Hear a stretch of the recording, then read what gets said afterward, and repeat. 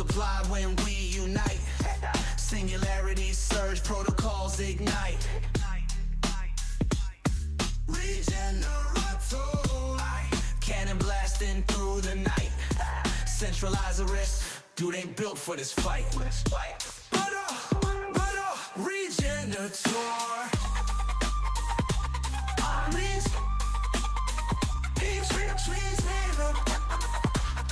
Collab beats control, tell the whole damn lore.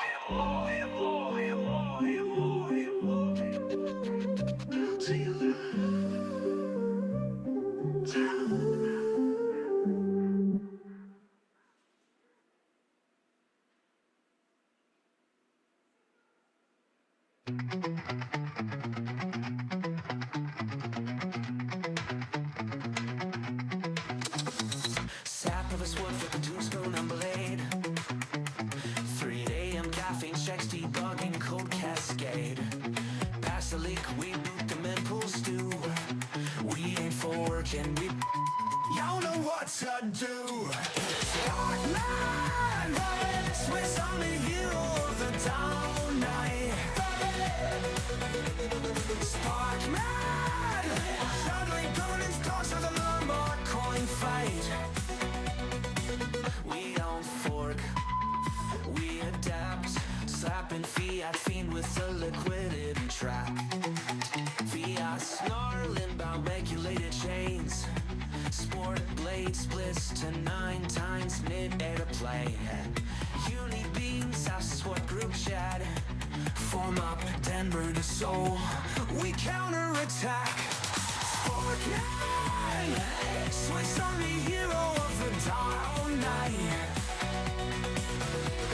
Sportman, juggling Colin's dogs with a Lombard coin fight.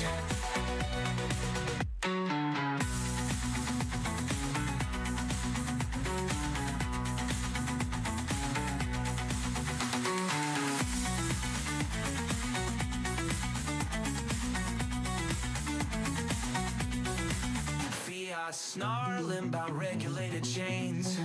Spork blade splits to 9 times mid-air claim. And uni beams ask the squad group chat. Form up Denver so we counterattack. Scorpion, Swiss Army hero of the dial night. Scorpion, juggling governance talks with a Myanmar coin fight. We don't fork. We don't fork. Fiat snarling about regulated chains. Sport blade splits to 9 times mid-air plane. Uni beams, squad group chat. Form up Denver so we counterattack.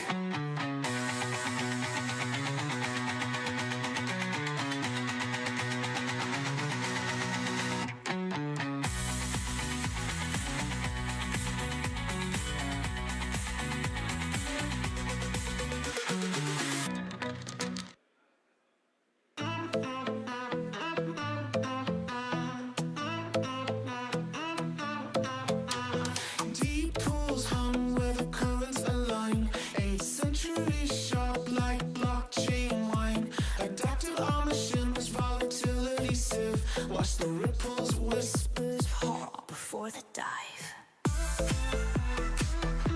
Liquidity surge. Hearts burning. Fluid fist clenches, token hoarders, the ends decay. Calming the ripside where panic can't stay. Submerge. Hoarders, greed clogs the riverbed thick. Will flicks tail.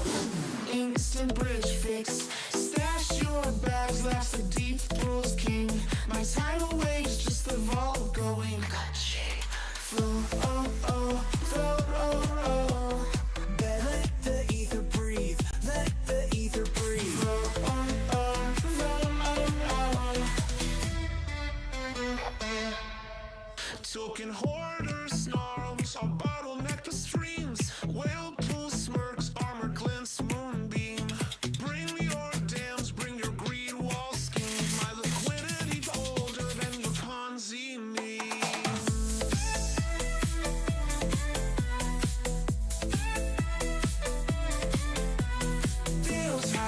rise at 808 pace. Hoarder stash, flushed without trace.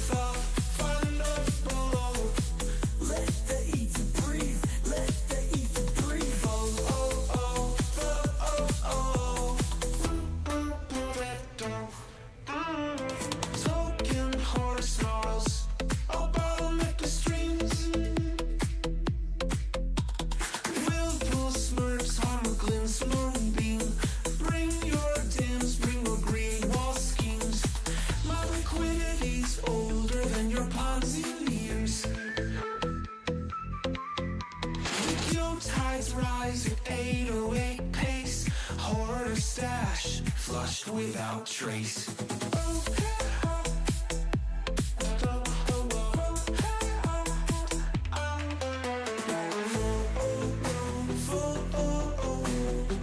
Let the ether breathe, let the ether breathe.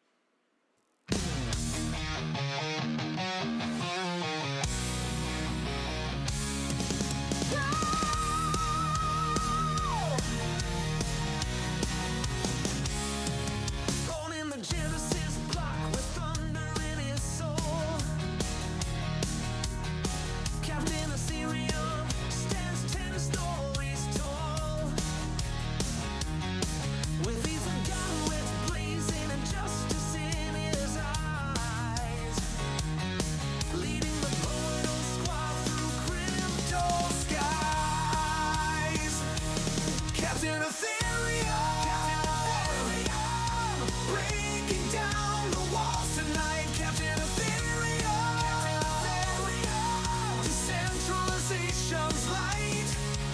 We're puffercorn charging through the storm, keeping crypto free and warm. Centralizerus thinks he's got us beat. When Captain's crystal pulse makes tyrants retreat.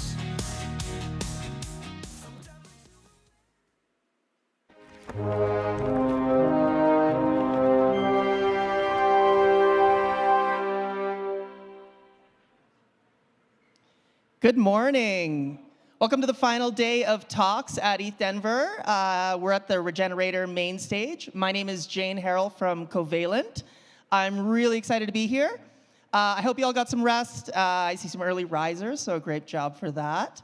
We have a great show for you today, starting off with a great panel that's near and dear to my heart as a marketer, a longtime marketer in Ethereum. It's called Exploring Ethereum's Marketing Crisis.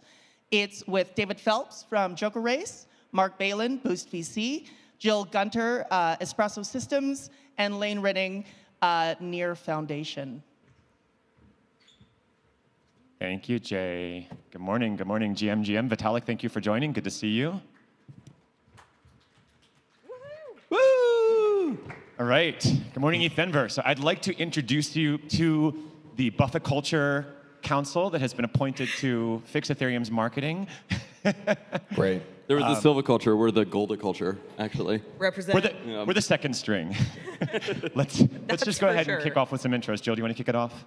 Yeah, my name is Jill. I work on a company called Espresso Systems. We're building infrastructure for scaling and composability on Ethereum. And I guess I'm up here because I have a lot of hot takes online. Sure, yeah. I'm Mark Balin. I'm an investor at a fund called Boost VC. Have been a builder in the crypto space for like 8 years in the Ethereum ecosystem. So I have a very long history, broken history with Ethereum. But I love the project. Don't we all? And so, yeah, right. And so that's why I'm on this second string marketing council for Ethereum. Thanks for having me. These chairs are so comfy. Like, you really feel like you're on the main stage, you know, compared to all the other panels that I've had to do on stools. Like, this is amazing. I'm David Phelps. I'm a co-founder of a project called Joke Race. We are on-chain contests. So, for example, Jill right now is running a contest for Ethereum brand hack to create a new Ethereum logo. Voting just opened. Go so vote. You can actually go to jokerace.io and go vote on your favorite logo to be in Ethereum. Also, we got 69 entries, which just makes me proud. We couldn't have planned that. Couldn't ask for anything. You cut it off at 69, so no more entries. Exactly. Yeah. We were like, this is it. Every contest has to have 69 entries. That's the rule. I wish. Yeah, that's a new product. If someone comes along, they're going to crush us with that. Anyway, I guess I'm here also because I have spicy takes. That's probably why I'm also not on the silver culture as well. I think this goes for all of us. I'm Lane. I was at the Ethereum Foundation 2017 to 2019 in a research role and then also as a core developer for a while. I am now a researcher at the Near Foundation where I'm focused on governance. And ultimately, when you talk about the Ethereum Foundation, you're talking about the governance of the Ethereum project, right? So near and dear to all of our hearts, I think. Yeah, look, just to be clear, correct me if I'm wrong, I don't think any of us have any affiliation with the Ethereum Foundation. No. We are literally just like OGs who care deeply about this project and this community and just want to kind of have a spicy conversation about what's going on and what should happen. And we're going to keep this super casual, as you've probably figured out by now. So yeah, let's go ahead and kick off. Like, open question, like what's going on? What's your hot take on kind of like Ethereum in 2025? I'm feeling bullish this morning. I don't know if you all went online this morning, but there have been a lot of big announcements today.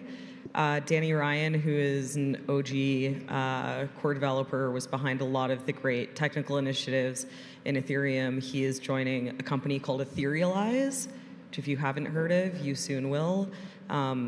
I view them as, in some ways, maybe a spiritual successor to a company called Consensus, which many of you are probably familiar with. I worked at. Yeah, I know The first time I've heard the word spiritual and consensus in the same sentence.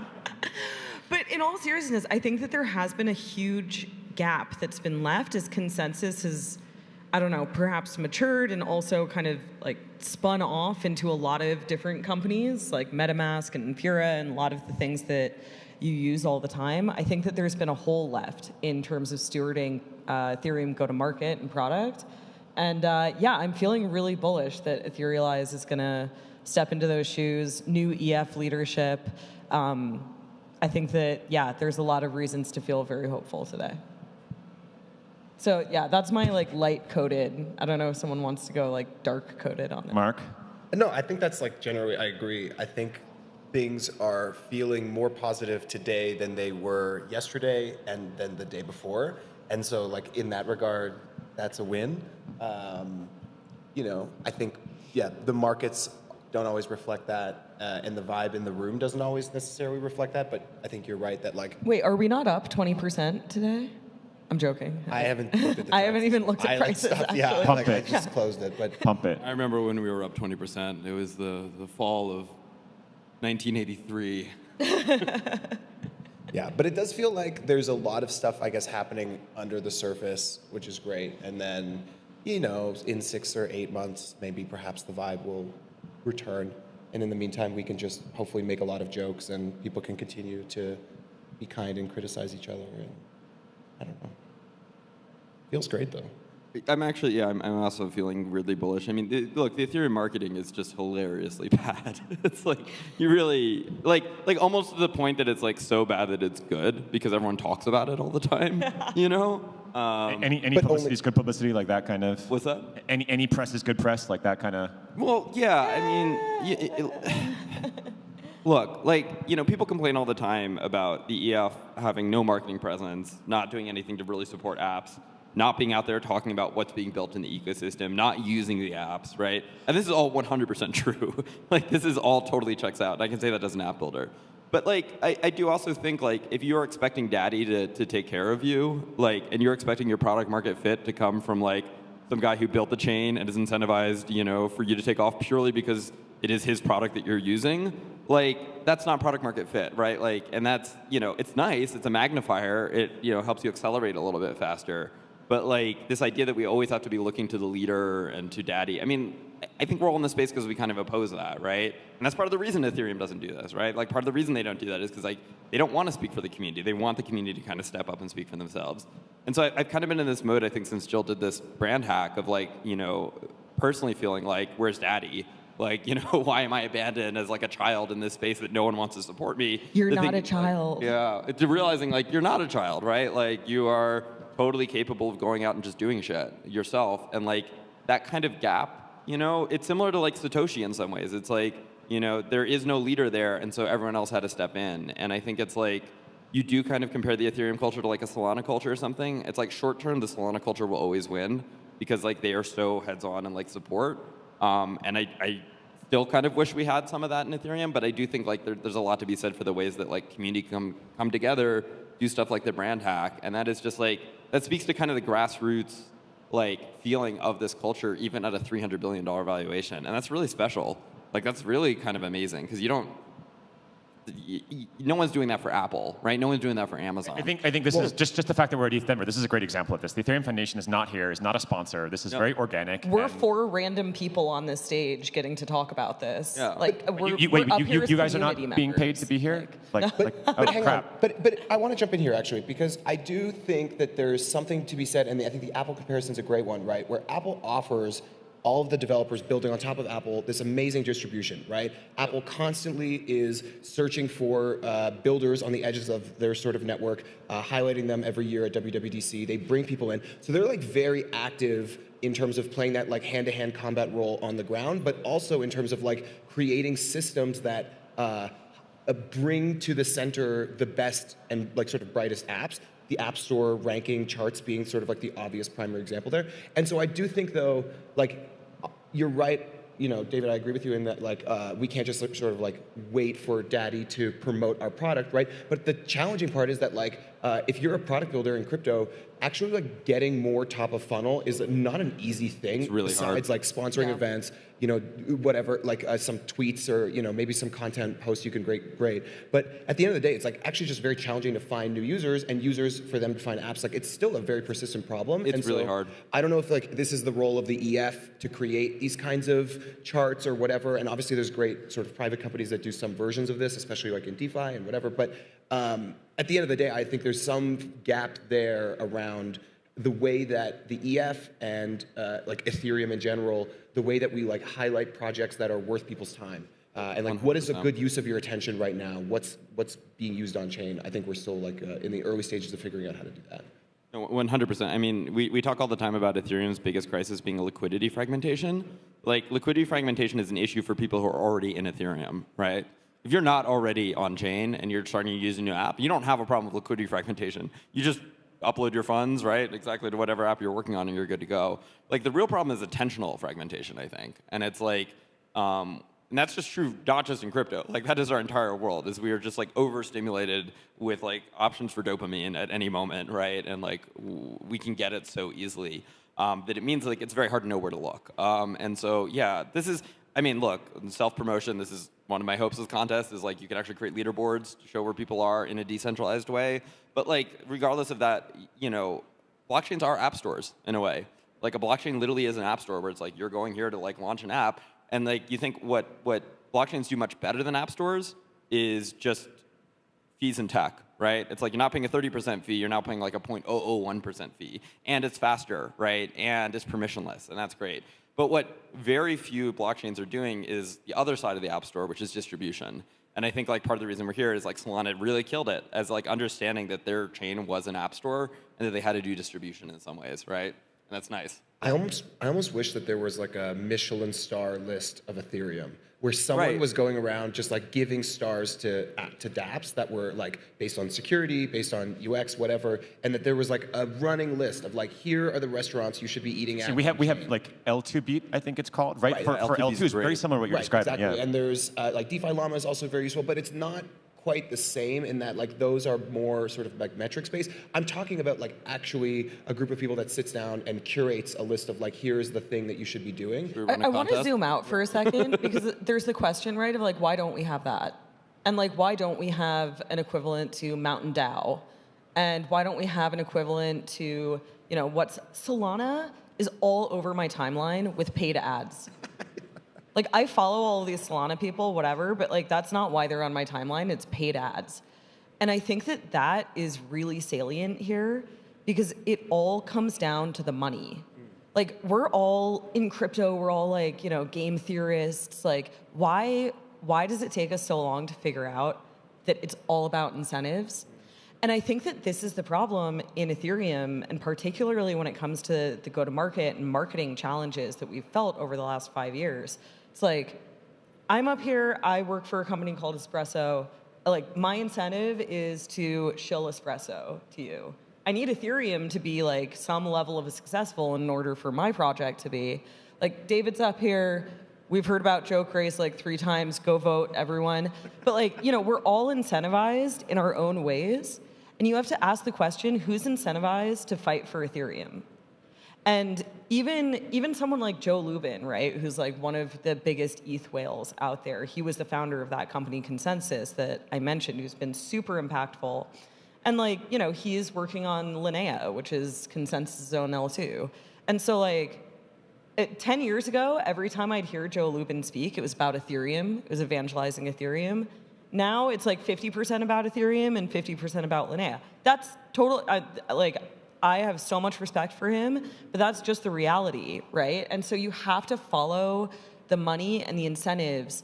And it's like, I think that the biggest frustration that people have had with the EF is they're sitting on a treasury and they're doing important work with that treasury, but it's not going towards ideas like Mark was just describing. And so someone has to fund that.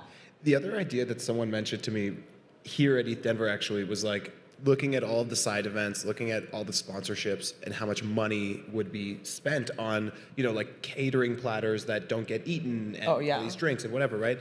And so, the question was like, well, what if these companies just like bought ETH and like everyone would just be happier, and like it would just be all this constant byproduct because it's a lot of money, and so it was like, okay, well, you would still need a way to sort of like publicly post that you're like sort of buying ETH in this advertising way, because at the end of the day, right, these conferences, they're this sort of plutocratic way to distinguish yourself, right? Sponsors just shell out more and more money to separate themselves from kind of other companies, right? So it's like, what if they could separate themselves by just buying ETH? Or like, what are these other methods that we could, you know? Who's the Michael Saylor of Ethereum? There's two, actually. That's legitimately... There's two. There's Tex and there's Clouded. Follow both of them. Thank me later, as they say. Jill, I really like what you were saying about, I mean, just paraphrasing here, it's kind of like a tragedy of the commons situation, right? Yeah. Like all of us that are building on Ethereum, relying upon Ethereum, in some way, shape, or form, it's like incumbent upon all of us to make sure Ethereum is healthy and succeeding, and yet it's not my job or his job or his job or your job, right? So whose job is it? And I think, again, like we end up in this tragedy of the commons situation where we don't have a central government. I mean, the closest thing we have is the Ethereum Foundation. So like, isn't it the role of the foundation to be the actor that solves these coordination problems, like what you just described a second ago? That's the definition of a coordination problem. Like we'd all do better, you know, if we did exactly what you just said, but there's no one who has the authority to like, force us to do that. I think on the technical side, they do a great job of that. I don't know if you guys have been following what's going on with like the EF and the open intents framework, and they brought together all of these like viciously competitive projects to actually collaborate. It's just missing on the go-to-market side. Can I ask a question? Do you guys think that the EF should be decentralized? What does that mean? It feels like our problem is a lack of centralization. Like we have no shortage of decentralization. I don't know why that. So what I mean is like EF is not elected, right? Like no one no one who holds ETH gets to choose who runs it. No one gets to help like have input on the roadmap. Like they get to do whatever they want, and they're not beholden to anyone. Like, is there a way in which like this is a governing council of a kind of digital nation state?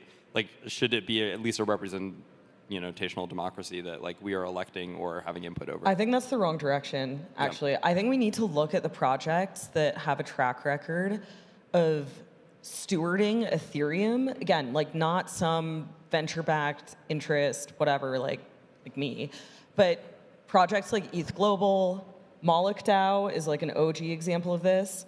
And, they applied for funding from the EF and got it, and like that's exactly how it should work. And I think you're right, David, that like I wish that there was more promotion by the EF of like, if you guys want to go do stuff, just apply for funding. Like you can just do things and you can just get funding. But there isn't. I think something that came out to me during this brand hack competition is there's just this hunger from people to contribute. Like hundreds of designers have ended up reaching out to me and David over this who just want to do something for Ethereum. But they're like, I don't know like how, I don't know where to begin. Like I can't work for free, and we just need more of these platforms. Again, I think ETH Global and Mullet are great examples of this, that get the funding, do the work to get the funding from the EF and create the platform. I think one of the challenges for the EF, right, is like the game theory of the system, right, is like you don't want to have this extremely explicit live governance that can be attacked on a regular basis. So you want to be constantly sort of minimizing that, at least from a perception perspective, right? But also ideally doing the things behind the scenes that are still necessary. And so the question to me is like, the EF has sort of been doing some of these activities, again, behind closed doors or sort of behind the scenes. And to me, the question is like, should the EF be doing this more explicitly, right? And that sort of addresses the sort of game theory question of like, is it really sort of game theoretically optimal for the EF to continue sort of pretending like their governance is minimal, or should we be more like explicit in acknowledging kind of like what are the councils that are helping to define these directions, who is making these decisions? People have been talking about a board for Ethereum. So like those questions are, I think, opening like forcing the conversations, right, or displaying the pain point from community members that like, hey, the fact that this governance is not explicit, the fact that it happens in private is like to the detriment, evidently, of the community, and that like something should change. And maybe we're wrong. I think you need, in order to understand anything about the way Ethereum works, you need to understand what Mark was just explaining, that like Ethereum has always had this allergy to any form of explicit governance for the reason that you just described, which is that there's this fear that it would like somehow be attacked if it existed.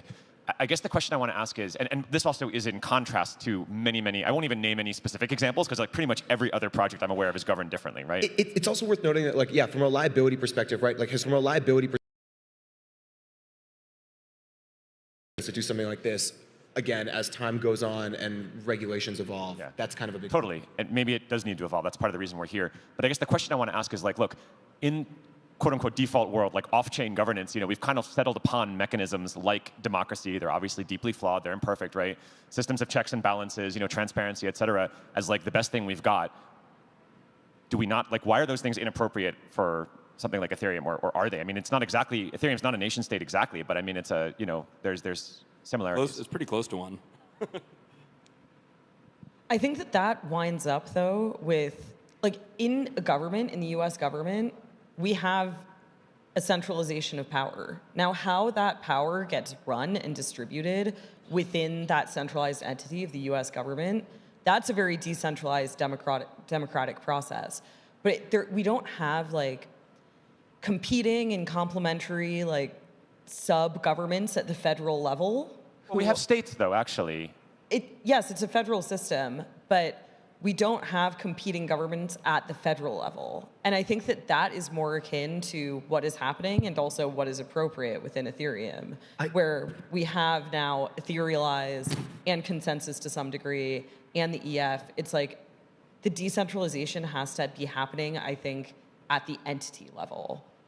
I think the hardest thing here is just like, how do we get people excited about contributing to this culture? Like forgetting like, the political merits of like a benevolent tyranny versus a democracy. It's like, how do you actually like take the grassroots efforts of a social consensus machine that only works if everyone is bought into it, and give people an outlet for their enthusiasm? It's what you're saying, Jill. Like, there's so much hunger for people who want to do marketing for Ethereum. They want to celebrate Ethereum. They want to talk about this, and they have no outlet for it. And for me, like, that's actually the central problem with like the lack of democracy. It's not even like creating a better political system. It's actually just embracing a way for people to come in and have impact and feel empowered. No matter what the actual impact is, like just giving people like a sense that they actually like can have say in this is really, really, I think, crucial, and still a way that Ethereum really can probably distinguish itself from much more kind of centralized models of power like Solana. And that for me is the missing thing. Is just like, no one wants to come into this. It's like people, it's a $300 billion valuation. The OGs are all worth billions. Like, you're a young 19-year-old dev. You're looking at this thing and it looks old. It doesn't look like there's huge upside here, and it doesn't look like there's a culture where you can come and get involved and like people are going to support you. That's the central thing. It's less about like the actual support itself being meaningful or the political structure being meaningful than it is about the values that we are espousing that will get people excited to come into this space. I want to also add that I actually think that there is a form of democracy that kind of already exists via ETH price, right? Which is like people vote with their dollars, their eyeballs, their feet. And I think the reality, right, is that we have seen this sort of like, I don't say exodus, right, but there's certainly been price action has been negative against Bitcoin, right? So we have this mechanism, I agree, and like the community is voting, but there's no, is there an accountability mechanism? Because like I don't know that the foundation or the community is responding to that price and so that's signal. The key, right? It like requires the foundation to actually listen to that signal. And again, it's like not clear that it necessarily does, and it's also not clear that it does in a way that's like earnest, right? Versus this like, oh, people are angry because price is down, versus like price is down because people are angry, and like the two are very intertwined. I think like more and more people are starting to realize that that is the case, and this is like the only voting mechanism or the only mechanism we have to express our voices. Let me ask you guys this: what would you do, like, if you could do one thing differently? If you had like $100 million budget, you were Aya for the last 2 years. You were the executive director of the EF. $100 million budget over the course of 1 year to go work on Ethereum marketing. What would you do? You literally stole my question. Thank you. That's a great question. Sorry. I would do a year-long championship round. Like, it would be like, we have a year-long basically hack, to create the next great Ethereum app. And it's like you're running regular competitions between people, regular demo days, everyone's tuning in. Like, again, I'm shilling in some ways, right? But like, I do think like we are in a culture where attention is fragmented. Attention is the hard thing. And if you can turn this stuff into sports in a way that everyone is gaining because they're getting the center stage, like that's really meaningful for builders, and that's really meaningful, again, in what it signals about the culture, that there is a culture that actually is really supportive of apps here. And it doesn't mean that the EF has to crown those apps themselves. That can still be turned over to community to decide. But I think they need to put in the structures where there can at least be these kinds of curation mechanisms to have the Michelin star, right? Like, you know, App Store, and to be able to have these championship rounds, and to be able to have Shark Tank, and like gamify the thing, you know, like make this fun.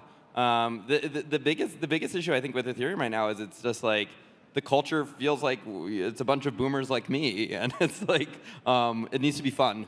I think that's the #1 thing. I think I'm going to go in a different direction. My answer is going to be very product oriented, but I think that I have a belief personally that the EF should be hosting more of the digital spaces where Ethereum social layer lives. That the fact that these conversations happen in like private spaces and in private contexts is like not great. And again, like these sort of information curation websites as well. I think it would be great if, yeah, the EF had more, like actually built and hosted more of those websites that were like an app store meets a sort of like the Agora, a digital Agora for Ethereum, where you could like talk about what people were building. And I know this sort of exists fragmented in different forums spaces already, and those are like great for technical discussions. But yeah, thinking more about like the app layer, the social layer, and how the EF perhaps can provide like a very impartial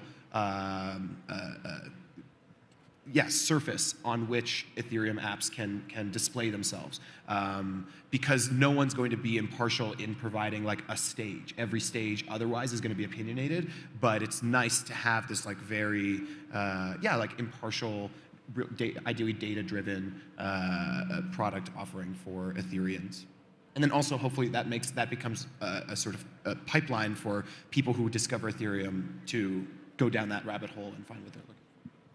Yeah, I agree with both of those sets of answers. Actually, I think the foundation has been like reluctant to aggressively deploy capital because of the kind of subtraction mindset philosophy that Aya talks about all the time, which is that like rather than being the main actor, rather than being center stage in the ecosystem, the foundation feels that its role is to kind of like create space for other people to come, you know, build the things that need to be built. I think it's possible to deploy capital more aggressively along the lines of what Mark was just saying, to deploy critically missing pieces of infrastructure that can be deployed in an incredibly neutral fashion. I think the App Store is a really great idea. I think platforms for more open dialogue about Ethereum's future, about how to deploy the capital itself. I love the idea of contests and games and things that feel fun.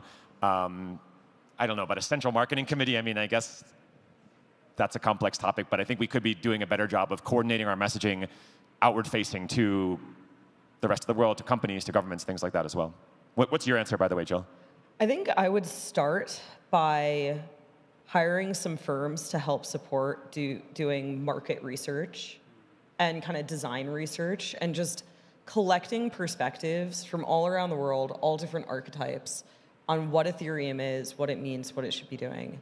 And I would guess that the 3 archetypes probably that we'd end up having to go after would be institutions, would be developers, and would be kind of like the OG cypherpunk, like what are Ethereum's values, this is what it stands for. That's probably going to be a lot of kind of like the core developers.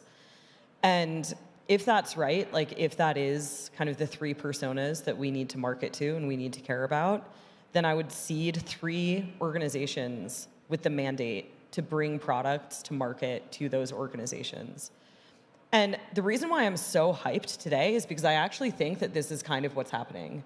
I think the EF is going to play that 3rd role of being like where the core development happens, where the research happens, and really the stewards of the cypherpunk vision.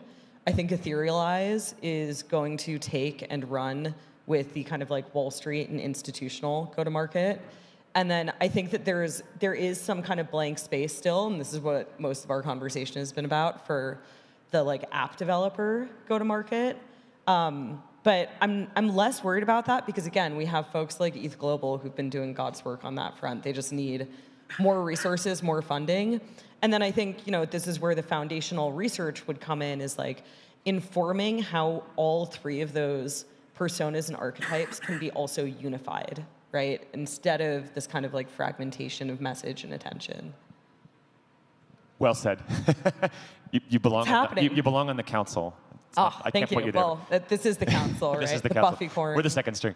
Okay, we're almost out of time, but yeah, Mark, David, final thoughts? Any concrete things that those of us here should do, or that people watching the live stream in the audience should do? Like, what's the one thing you would encourage people to do to make Ethereum great again?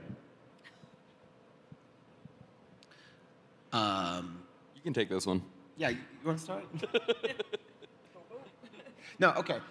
Yeah, I think talking to your friends and family about Ethereum is the first thing that came to my mind when you asked this question. Go door to Don't door. say that. Yeah. I don't want to say go Go door knock to on your door. neighbors' doors and ask them if they believe in our Lord and Savior. Have you heard the Vitalik good word? Buterin. No, Yeah. but it's interesting because I think for a long time, people in Ethereum have gotten, and especially people who have entered the cycle, like or entered crypto sort of last cycle, have gotten really burnt out of having those conversations, right? And I think the reality is there's just still a lot of education that has to happen in the world.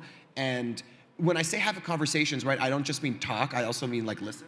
And so in that regard, being able to hear what your friends and family are saying about Ethereum and how they feel about the network, I think is actually also the most useful thing we can do in terms of understanding, you know, to Jill's point, like this sort of broad market survey of like, how do people perceive Ethereum? What do people want from us as leaders in Ethereum or from our networks that we're building? From a marketing perspective, like they will tell us. And so, yeah, like talking to people who aren't just the folks who are, you know, on the stage or at this conference, but asking people who are outside of the network as much as we can. I think that data is key. We all need normie friends and family members to keep us honest. Yeah, and don't call them normies. I think It's a good place to start. Any closing thought? Yeah. You know, I think right now Ethereum is kind of suffering from the worst of centralization and decentralization at the same time. It's like we have the worst of centralization in terms of like no real accountability for like a political structure that we're all kind of looking to save us, and it's not happening. And then on the other hand, we have the worst of decentralization, in which it's like this thing is undefined. It is left open to all of us to define what Ethereum is, what its North Star is, but like no one knows. You know, it's just mysterious. And so I kind of think the best analogy for Ethereum is like the Christian church. Like I think this is like Christianity. You know, it's like there's a fundamental kind of substrate religion, but then people form their different denominations, and we call those L2s. And I think it's like honestly the best thing you can do is join your local church and like find the denomination that is right for you. What is a weakness about Ethereum is also a strength. Like the fact that it is this kind of flexible substrate that can be adopted into different denominations creates fragmentation, but it also creates a lot of opportunity to encompass different cultures as well.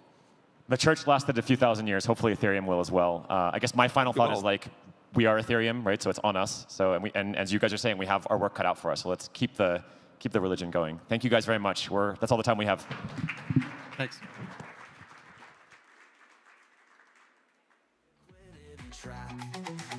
Fiat snarling about regulated chains. Sport blade splits to 9 times mid-air to play. Uni beams, that's what group chat. Form up Denver to Seoul. We counterattack. Spark 9. Switch on the hero of the dawn night. Spark 9.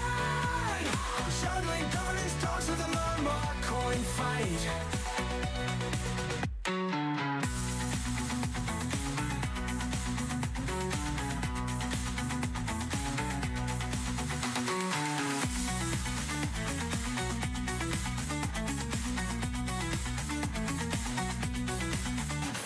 Snarling about regulated chains. Spork blade splits to 9 times mid-air plane.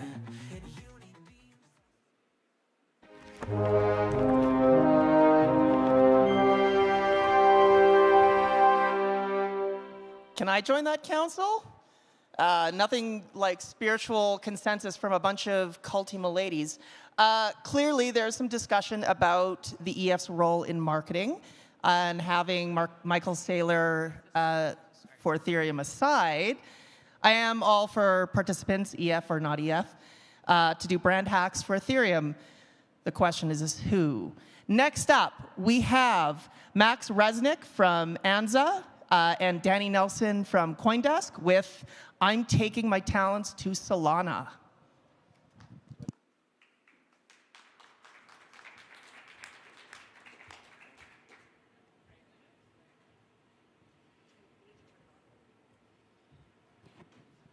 Testing? Okay. All right. Good morning, everybody. I am Danny from CoinDesk. I'm here with Max Resnick. He works at Anza, which is building a client for Solana, and he is formerly of the Ethereum world. And so we're going to kick it right off. Max, I want to use this time to talk about the differences that you see between Ethereum and Solana, and also really dig into your personal choice to move from from Ethereum to Solana. And I want to start it off with a tweet of yours from June when you still were working in the Ethereum world. You said, quote, "I'm tired of Ethereum losing to Solana. I want us to start winning again. But that means we need to start playing our game, not theirs. Apple doesn't compete on price with $100 Chinese Androids. They compete on quality. They simply build better products that people want to use."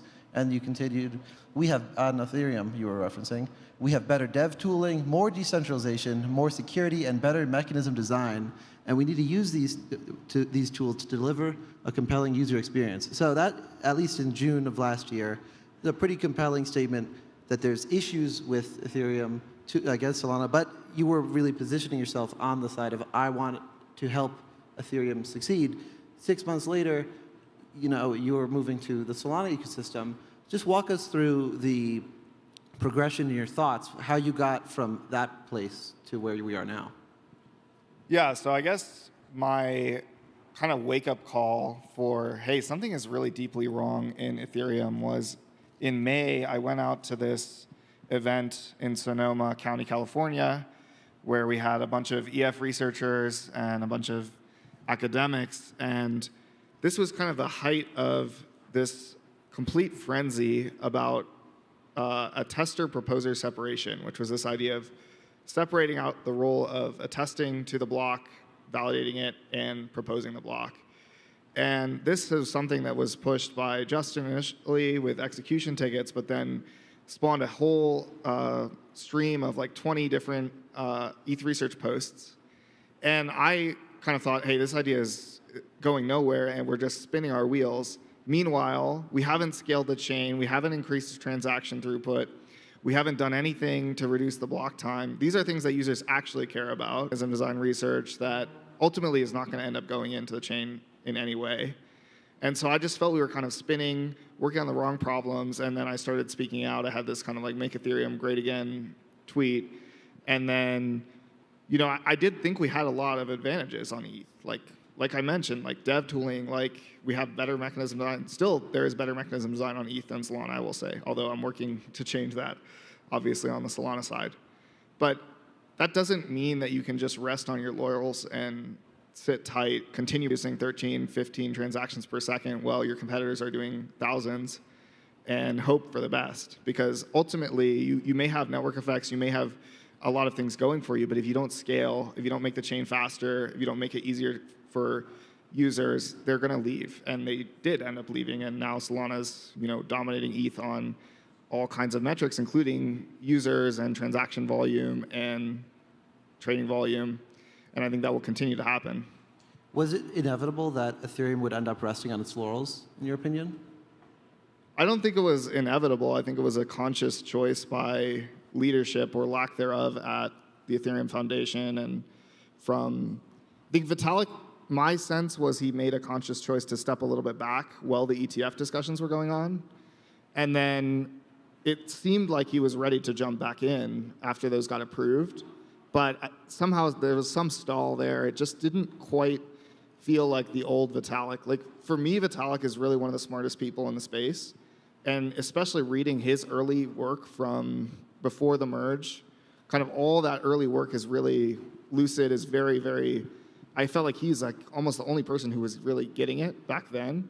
But then when I read the stuff he's putting out now, I feel like, it's not quite there. It's not the same level of sharpness that he was in 2019, where I think he was like peak Vitalik. He was just putting out all these extremely, extremely lucid posts. And I think it's partly just because he's not as interested in Ethereum today as he was in 2019. He's more interested in AI safety and other kinds of things. And when you don't put the time in this like extremely complicated, fast-moving industry, you start to kind of lose your edge. And I think that's basically what happened. So in my mind, that speaks to the importance of having very active and engaged figurehead to get things through, which is interesting because in the Solana ecosystem, you could make an argument that Tolly inhabits, at least at sometimes he has inhabited some of the same space as Vitalik, and yet I heard as recently as a few weeks ago someone endearingly refer to Anatoly as at this point just a phone salesman. And not really engaged, and and in spite of that, or maybe because of it, it seems like Solana continues to progress. What do you think of that? Yeah, I guess in trading firms, they have this concept of bus risk. So if somebody gets hit by a bus tomorrow, does the firm go under? I think the bus risk on Solana is much less bad. If God forbid something happened to Anatoly, I think we would continue chugging along, making the chain faster. He is engaged still. He does work on technical problems. I talk to him almost every day about some of the work that I'm doing. But he's not a Vitalik-type God Emperor figure. And I think that's extremely good for the network because it allows new voices to come along, new ideas. Tolly is kind of a person who I almost think of him as like an oracle where he kind of speaks in riddles. And so if you take the time to really sit down and understand what he's saying, there's a lot of nuggets of really important and not easy to find truth in them. But it's not in the same way. Like, I think that's a very different world. And Vitalik was almost like taking in a bunch of information and spitting out a summary that was accessible to everybody. Whereas Tolly is more like kind of the person doing the riddles, and then you have to kind of decode the riddle and turn it into the nugget of truth and turn that into IBRL after that. So he occupies a very different role. I think he's not as critical in the system, which is not to say anything bad about him. It just means that the rest of the system is robust enough that if that piece was removed, the whole tower wouldn't fall down. Mm-hmm. And walk us through the cultural and political differences between Ethereum land and Solana land. Yeah, I think the Solana account on Twitter just put out a piece about how we have a lot of athletes. I think we have a lot of people who really, really like to win, who are extremely competitive. I'm somebody like that too. I kind of grew up playing a lot of games, like competing, and it's so much better to lose with people who also want to win than it is to like lose when everybody else isn't trying. I think even if we're going to lose, it's like, hey, I would rather have everybody on the same page grinding as hard as possible. And it also gives you the best chance to win. But I would say that's the biggest difference is like this competitive versus collaborative mindset. And it's not to say that one of them is better than the other, but certainly if two people are competing and one of them has a collaborative mindset and the other one has a competitive mindset, the person with a competitive mindset is going to eat the lunch of the person with a collaborative mindset. So that's, I would say, the biggest difference is, hey, we're all competitors, we're all kind of athletes and people who've done competitive things in their life, and we bring that same energy to building the chain. Solana wins, IBRL, internet capital markets. All of that is like our sport, and we're playing to win. And for Solana, for Ethereum, just this morning we saw some leadership changes at the top of the Ethereum Foundation. But what's it going to take for Ethereum to turn this ship around, in your opinion? Yeah, I've met Tomas, but I haven't met the other co-ED. I think Tomas is a smart guy, so we'll see. I wish him the best of luck and hope he can turn ETH around because it's great for the ecosystem if ETH turns around. I do think it is a big mistake to have two EDs at a time like this because this is a time where Ethereum needs extremely strong leadership. You're basically like that picture of everybody in the race, and Solana and Sui and Celestia are all pointing like towards the finish line, and like ETH is pointing backwards. And you need to turn that ship, huge, unwieldy ship, all the way around.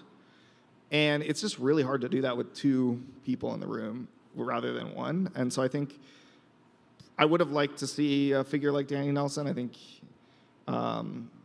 Tomas is also probably going to be good, but I really dislike the decision to do two instead of one, and I think other people have commented on this. We'll see how it works. I wish them the best of luck. Some change was needed, but I don't know if it was the right change that they did end up making. Yeah, you had a tweet, I think, shortly before you publicly went over to Anza, where you were calling for Ethereum to be on a war footing, and you actually tweeted a picture of Amsterdam.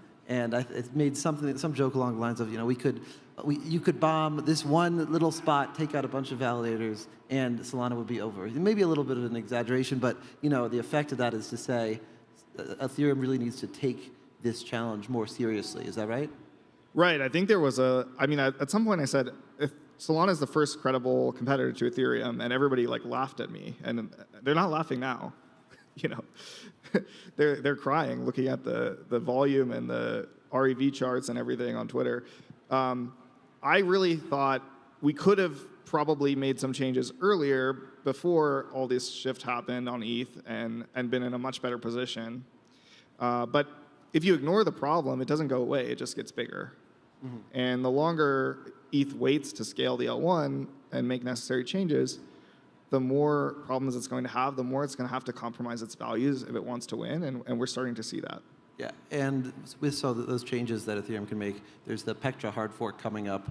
We were talking backstage a little bit about that. Just bring the audience up to speed, on that debate. What's the big changes that could be coming and maybe should be coming? Right, so if you listen to the optimist version of what ETH is going to become in the next 5 years, it's like, we're going to have thousands of gigagas rollups all settling with Ethereum DA and with synchronous interop. Okay, so none of those things are true. The math does not add up on that. Right now, ETH, for context, does about 1.5 to 2 megagas per second. Base does 26 megagas per second, which is million gas. And we're saying we're going to get to 1,000 gigagas rollups. Of course, it's not happening. 26 megagas on base per second is already half of the total ETH blob capacity right now. So we're going to double, ETH is going to double blob capacity in Pectra, and then they're going to do another increase in Fusaka. But still, you want to know how many gigagas rollups you're going to be able to support on Fusaka level of blobs? 1/3 of a gigagas rollup. So this is not coming anytime soon. I know Jesse likes to say he plays long-term games with long-term people. Well, he's going to be playing a very long-term game waiting for blobs to scale to the point where he wants them at. So I expect a lot of rollups will be moving over to Alt-DA soon enough because ETH just is not moving fast enough on the scaling roadmap to be able to provide what they're asking for. And why is it, do you think, that ETH isn't scaling fast enough? Is it possible to scale ETH fast enough? Are the right people not working on this problem? Are there the right people there, but they're not doing the right things? I think it's a combination of a lack of talent. I think there's been considerable talent outflows from ETH because people who actually have the ability and the understanding to provide scaling solutions are kind of disillusioned with. You want to go somewhere which rewards scaling solutions if you're into providing good scaling solutions, right? So if you are in a system where when you propose something new, a validator in the Sahara Desert running on a Raspberry Pi says, hey, excuse me, sir, I have 5 megabit upload. I'm not going to be able to participate in this. We should probably kill this idea that you have that's going to make the chain better because I want to continue running my hobby validator in the Sahara. You're going to go to another ecosystem because it's just not good. It's just not fun to be in that environment. So part of it is solo stakers are like Sophons. If you read Dark Forest or Three Body Problem, they're just killing the chain, killing the culture of the chain, and they need to go. And the other is, I think, a lack of engineering talent because they haven't hired for that. There are some teams, the Reth and the Nethermind team are incredibly strong. Also, we had some incredibly strong devs at Consensus on the Besu and Teku team. But you kind of need all 5 clients to be up to speed on that rather than just 2 of them. And so I think ETH would be considerably better off if they just abandoned every other client but Reth and Nethermind and maybe Lighthouse or something on the Consensus side and Prism. And basically, if you just do that and you just remove all the slowness and you would probably be way better off and be able to scale. And one thing I would just say is look at the monad hardware specs. These things are not unreasonable. 32 gigabytes of RAM, 100 megabit upload download, 2 terabyte SSD. Are these unreasonable? No, that's a $1,500 gaming computer from last generation. I think the most expensive thing on there is the latest generation Ryzen consumer CPU. That's not an unreasonable place that ETH could have gone to and look at what they're able to achieve with that in terms of how much throughput and the latency that they're getting. I think that could have been ETH if they just didn't get on this L2 train. Is it a problem of ETH is too decentralized, too many power centers, too many clients? Like, what's going on here? Yeah, I think that's part of it. I think it's like a cultural issue. It's a difficulty of getting anything done. I think Vitalik for a long time was sucking up way too much political capital, and it was impossible for anybody else to kind of muscle in and be that force for driving progress.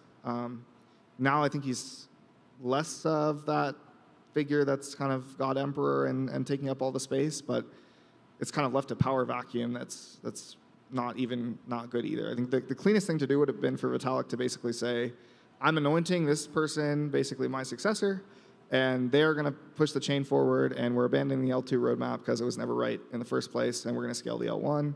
Sorry, made a mistake. I'm out. It's your chain now. What were your priors on Solana, let's say 2 years ago? Like, what was your perspective on it? And how do you think that you were wrong about what you thought back then? I guess I'm presuming some things here, but you definitely worked in Ethereum, and you were in Ethereum. I don't know if you'd say maxi, but you really were pro Ethereum, and now you've at least changed your perspective. Yeah, I think the network effects of Ethereum were holding strong for a long time. It took a really big shift. It also took a lot of improvements that have happened on Solana in terms of a technical perspective, which I think often get swept under the rug or people don't see them. The Solana chain performance today is way, way, way better than it was in March of last year, so about a year ago. And that's just because of like incremental improvements by really cracked devs at Onza and Firedancer, just making the chain better every single day and just optimizing. And we see it in every Agave release that we do. We get lower memory costs, lower CPU. We're faster. We could probably go to 350 millisecond block times right now, actually, on chain. We're at 400 milliseconds. These kind of things are just like constantly happening, and over time, those compound, and you get a chain that works really well. The best example I would say is like our current fork rate is really, really low, and that just means that chain is just humming along really, really nicely. We could probably go to shorter block times and have nothing break because of that. And so I think basically we've just been scaling and doing incremental progress, and if you're not following, you don't realize how much has been done because it's like these little small changes that add up over time. And then a final wrap-up question for you. What are ETH maxis most wrong about? I would have to say the L2 thesis. I think basically there's an idea in ETH world that you cannot scale a single chain, and it's wrong. It's just skill issue, wrong. They haven't thought about it enough. They haven't talked to people who are smart enough to solve the problem. They kind of tried themselves, and they were like, well, if I can't do it, nobody can do it. Well, no, actually, you can't do it because you're not smart enough. Other people are going to do it, and whoever does it is going to win. So I think that whole thesis of one chain can't scale enough. 1 million TPS, easily achievable in the next 3 years for Solana. We're going to get there. That's 4 times the total transactions per second of NASDAQ, New York Stock Exchange, CME, Amex, MasterCard, and Discover, and Visa. That's 4 times all those transactions per second. And it's all possible on one single chain. You can't really say that one chain can't scale at that point. So I guess we'll see. Like, we'll prove them wrong when we get to 1 million TPS and we do end up doing that level of volume. But it's just the kind of thing where you kind of get on that train and then you stop exploring the other side of the fork, and it's hard to get off that train once you're on it. Well, thanks for joining us. Thanks. Collab beats control, tell the whole damn law.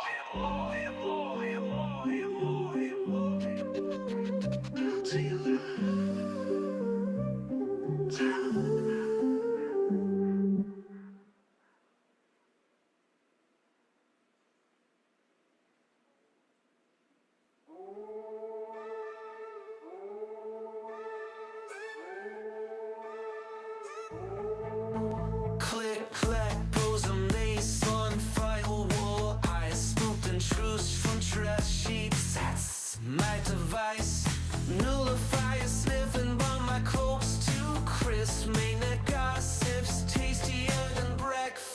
spaceships. Story, flurry, hack, flurry. Mama's making news before the code reload. Got receipts in my cheeks, encrypted and plumbed. Your private DMs, I'm the dumpster dive jump. Eyes everywhere, that's 3 burner phones. Haunteries whisper, king chomp and blockchain bones. Make it down to my voted fuck. Stealth crawl through your junk scene. Pen it up to the entropy. Mace cracked vaults like who's got the keys? Nullifier's huffing. You're just a rat with These firewall splinter to confetti bits. I'm curating leaves at the after party, sipping TLS tears. Call me well connected, I call it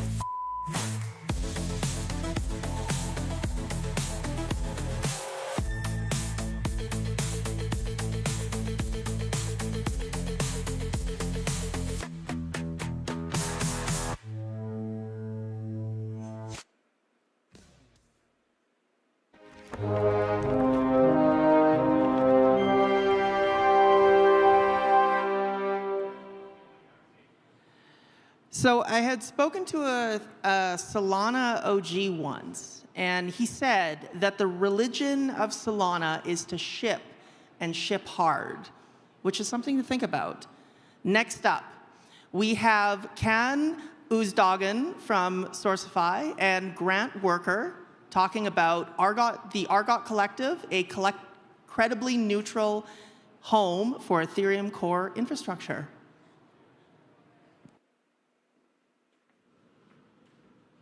Thank you.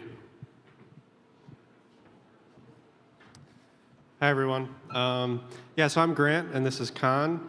And we are here on behalf of the Argo Collective, which is EF spinout in its later stages of formation. And we're here to tell you about this new spinout. So first of all, I'm curious if I could get a show of hands from the audience just to see how many people are familiar with these EF spinouts. It could be Argo, it could be GeoDayWork, or it could be Powder. Has anyone heard of these? Okay, not many. So this is good to know. So the EF, it's following through with this subtraction philosophy, and people from the EF are kind of spinning out into their own organizations and seeking their own long-term sustainability. That's what this is about. So about Argo, our ethos is all about open source software related to Ethereum and democratic organization. So as mentioned, we're an EF spinout, so right now it's just EF personnel. There's 25 of us, and we all focus on this specific domain of languages and language tooling and formal verification tools. Let's see. Right now we're kind of 1 foot in the EF and 1 foot in our new organization. And the new organization, it's a Swiss association. We've got our legal entity registered, and we're working on setting up our bank accounts and multi-signature, and finalizing the fundraising terms with the EF, or initial grace period grant terms with the EF. This is better. That covers that slide. So these are the projects that we work on. We have the first 2 are formal verification tools, HEVM and ACT. And then we've got 2 smart contract languages, Phi and Solidity. I'm sure all of you are familiar with Solidity. That's our most high-profile software project, and most of the members work on Solidity. Then we've also got ETH Debug and Sourcify. Sourcify is a open source and open data source code verification service, and ETH Debug is a new debugging tool for EVM. So why are we doing this? Again, it's because of the subtraction philosophy. You've probably heard this a lot. If you want to learn more about the subtraction philosophy, you can go to ethereum.foundation/philosophy and read about it there. Also, Aya gave a presentation at DevCon where she explained the subtraction philosophy and then also talked about Argo and other spinouts.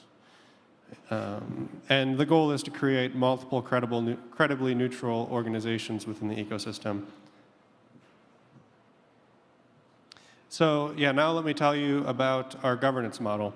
So in most traditional organizations, you have a management structure where people manage and tell you what you can and can't do, determine how funds are spent, who gets hired, who gets fired. At Argo, we have sort of like a decision framework, sort of like an operating system, maybe you want to think about it that way. But we have this formally written decision agreement, and we make decisions based on this. And we'll get into more details on how that works. It's a consent-based decision framework, so it's not like majority rules. It's a little bit more nuanced. By being consent-based, there's less fatigue from the members when it comes to participating in the governance structure.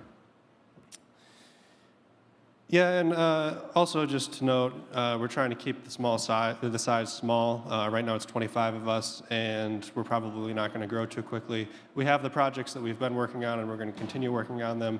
And we'll create more projects gradually over time and change things. But as of right now, we just want to keep it small and make sure that we can work at this scale. So yeah, a little bit more about our governance model. We have 5 decision types. And these were, we learned a lot from the Inspiral Foundation, if any of you have heard of them.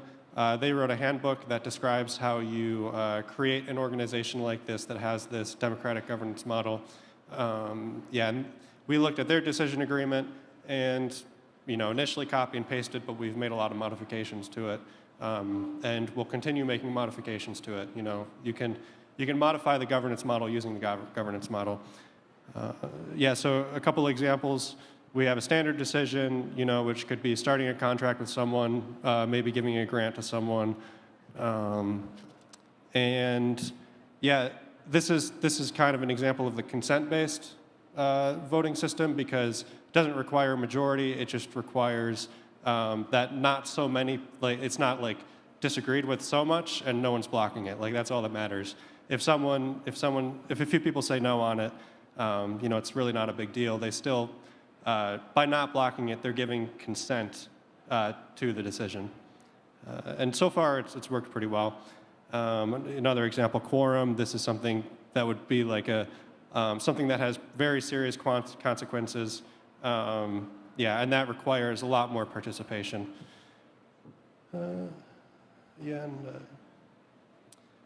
We will be publishing these at some point soon. The decision agreement, that is, and then also, other details about our operations. So why this governance model? It's just aligned with our core values, I think on an individual basis. And also it's in line with our organizational ethos of being democratic. Ultimately, you just have to decide on a governance model. Decisions need to be made, and you need to have a way of making decisions. And we started from this clean slate, and we were able to do whatever we wanted, and this is just what we came up with. Another nice thing about this is that everyone can make their voice heard. Having participated in, the corporate world and, being at the Ethereum Foundation, decisions are just kind of made in these environments, whether you like it or not. And I think it's really cool that there's this set time for decisions to go through, and people can voice their opinions. And a lot of times you get things that people just say, everyone says yes on it, and then one person comes through, and they block it, and they're like, hold on, guys, there's something that we need to consider here. I think that's really cool, and that sort of feedback doesn't really make it into the minds of managers typically. So now talking about funding and sustainability. So we're working out the terms of an initial grant with the EF that will get us through for a few years.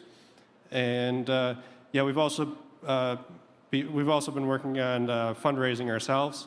The biggest example of this is the OP RPGF rounds.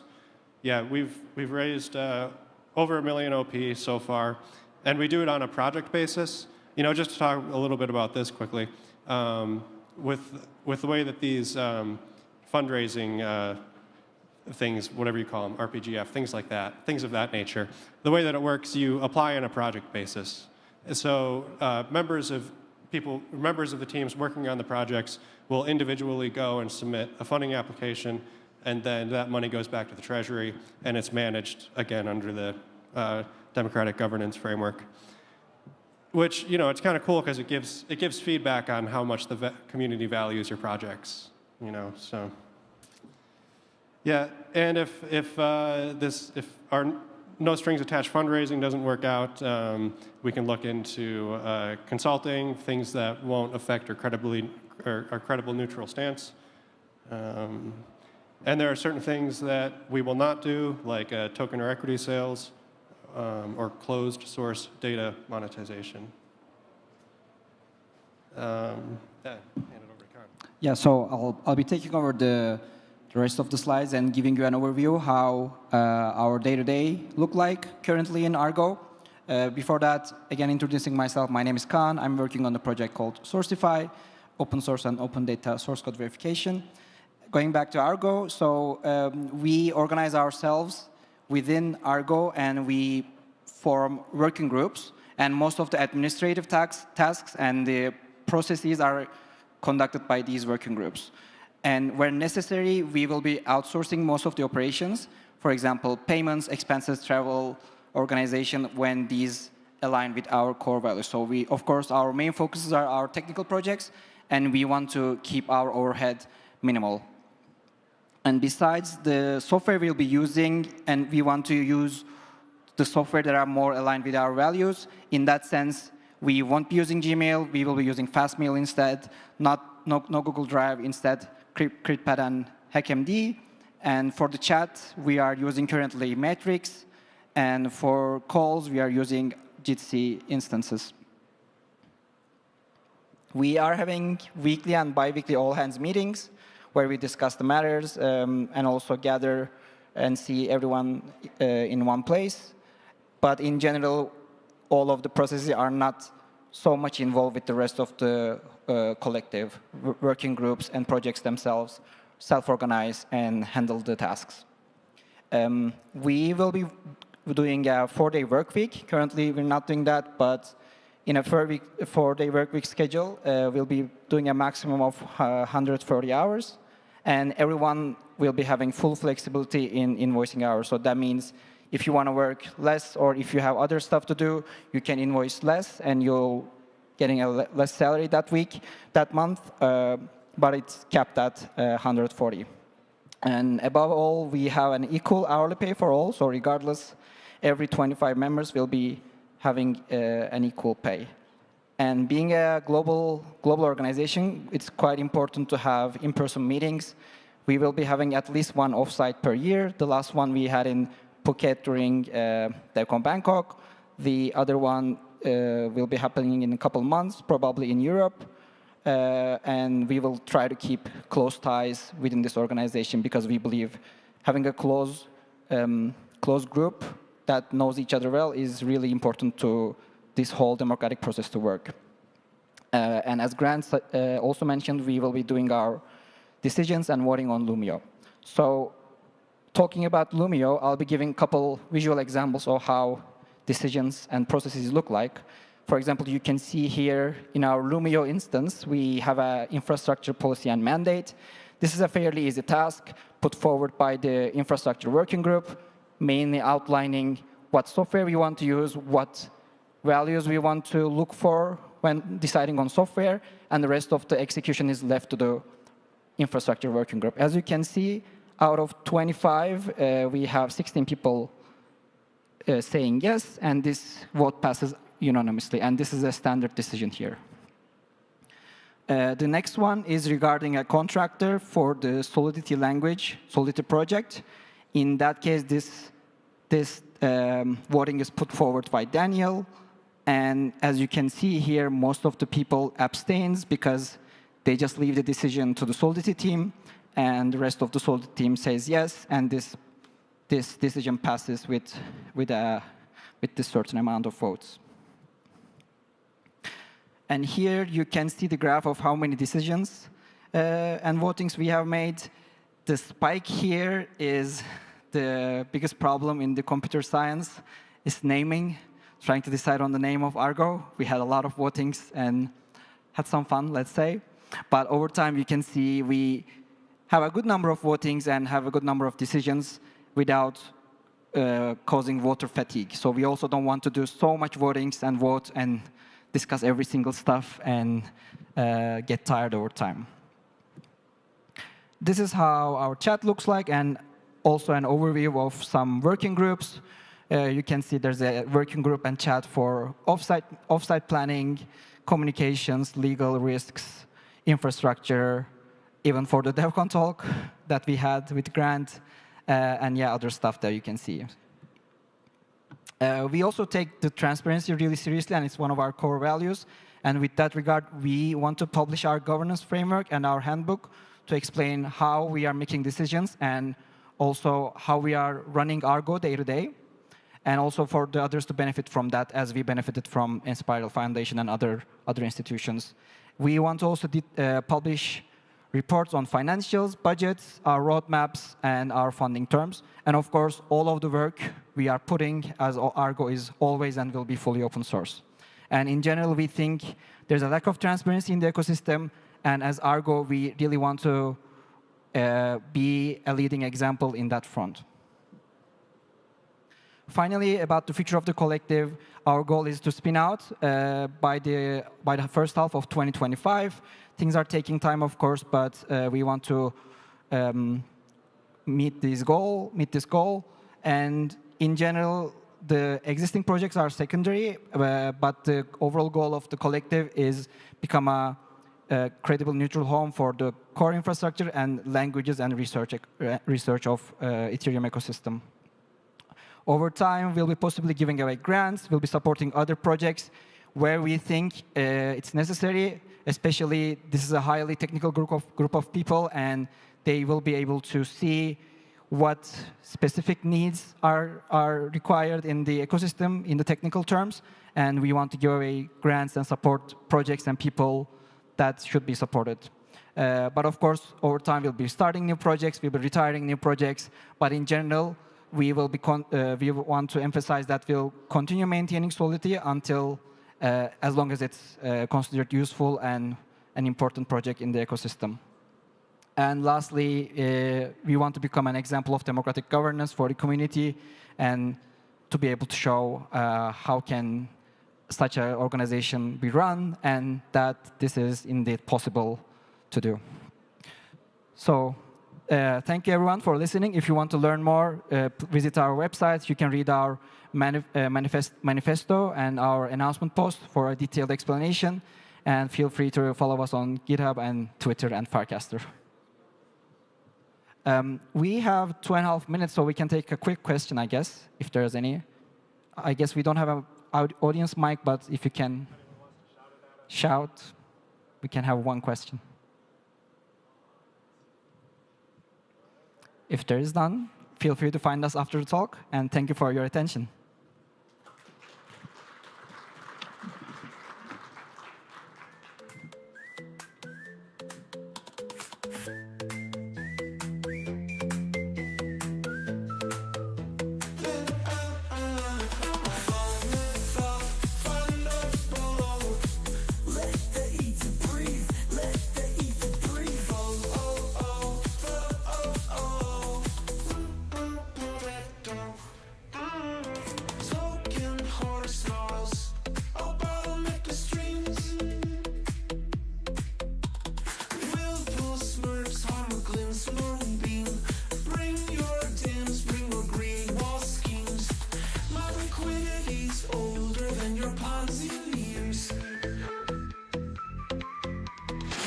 Tides rise at 808 pace.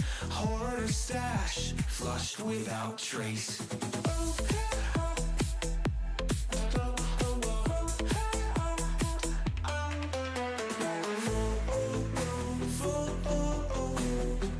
Let the ether breathe, let the ether breathe.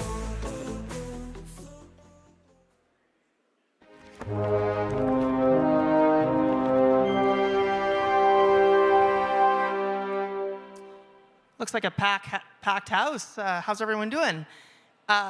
Next up, we have a great talk given the very topical Danny Ryan, who shipped the Beacon Chain, and Austin Griffith from Biddle Gildle.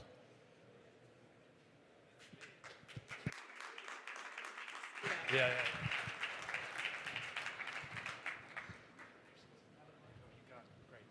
All right, Danny freaking Ryan, the big D. Danny Ryan guy, let's go. Here we go. Bring it up. Bring it up. Let's go. Yes. So the title of this talk is Inflection Point. Regulation, real-world Ethereum, the tech is lining up, the leadership is changing. You kind of thread the needle on the merge. You hot-swapped POW for POS. You left Ethereum. What happened? Yeah. Hello. I think this is the first time I've been on a stage in over a year. So that's interesting. I did leave Ethereum last year. I wasn't actually sure I would ever come back, honestly. That wasn't for lack of believing in Ethereum. It was just like, I just needed some air. I needed to come up for air, get the lay of the land, and figure out what was the right thing for me to do personally. I've been at the EF for 7-8 years, worked on some big stuff, and just needed a moment. But it was actually really good. It was good to get some air. It was good to not think purely only about Ethereum all day, every day, but at the same time begin to look at the things that I did, look at the Ethereum ecosystem, look at the EF, but from an outsider perspective. What are the successes, what has changed, and what are the challenges that we face today. And what did you see from the outside? I saw that the world had changed, right? I've been heads down working on shipping proof of stake, working on shipping critical upgrades to Ethereum for so long, and very, very important work. But to come up for air and see that the world was very different with respect to regulation. The world was very different with respect to blockchains and competition. The world was very different in all of these manners. And honestly, it seemed like the world actually very recently is eager to actually adopt these systems. We've been saying that for a long time, but the confluence of the tech getting there, the confluence of the user experience getting there, some changes in wallets coming up, and the regulatory specter being lifted, and honestly, people like Larry Fink saying we're tokenizing the world. It actually is different this time, and I think that blockchains are not, they're not going to be relegated to toys anymore. I think that they're really coming online now. And you announced today that you're joining Etherealize. Specifically, I want to dive into what you plan to do there. What is the strategy? What are some real practical examples of things that you will accomplish at Etherealize? Yeah, so I announced today I'm going on as co-founder at Etherealize with Vivek. And, you've probably potentially seen on the internet, I was thinking about going back to the Ethereum Foundation.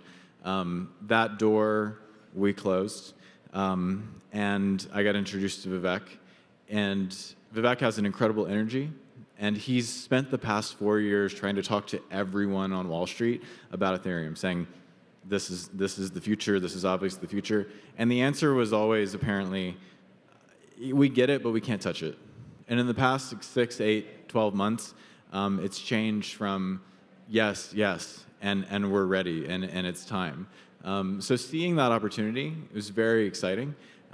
Seeing that and knowing that there's a vacuum, not only in institutions, but with government and all sorts of the things that need to come together for real-world Ethereum to happen. It just seemed like a great opportunity to complement his skill set, expand the mission and the vision to not just hit some of these initial targets, but really build a new Ethereum institution. And it seemed like it'd be a lot of fun. So that's what I'm doing. Specifically, what I want to hear you say is there are nation states having conversations about how to come on chain. There are big institutions having these conversations. I want to hear you say that you will be in that room and you will be answering and you will be standing up for Ethereum. Yeah, I mean, quite frankly, as far as I can tell, there is this massive vacuum and massive desire to talk to people from the Ethereum world and the Ethereum landscape. And my intention at Etherealize is to be, make Etherealize and myself one of the answers to that. Who do we talk to? How do we make this happen? Because there's, in every other ecosystem, which are far inferior to Ethereum in almost every respect, there's somebody in that room saying, oh yeah, we'll do it. Oh yeah, of course. Oh yeah, this is the answer. Oh yeah, here's $100 million. I don't have $100 million to give them, but I can show them the way. Awesome. And yes, bring it up. Yes, he will be in that room, and that's great.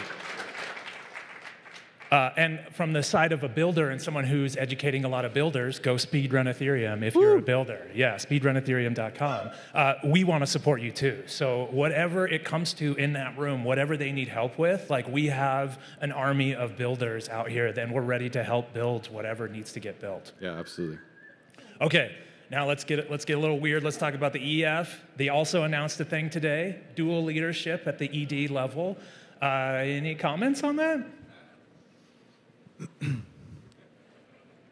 Yeah, I mean, it became clear to me, just first from my perspective, that the range of what I was interested in accomplishing in the Ethereum ecosystem and what the boundaries of what the EF wants to set with respect to what they will do and steward and say, it was discordant. So it made sense for me to jump into something else rather than to jump in there and be properly probably constrained, but I'm excited to do some new stuff. As for the announcement of the EF, I'm super amped. Time will tell. The co-leadership is a complex thing. Sometimes in particular scenarios can work out beautifully. And I know that they're both very optimistic about this being a beautiful kind of relationship to balance each other. Xiao Wei represents deep technical expertise and represents really an understanding of how the Ethereum Foundation operates and really the good things that are there. And so I think that she can be a good anchoring. Tomas, comes from the outside, but yet still from Ethereum. Tomas has run a successful and large organization. Tomas has shipped very important things in Ethereum with Nethermind, with L2s, et cetera. And honestly, I'm excited for there to be some outside blood, someone who can come in, look at the organization as it is, and think, more clearly about the organization as it can be. So I'm optimistic.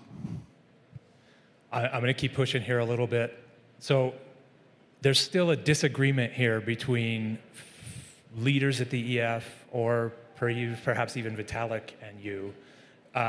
Would you care to just kind of comment on or give us some information or something about maybe the fundamental disagreement between you and Vitalik and how that will shape Ethereum? I think ultimately, maybe disagreement's not the right word, but it's really defining the boundary of what the EF is and should be in relation to the ecosystem. The EF exists. And through its existence, people expect it to do certain things. And so what people expect the EF to do is probably like this. And what the EF actually does is something much more narrow. And if we had any disagreement, it's at the boundary of what the EF is today and that ring that's currently a vacuum. And so I do and hoped in that opening that conversation, they might expand that ring and fill more of that vacuum. But I don't believe that's the intention. That said, the vacuum still exists. And so I see a ton of opportunity for companies like Etherealize and for organizations that exist today and new organizations to come to fill that ring that otherwise has been a vacuum and has become very clear. To be more concrete, in Bitcoin world, there's no single foundation, so people just kind of do shit. Then you go to the other side of the spectrum, and you have competing blockchains like Solana, and they have some organization that exists that sits in the middle, and they're willing to do everything. And we're in this weird middle zone where we have a very important institution at the center of Ethereum, but they're not going to do everything. And so I do hope to help fill the vacuum, fill the void with Etherealize, and I hope that others, through this conversation we've all had over the past 4 weeks on the internet, talking about Ethereum's future, people realizing that that ring exists and we should all be filling the vacuum. 100%. We need to go fill the vacuum, all of us. Every single organization, institution, builder, everyone out there. It's about stepping up. Okay, here's maybe a soft pitch. We got 9 minutes left, and I'm nearing the end of my questions. Oh my God. Yeah. Slow pitch, how does Ethereum win? Or maybe that's way complicated, too. I mean, my thesis is that the world is actually ready to adopt blockchain systems. There's also a gap between meeting the world where it is and Ethereum as it is today getting to where it needs to be. And so I think what we do is we fill this gap. Right? We knock on the door we talk to the institutions, we talk to the banks, we talk to the consumers, we talk to the governments, we figure out how the hell we actually bring them onto these systems, and at the same time allow that to inform critical research and development at layer 1, layer 2, and the application layer to make sure that Ethereum as it is today steps up and fills that void and meets the world as it is. Very abstract. I know that there's 100,000 little things to do that. I plan on trying to meet it from both sides. I want to help figure out what do institutions need, what do governments need, what do other people need, and become an active player again in the R&D space to help inform where Ethereum goes from here. But as I said on my posts, like Ethereum is a bazaar. That I will intend to be one of those players in the bazaar, but we're going to all have to build this together. You're really close to the R&D, or you were 6 months ago, right? Like R&D to you is something that I think is like second nature to you. Will there be as much R&D at Etherealize, or is this more BD and R&D is to EF, or what do you see the role of R&D in the future? Yeah, I mean, there's a lot of players, right? There's the Ethereum Foundation that does very important research. There's a dozen client teams that do badass engineering, but increasingly are the critical R&D players. There's a lot of other companies and institutions that also show up to the table. One of the reasons that I went to Etherealize was to expand the mandate and to, under that, perform some R&D over there. So I do hope to build a pretty cracked team over there and be a player, one of the players at the table here, to help move the needle. So, yeah. What does real-world Ethereum even mean? Does it mean like my mom using Ethereum? Does it mean institutions using Ethereum? Is it all of those things? So I'll answer part of that question. Okay. Honestly, I had exited Ethereum. I was in a contemplative state, just hanging out with my family, doing the thing. And I watched the to-be president of the United States launch, well, I won't, something. And I was just like, oh, this isn't going to end well. And I got really worried about crypto from like an existential standpoint. And it was like, crypto's been a scammer's paradise in many respects. It also has massive promise and a lot of very interesting things going on. I think you get that with a lot of early tech in general. The internet itself in the 90s, lots of very positive things, but like, gambling and porn. I mean, which is, to each their own. Nonetheless, I got pretty worried. One, that we could usher in just like a new wave of arguably like crime on blockchains. And that although regulation might end up in a good spot for crypto for some time horizon, that the pendulum could easily swing far back in the other direction in not too distant of the future. So I see the demand for institutions specifically wanting to adopt blockchains, and I see it as actually potentially existential. You know, if BlackRock's serious and they're ready to tokenize the world, let's fucking do it. Because once we do that, the regulatory pendulum can only swing back so far. And so certainly one of like the primary targets for me at Etherealize is to bring real world assets on chain. One, because blockchains will be established. They will not be going anywhere once that happens. Additionally, you know, I really do think that the democratization of access to financial products and assets and things, not only in the US, but maybe even on a global front, ultimately will lead to like a safer and more equitable, fairer and more equitable world. So there's a lot going on there. And real world Ethereum doesn't end at institutions. You know, that's just one of our initial targets over at Etherealize.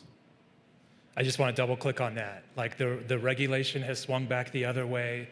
Institutions are wanting to come on chain. If we bring them on chain, and when regulation swings back the other way, it can only go so far. That's so critical. And so like we have like a couple years, 4 years to really like make this move happen. Yeah, I really see it as like a unique opportunity in time that we have to capitalize on, and that it's critical for Ethereum. It's not the only opportunity in this window, and there's tons of different opportunities that I think Etherealize and many others in the space will be capitalizing over on the next few years, but it's a super important target. Kind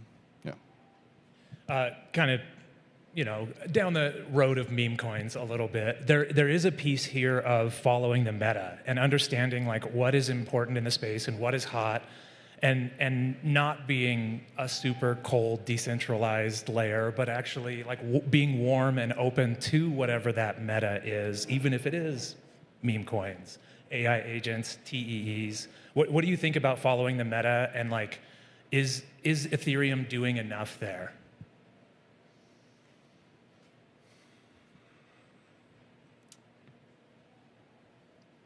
I mean, my personal thesis is that Ethereum should focus on real decentralized systems and real value for real people as much as possible. That does not mean that like following the meta isn't valuable. You know, what look like toy AI agent experiments might become critical to to blockchains and society. What become meme coins as a simple meme coin, I see it's not my thing. But experiments in organizing communities and layering in functionality and stuff, like it can be a stratum for something valuable. So, yet I do not think that the Ethereum ecosystem should just chase what's hot. I do think that 95% of what we are focusing on as a community and as a group should be building real things, building things of tangible value, building sustainable protocols and goods, and building on the backbone of a truly decentralized and open platform. Awesome. Okay. Woo! Let's go. Let's go. And you've already answered this backstage, but I want to make sure we kind of talk about it out loud here. The two things that you said that are really important to bring these folks on chain are scalability and privacy. And both of those are super important. But I kind of wanted to touch first on scalability, and I know the answer to this, but I want you to say it. Was the L2 roadmap wrong? Not at all. Systems, and we talked about this, like you cannot have like monolithic systems that scale to meet the global adoption. Like that is not how computation works. That's not. We haven't seen that pretty much anywhere in computer science and in practical engineering, and thus you have to have a modular approach. That does not mean we shouldn't turn the knob up to the extent that is possible in L1, but this thing, a modular future is critical. Amazing. Danny Ryan, everyone. The ticker is ETH. Let's go.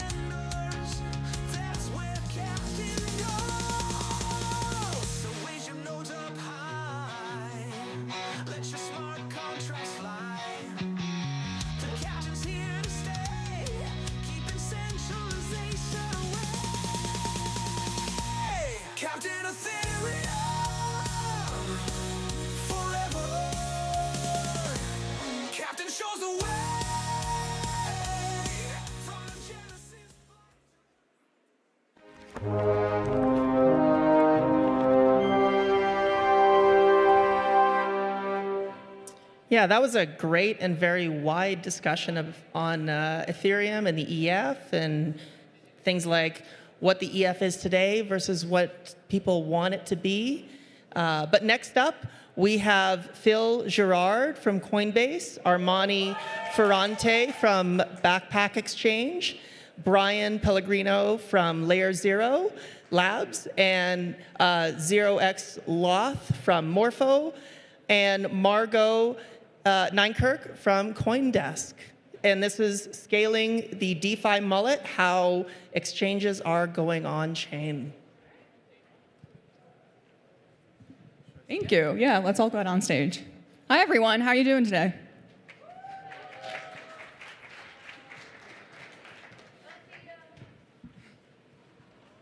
All right, well, welcome to our panel, Scaling the DeFi Mullet. We're here to dive into one of the most dynamic shifts in crypto, the evolving blend of centralized finance and front ends with DeFi backends. The reality is that most users probably often enjoy smoother UX and compliance layers that like centralized institutions offer, but they also want to take advantage of the real innovations and composability of DeFi backends. So with that, as this model scales, there's also going to be critical challenges like how to ensure interop between ecosystems, how do we enhance security and UX, and what are the roles that institutions, bridges, and other financial primitives play. So here we are today, talk about all of this. You guys are going to answer all these questions. But why don't we get started with the UX part? How can fintechs, apps, and exchanges make the UI simpler for access to DeFi yields or loan programs or whatever, any kind of solutions? Who wants to start with that? I can start with that. Go for it. So the thesis of this talk is the DeFi mullet. So if you're not familiar with it, it's like the mullet, the haircut is like, it's beautiful when you look at it in the front. But on the side, there's a lot of complex thing going behind. At Coinbase, we just launched a product called crypto-backed loans, and it's exactly that. You have to try it. It's like this great one-click experience that creates a loan on-chain, integrated with Morpho, and it uses the power of DeFi, but you don't have to know anything about DeFi. So yeah, I think this is where the game is going and how we can build those experiences. Yeah. I want to ask also maybe, because I see Brian right next to you, about bridges, like what kind of role they play, what are the biggest challenges right now in making cross-chain DeFi accessible for CeFi users, and where do bridges come in to solve this?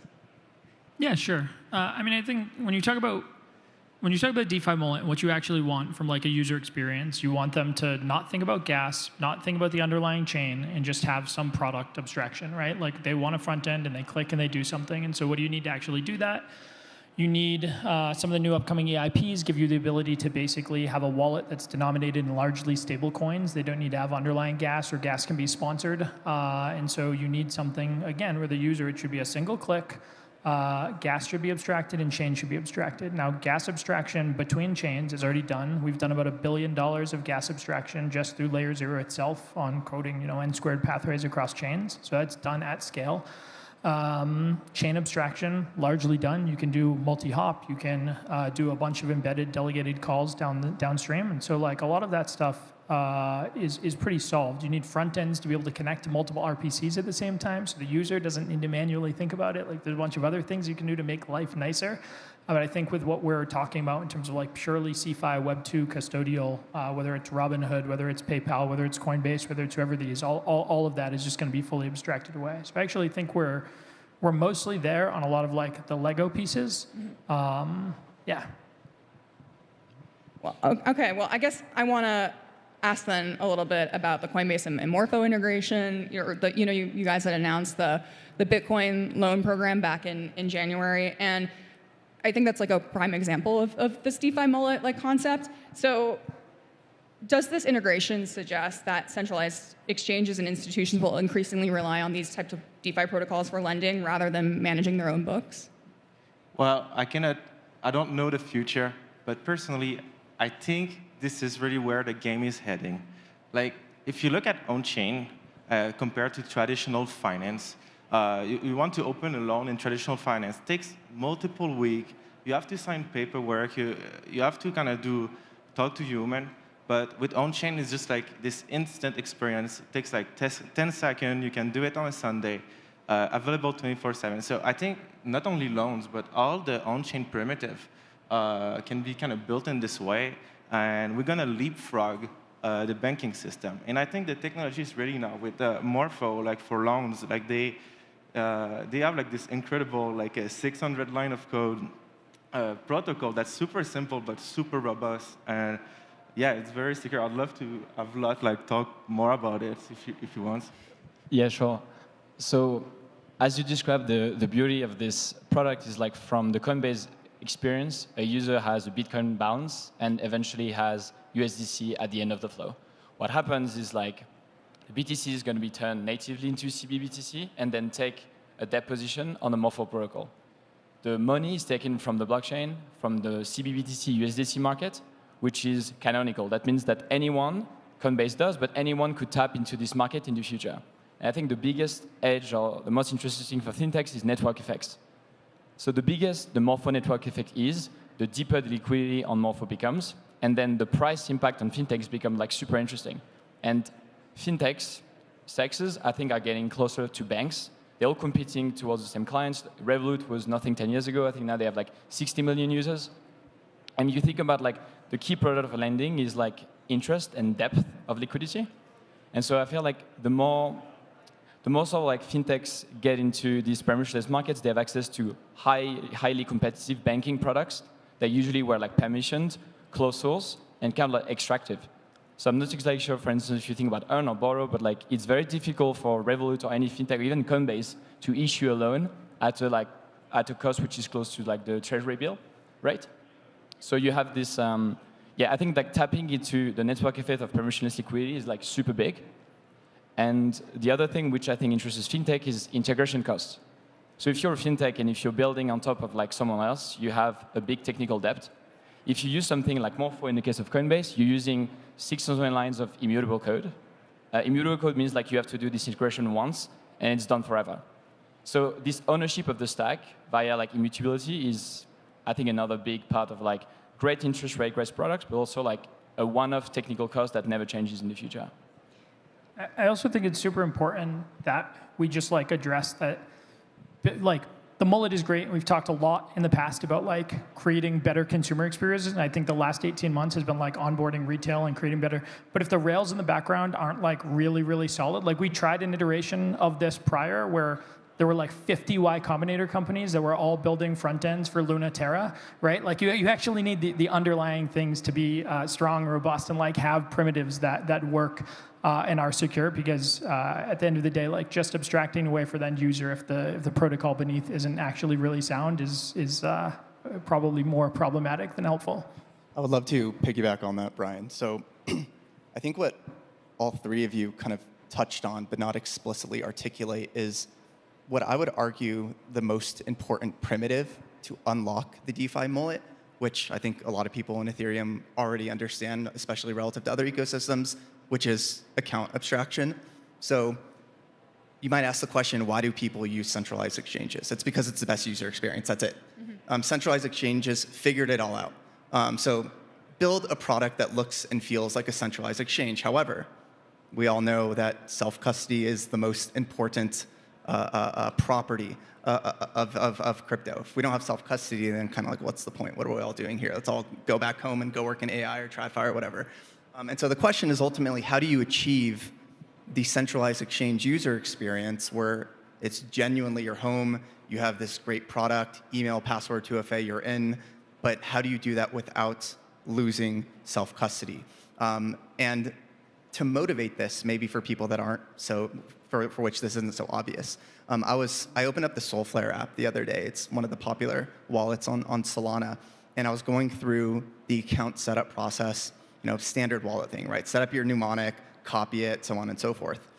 And they give you this really jaw-dropping statistic. It's really spectacular what they tell you.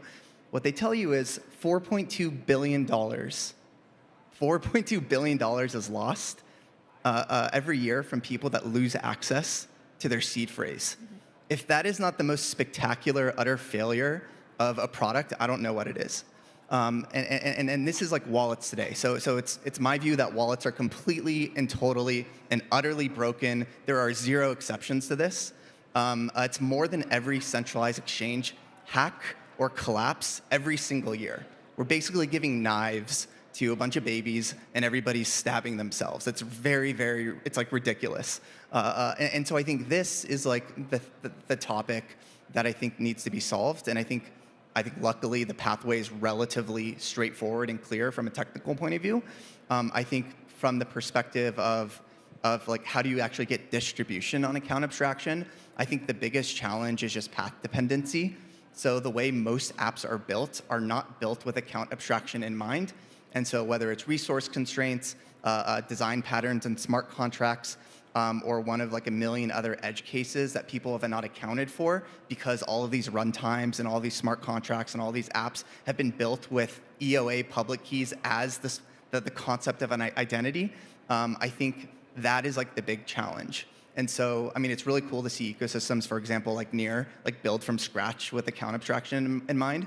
But I think that is one of the big mountains that Ethereum and Solana and the industry at large needs to climb.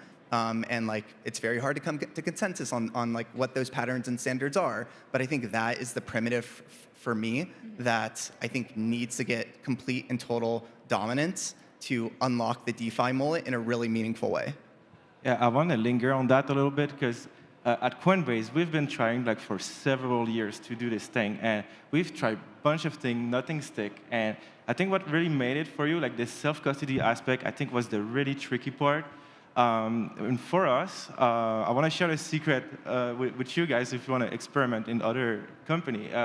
We combined passkey with smart account and layer 2s. And that's really what made it, like those three technology coming together is really what created that experience. And I think that thing wasn't available or production ready like a year ago.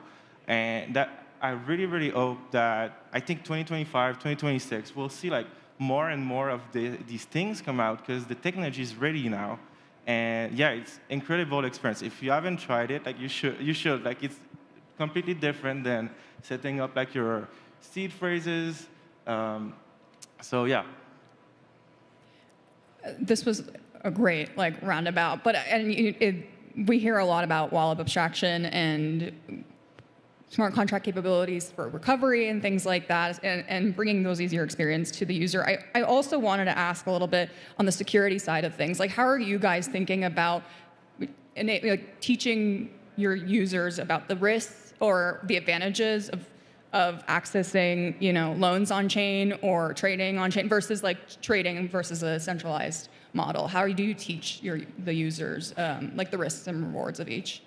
Well, there's multiple aspects to it. I think there's a morpho aspect to it. Like talking about like the Coinbase integration with morpho. On Coinbase side, there's many things we can do. Add guardrails around, for example, the morpho protocol. The morpho protocol allows you to take a 86% LTV loan. But when you use the Coinbase app, we add some additional guardrails around that. You can only go to 75. We add like loan liquidation notification for you. So really like this user-first experience. But then on Morpho side, I guess there's some additional security feature in there.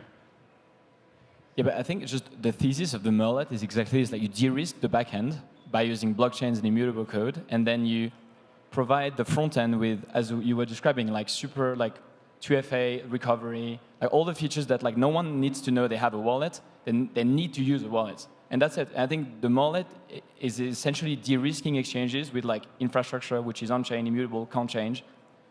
Like we talked about before, like disintegration uses 600 lines of code. It's a single market.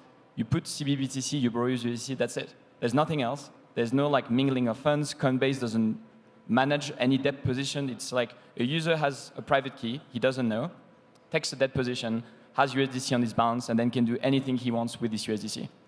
So I feel like how do we mitigate with security? We bring this kind of like hybrid imperative and makes it a standard in every exchange. So I wonder actually how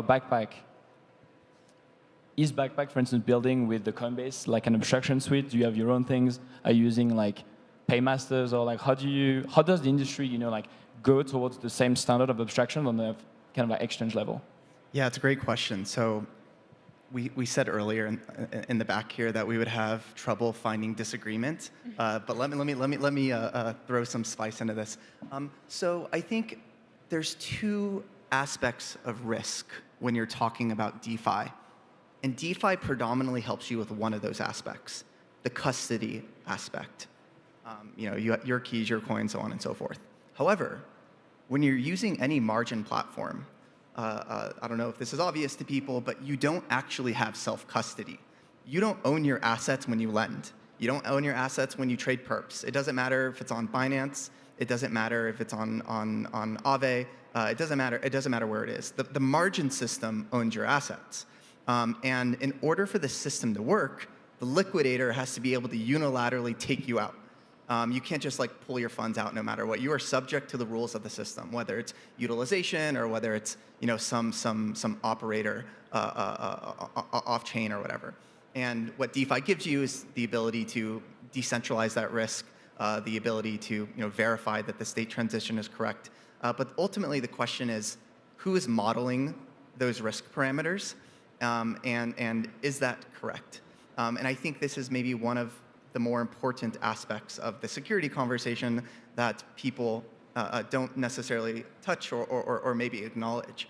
And bankruptcy is a valid state transition, whether you're in DeFi or whether you're not. And so when we're talking about this conversation of whether it's how you build it or how do you educate users, those are like the two topics that you need to touch on. And the second topic exists regardless of where you are. To answer your question, I mean, I think with Backpack, we do have an account abstraction product, maybe without going into technical details, although I will kind of say that it is possible to do it without losing self-custody in like a genuine sense, like no marketing, no gimmicks, like the code's there, it's verifiable. If the exchange tries to rug you, you can unilaterally withdraw your funds with nothing but a terminal and an internet connection to a validator. And that to me is self-custody. And so I think it's tempting when we're talking about the DeFi mullet to take shortcuts. But I think you have to have or consider all of these things when you're talking about risk and security and so on and so forth. Brian, I want to bring you into this and explain sort of the role of interop solutions. How does that fit into everything we're talking about right now? And how does that become a standard piece of infrastructure in the DeFi mullet experience? Yeah. I mean, I think in a large part we already are, right? So Layer 0 is about $100 billion of assets built on top of it right now, like $240 billion of asset issuers, $100 billion of actual assets. And you start to see more and more of people that live at the intersection of this DeFi mullet. So PayPal announced their PYUSD. This is going to be integrated within the PayPal platform, right? We 2 days ago, I was announced that we were the #1 provider, so we'll be doing the Wyoming State Bank, the Wyoming stablecoin. So all of these things are starting to bridge these parts of, whether it be fintechs, whether it be traditional finance, whether it be whatever, into these underlying ecosystems. Our entire role has always been, we're happy to be quietly in the background, and no user should ever think about us. We're a thing for developers, we're a tool, we're immutable, all of these things. And what you want is those assets to be able to be used when you talk about like a user experience. A user doesn't care that the app they want to use, they want to lend to a pool that's on Arbitrum or on Optimism or on Base or on whatever chain, they don't care. It's on Solana, none of that matters to the end user. There's a thing that they want to do, some product feature or experience or application that they want to interact with. They should be able to click. It shouldn't matter where their assets are from, so you can move. One of the nice parts about us with this new Tether, the USDT 0 integration, we moved $80 million into ink for $1.50, right? You can basically move like unlimited size. There is no longer this restriction of external bridges. You're not paying 10 bips or 15 bips to do these transactions. It is literally, you move $1 billion for like a fraction of a cent if you're going between Solana and an L2. And so that ability just allows those rails to be as seamless as humanly possible. Again, the user shouldn't care where their asset lives right now. They shouldn't care about the chain. They shouldn't care about the gas. All of that stuff is getting abstracted in the back end. And I do think there is this component of education to the developer, to the end user, on what they're actually interacting with. Again, you can make a really beautiful interface that has Terra Luna as a back end, and that's like not a good thing, right? So you have to be able to build rails that are robust and have been battle tested, and expose the users to them and give people kind of ideally free choice and free markets and self-custody and all of those things that come along with it. And for the users who want a more bankified experience, or the fintechs who want to expose that backend, I think that's great as well. Loth, I quickly want to get back to you on Morpho, and I want to get your take on how you see Morpho's lending model being integrated into more CeFi-like experiences. So the kind of like beauty of Morpho is like you can have markets for any assets. That means any sort of compliance, but with the caveat that the product of DeFi is, as I said, network effect and depth. So the bigger the CBBTC market becomes, the more people can borrow and lend to it with the best terms and the best rates, which I think is like very important. So the Morpho protocol, and I think this market's gonna grow and be integrated in the backend of like other fintechs. So SEXs like Coinbase is the first step, but you think about like other players like Robinhood, like Revolut, who have their native stablecoins. They might want to create like another product from that. They can create a Morpho market that, again, expose their users to a single collateral by virtue of Morpho being like isolating lending pools. So the compliance aspect, or the fact that you can expose your user to a very specific part of like the stack with a code that cannot change, an oracle that cannot change, an LTV that cannot change, is very strong. And I think like Morpho doesn't like pretend to be more than it is, which is a market on chain that was deployed once. Mm-hmm. And you can just build like any type of abstraction on top with the guarantee of the infrastructure being here and running like forever. And as I think we kind of alluded to, like payments is the backbone of DeFi. So as you said, you can like transfer money for a fraction of the cost. What if you can take out money permissionlessly at, again, a fraction of the cost, where like a lot of people today like cannot borrow with their assets. And the BTC product is a good example of like take a BTC loan without creating like a taxable event is a very big moment for like retail. So I feel like the role of Morpho will be like across the stack, from like we're starting with centralized exchanges, but tomorrow you see Fidelity, Apollo coming on chain. They have reward assets that could have like some sort of like new use cases. So like a credit fund on chain where anyone can take a debt out of this, and as a lender, you could be exposed to this and get something like 10%. That's pretty big. So I feel like it's a very hybrid moment right now. The mullet is one aspect of this, but Morpho can be used for like any type of assets. And so I'm very kind of like excited to see these newer assets, new like exotic or non-exotic typology of collateral on chain that would enable lots of new use cases. You bring up like mainstream adoption and tapping into Morpho or DeFi Mullet or whatever kind of experiences they can get by going on chain. And I have a sign here that says wrap up. So I do want to wrap up on that note and ask you guys, is this DeFi Mullet just a transitional model, or is this going to be the dominant structure for the next 5 to 10 years, especially as mainstream institutions start to pay more attention to crypto and DeFi and everything that it has to offer? Why don't we, I don't know, do we want to start with Armani and then make our way back? So I think it depends on what you're looking for. I think what DeFi ultimately gives you, what everything on-chain ultimately gives you, is the ability for different people that otherwise wouldn't work together to ultimately work together, right? Everybody in the U.S. is happy with U.S. capital markets. They're the deepest, they're the most liquid capital markets that exist in the world. And so it's like, why use DeFi, right? And the real answer, I think, is because you get global capital formation. You get people from China, people from Europe, people from Africa, people South America. You're opening up capital to the entire world to coordinate in a way that they otherwise wouldn't work before. But I have 25 seconds left, so I'll just stop. So I believe it's going to be hybrid for the reason you just mentioned. I think DeFi should focus on code and liquidity depth, and whatever the abstraction on top should focus on abstractions and bringing distribution. Yeah, I mean, to answer the question, yes, global permissionless markets should be able to provide ideally better and more exotic rates that eventually front ends will want to expose their users to. Yeah, same for me. My answer is yes. For example, emails, right? Nobody knows what IMAP is.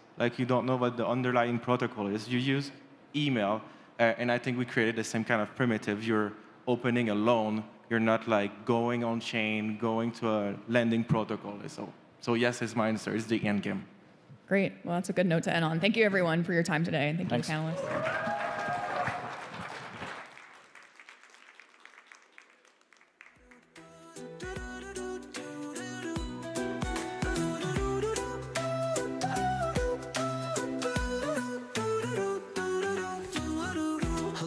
Architect with the buffer corns grit, teaching stale protocols how to fucking commit. Decentralize this, she smirks mid-flight as her wings tickle nodes into doing things right. To do with for do with for do with with do do do do.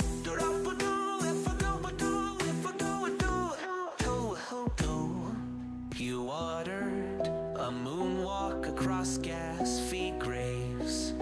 My mainnet's smoother than your mom's VPN saves.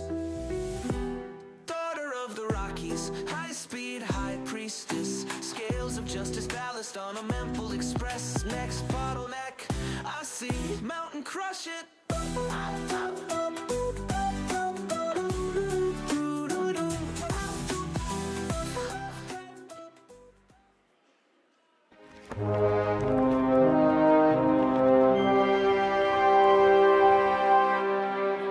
Yeah, global capital formation truly is the big unlock.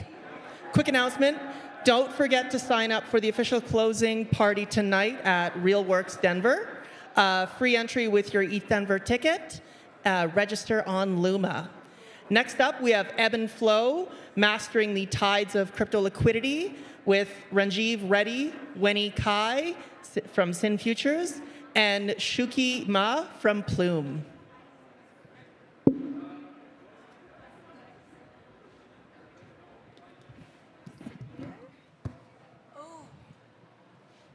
Hi, hello everyone.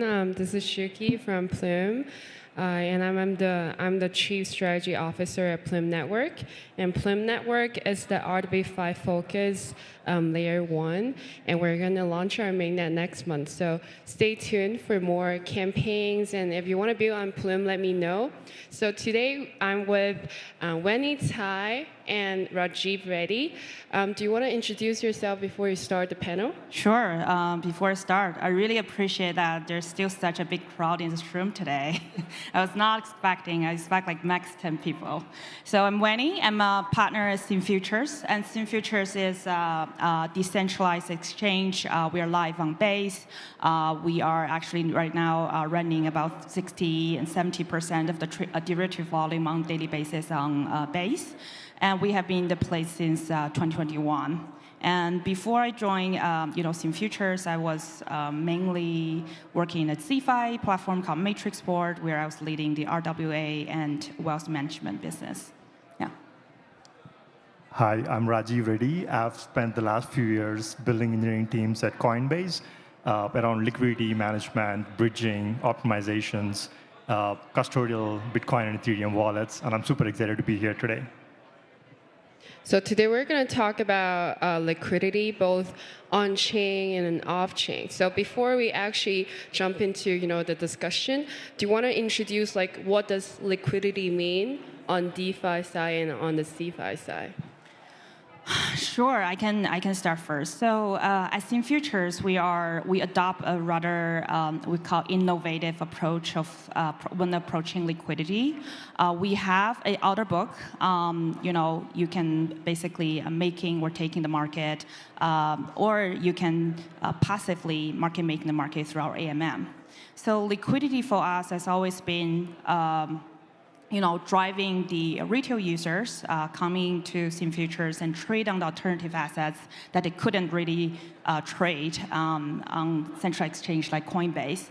And on top of that, we're going to launch our own vault product, which means you can essentially passively deposit your assets into a market-making vault. And that is going to launch in the next few months. Yeah. Cool. Talking about liquidity in general, it's a measure of cryptocurrency. If it's deep, then you can buy and sell immediately.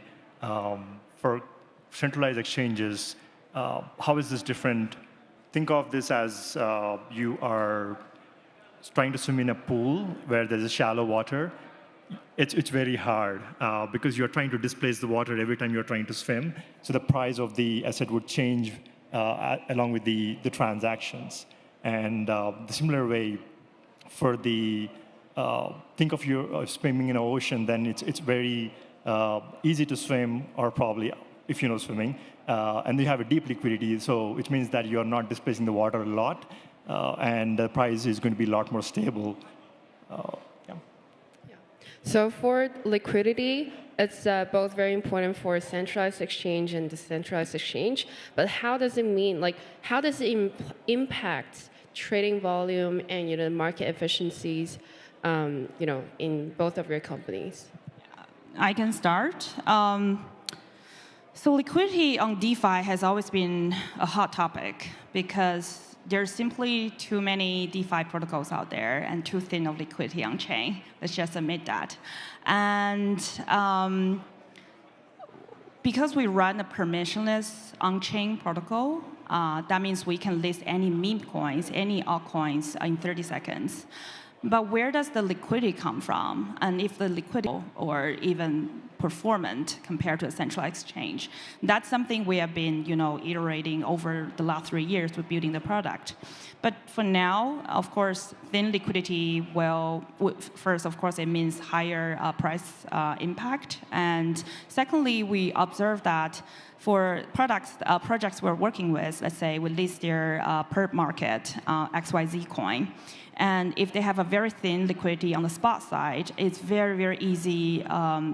It's very easily manipulated on the price side, which means essentially the bad actors can push the price on the perp side, and then they can, take the profit from the spot side, or vice versa. So we now are, and that as in futures, we don't do cross margin, which means every single market is isolated, and that's really helpful for our risk management. Otherwise, we wouldn't be able to support such a wide range of assets. But yeah, I think for us, the most important thing, because we're on Base, so that's why we are super bullish about Base, the recent announcement on the block time upgrade, 10x fold. So for us, on the order book side, if we can introduce an efficient market making program where users can leverage our SDK and do the automated trading. but it requires very low block time, for that to happen efficiently and to make it profitable. So it's going to be a long time of work, but for now we are improving our mechanism, but at the same time, we're very hopeful that when base launch, we'll be adapt down to the speed. Yeah. Yeah, usually people want to custody assets at centralized exchanges, and when something like market event activity happens, they want to flock onto centralized exchanges like Coinbase and then trying to withdraw those funds, either Ethereum or Solana, or trying to convert that into, or the DeFi, trying to buy tokens. The crunch issue is that when the customers try to get their funds, all of them want to come at the same time. So you're looking at a movement of funds a huge movement of funds from a cold wallet to a hot wallet, and then eventually moving towards the individual customers' wallets. The gas prices are usually very fluctuated during that point of time because you're trying to move huge amount of funds over multiple different customers, and sometimes the transaction gets stuck, and sometimes the transaction go through. There is scalability challenges that usually the centralized exchanges have to deal with, along with the fluctuation with the gas prices. So how does basically your company prove the liquidity to your users, and what kind of infras and tools that you're using for the proof of liquidity? And also, how do you think that we can avoid something like the liquidity hack of Bybit in the future? Yeah, I think I can just take this quickly because DeFi is really easy, right? Because everything is on chain. Of course, we have our mechanism where we maintain like our community maintain a due analytics and all kinds of data dashboard that they can track our on-chain data flow or like trading volume in real time. And DeFi Llama is something that's all of the protocols are referring to on a daily basis. So I think they do a really good job on tracking all the data.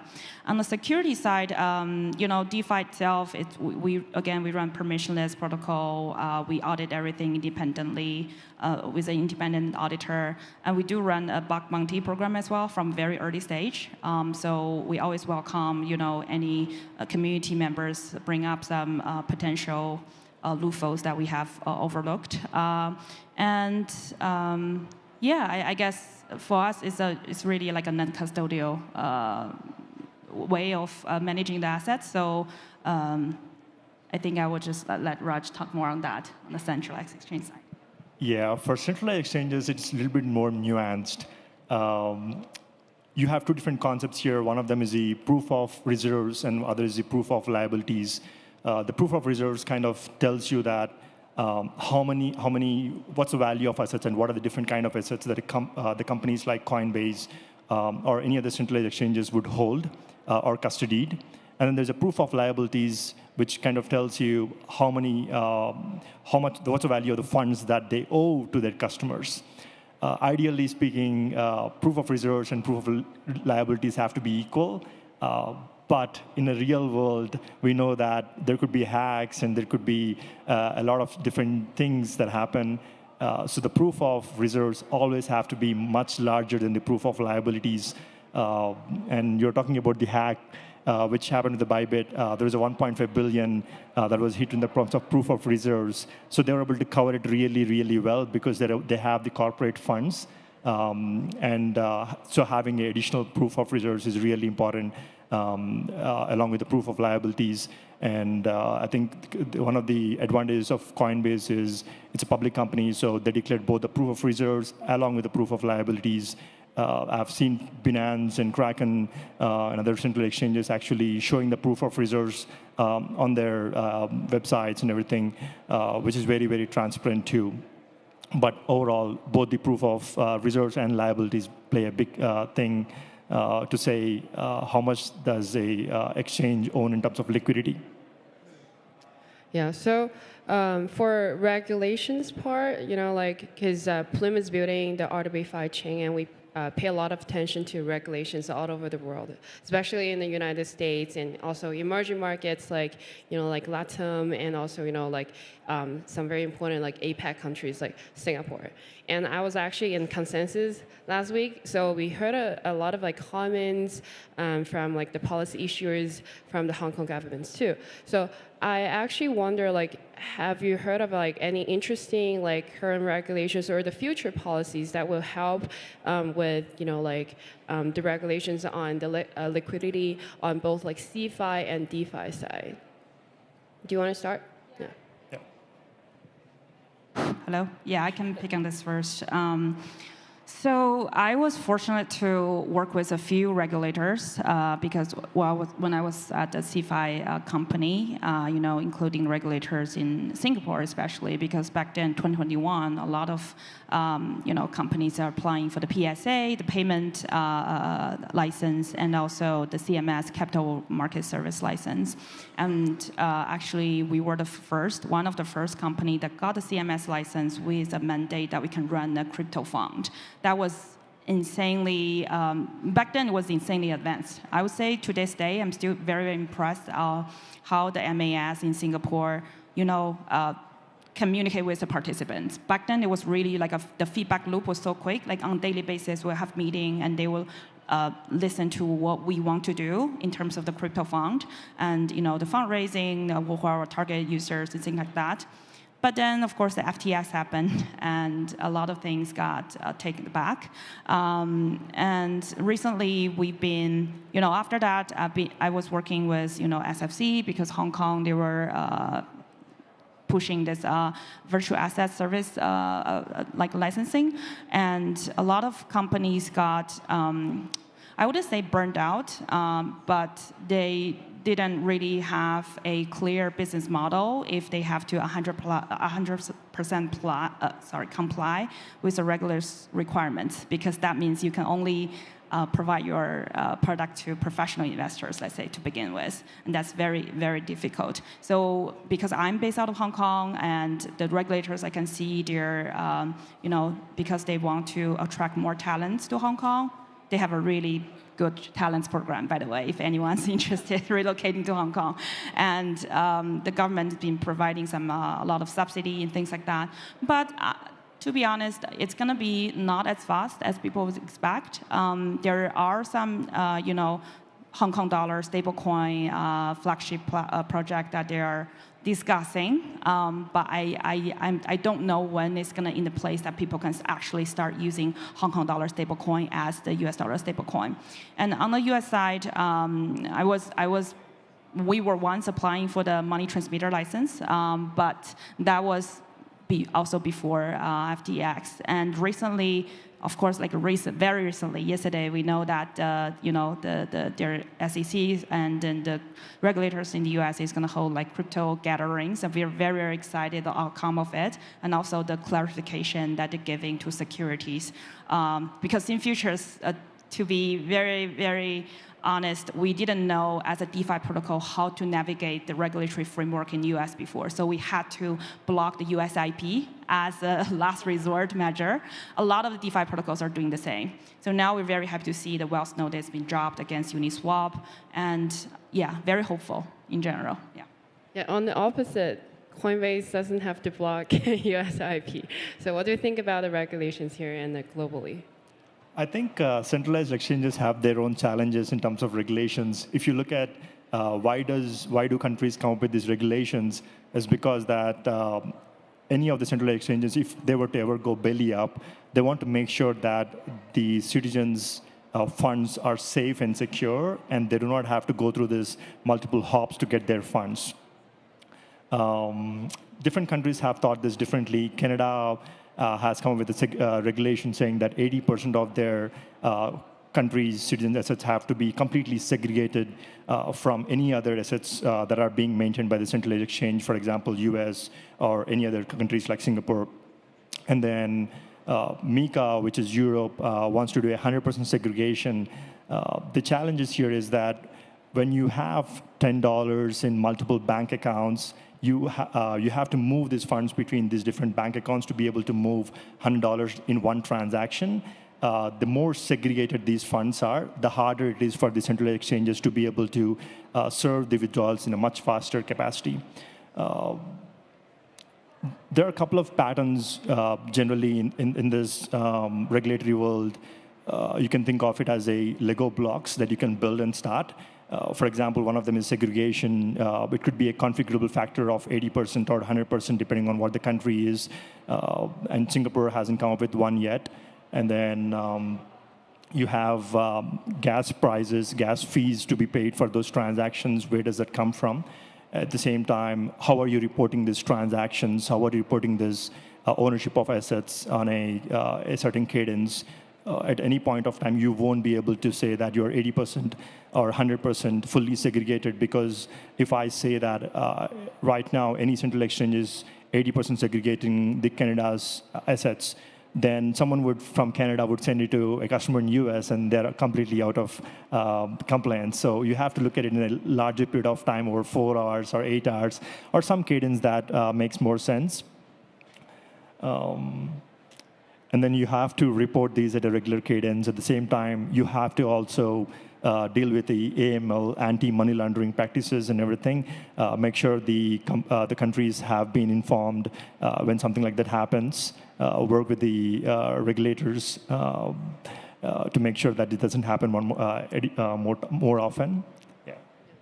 Yeah, thank you for sharing all the insights. And we're not going to end the panel without talking about the future, right? So what's your future? What do you think about the future of liquidity on both, like, centralized way and decentralized way? Because we're seeing a lot of transactions happening more on-chain right now. And yeah, do you want to share first, Benny? Sure. So we started building Sim Futures because we really understand and we really believe the notion of open finance. And over the years, we really see how the communities in where their countries, central financial system does not really work as they expected, or they don't really have a performance financial system, benefit from DeFi. And users from Argentina, from Brazil, from Turkey, on a daily basis, they just convert their whatever they gain from their local job and into USDT or USDC into stable coins and participate on chain. And for us, it's really just onboarding the next, I'm not going to say next billion, but for us, for DeFi protocol, if we can help onboard the next 100 million users on chain and make them understand how does the liquidity works, the yield works, and so that nobody ever has to be scammed, robbed, or their assets doesn't have to be working in a black box. So we're very excited for that. I actually think that one doesn't replace the other. There's going to be both coexisting in the future. I believe if you start with decentralized exchanges, and then now a lot of things are on-chain, considering the transactions are a lot more cheaper. And then the next couple of years is going to be a lot more DeFi, and then eventually there'll be some kind of a consensus between a DeFi and a central CeFi, and they'll both coexist together. We will be looking at the smart contracts and a lot of tokens being supported in terms of a DeFi, and then we'll be looking at the central exchanges for their deep liquidity and to be able to custody these assets for the longer term. Yeah, thank you for sharing, and thank you for joining the panel today, Wendy and Rajiv. A round of applause for them. Thank you very much. Thank you. Thanks, Shuki. Thank you.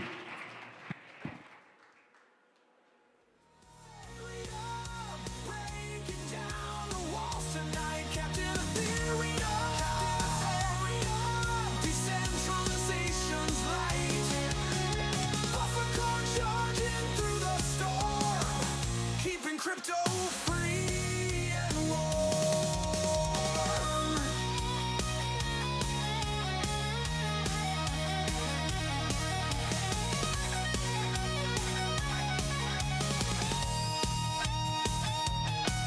They say he's eternal, like a blockchain that flows.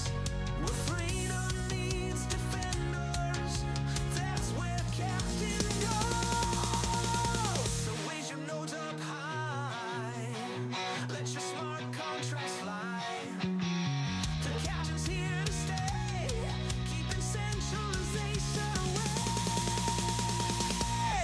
trapped in Ethereum forever. Captain shows the way from the Genesis block to a brighter day.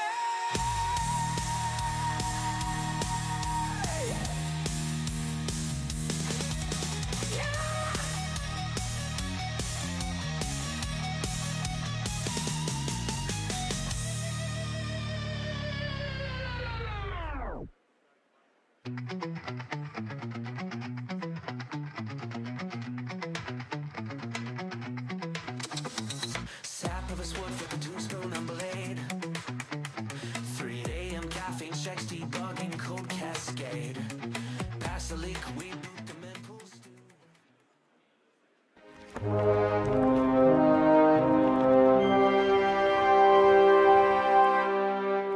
Yeah, I think it's pretty clear that it's the time of liquid funds. Having good tools and data for them is important. Next up, we have the amazing Arjun Bhuptani from Everclear talking about fragmentation from first principles.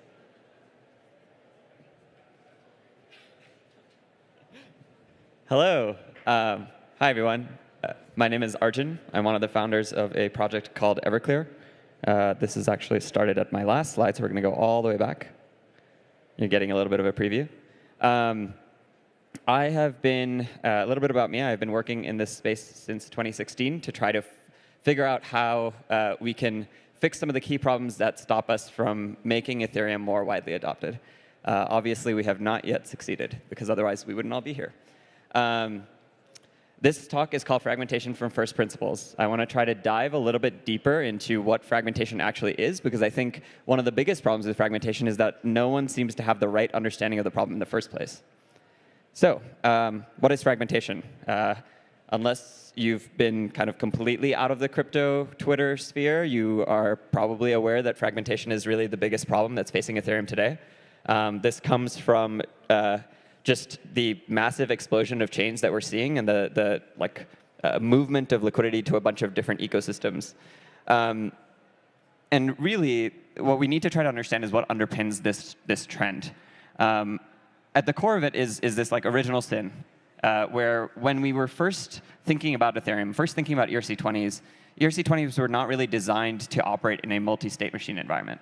Right? We had this idea of Ethereum at the time where Ethereum scalability was going to be centered around the sharding roadmap, where all of interoperability, all of scaling was going to be built as one unified thing.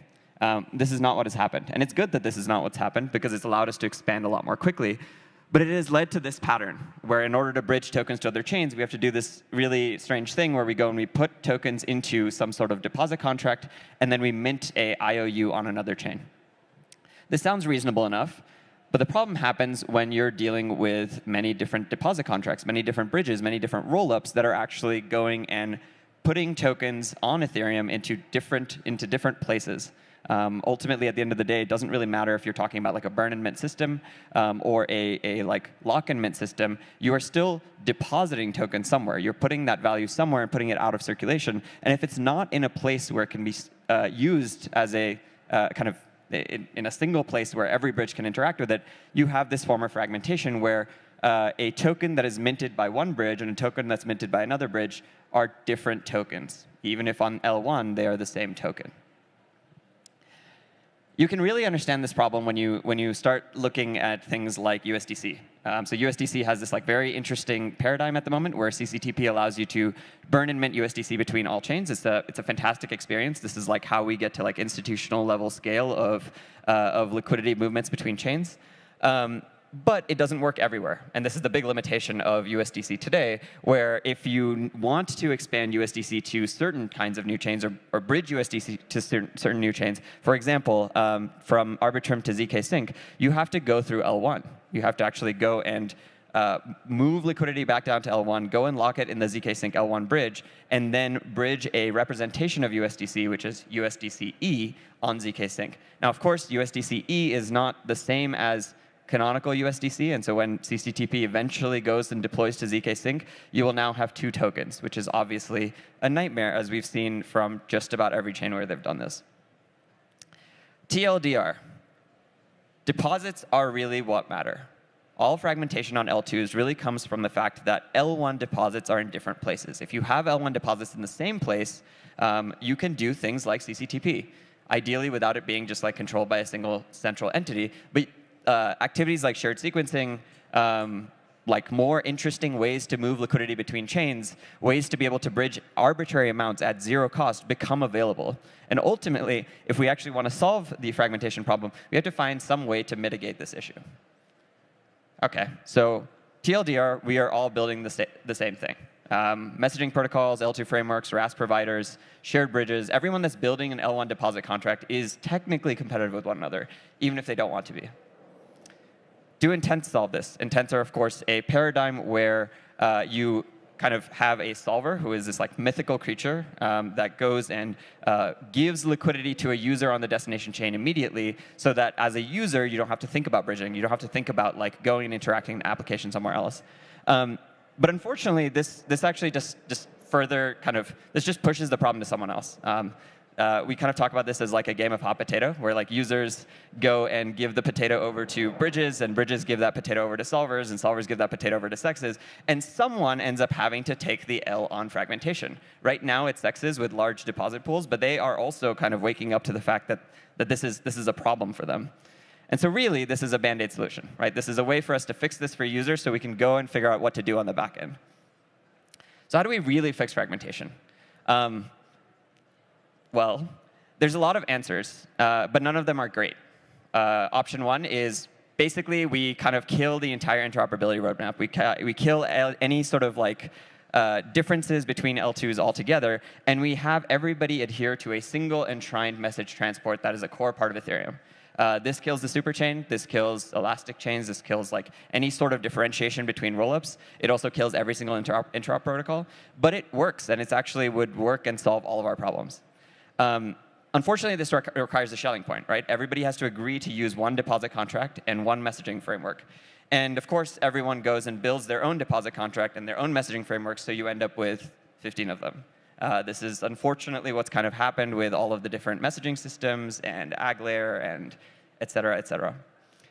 Option number two, try to find some middle ground where you have a deposit contract, but you are interacting with many messaging protocols. This is also something that has been tried and unfortunately hasn't worked. There's an EIP that I actually helped write a couple of years ago called XERC20 that aimed to create a shared deposit contract on L1 for a bunch of different messaging approaches. Unfortunately, again, the incentives are not super well aligned, right? Because if you have a shared L1 deposit contract, you still kind of lose some of the like competitive advantage that you have as a project in this space. Another TLDR, the incentives around fixing fragmentation are really broken. And that's a big part of the reason why it's such a big problem. So what is the theoretical best solution? The theoretical best solution is we just sort of push everything back into L1, right? We make L1 responsible for sequencing like all of the rollups. We make L1 responsible for moving funds between all of the deposit contracts. And this is basically the based rollup proposal. But based rollups themselves suffer from trade-offs. And the big trade-off here is that it's a long time to get to prod, right? We can't afford to wait around for several years for based rollups to ship. We need something that works today, and ideally something that is actually usable with things that are not going to adhere to a very specific specification, right? So what happens for rollups that are posting DA elsewhere? What happens in the case where you have rollups that just don't want to become based for whatever reason? They just are kind of shut out of the system. So what is potentially helpful is to define more precisely what we are actually even looking for in a solution. And to be honest, there isn't a true answer to this yet. But at least understanding the problem for everybody here can help us get a little bit further. And what's missing right now is a solution that actually optimizes for two things, two very like present, practicable things. If you were here for Danny Ryan's talk, this is the time for Ethereum to kind of become practical, right? We need to figure out how to make this a usable product that can be sold to TradFi. And in order to do that, we need something that preserves sovereignty for all of the projects that exist today that are actually going and doing a lot of the BD efforts to go and work with a lot of Web2 and TradFi systems. And so this means preserving the sovereignty of rollup frameworks, of messaging layers, of Aglair, Superchain, et cetera. And then two, something that is actually usable today, right? Something that does not forecast out solving a set of research problems in the future that can potentially get bogged down in, unfortunately, what has happened with like ZK rollups. Right? ZK rollups are such a promising technology, but if we had not shipped optimistic rollups, we would still not today have any way to scale. So it's good that we had an interim solution in the meantime. I don't really have a real answer to this. This is like one of the most interesting and open problems in the space today, and if it's something that you're interested in talking about, definitely come find me afterwards. I have a hypothesis, and this is something that I have been working on with my organization, Everclear, but I think it's something that's starting to see a lot more traction elsewhere as well. People are starting to believe in this notion of netting. Netting is a process where financial systems basically find coincidences of wants between different parties in an ecosystem such that the total amount of movement of funds you have to do is a lot lower. So instead of having to go and bridge all of the funds that are there, you can't really see how much that is, but I think it's I don't know, several $1 million. Instead of having to go and bridge all of those funds between these rollups, you can net and have them just move only a final amount of funds. I'm going to leave things there, and if you want to think more about this with me, then come talk to me afterwards. Thanks.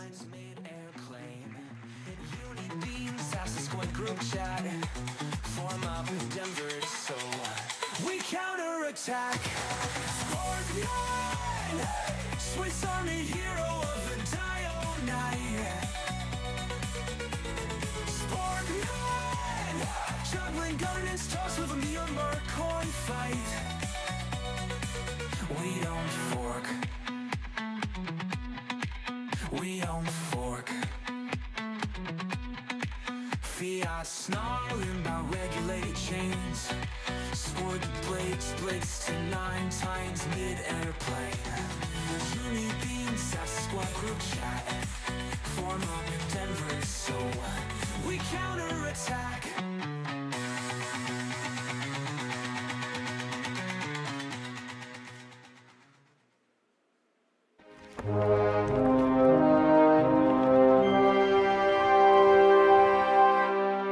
Yeah, bridging is still a nightmare with such fragmentation. Looks like we have a lot of work ahead of us.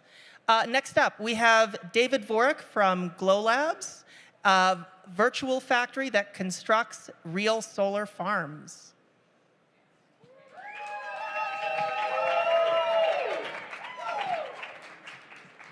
Thank you very much.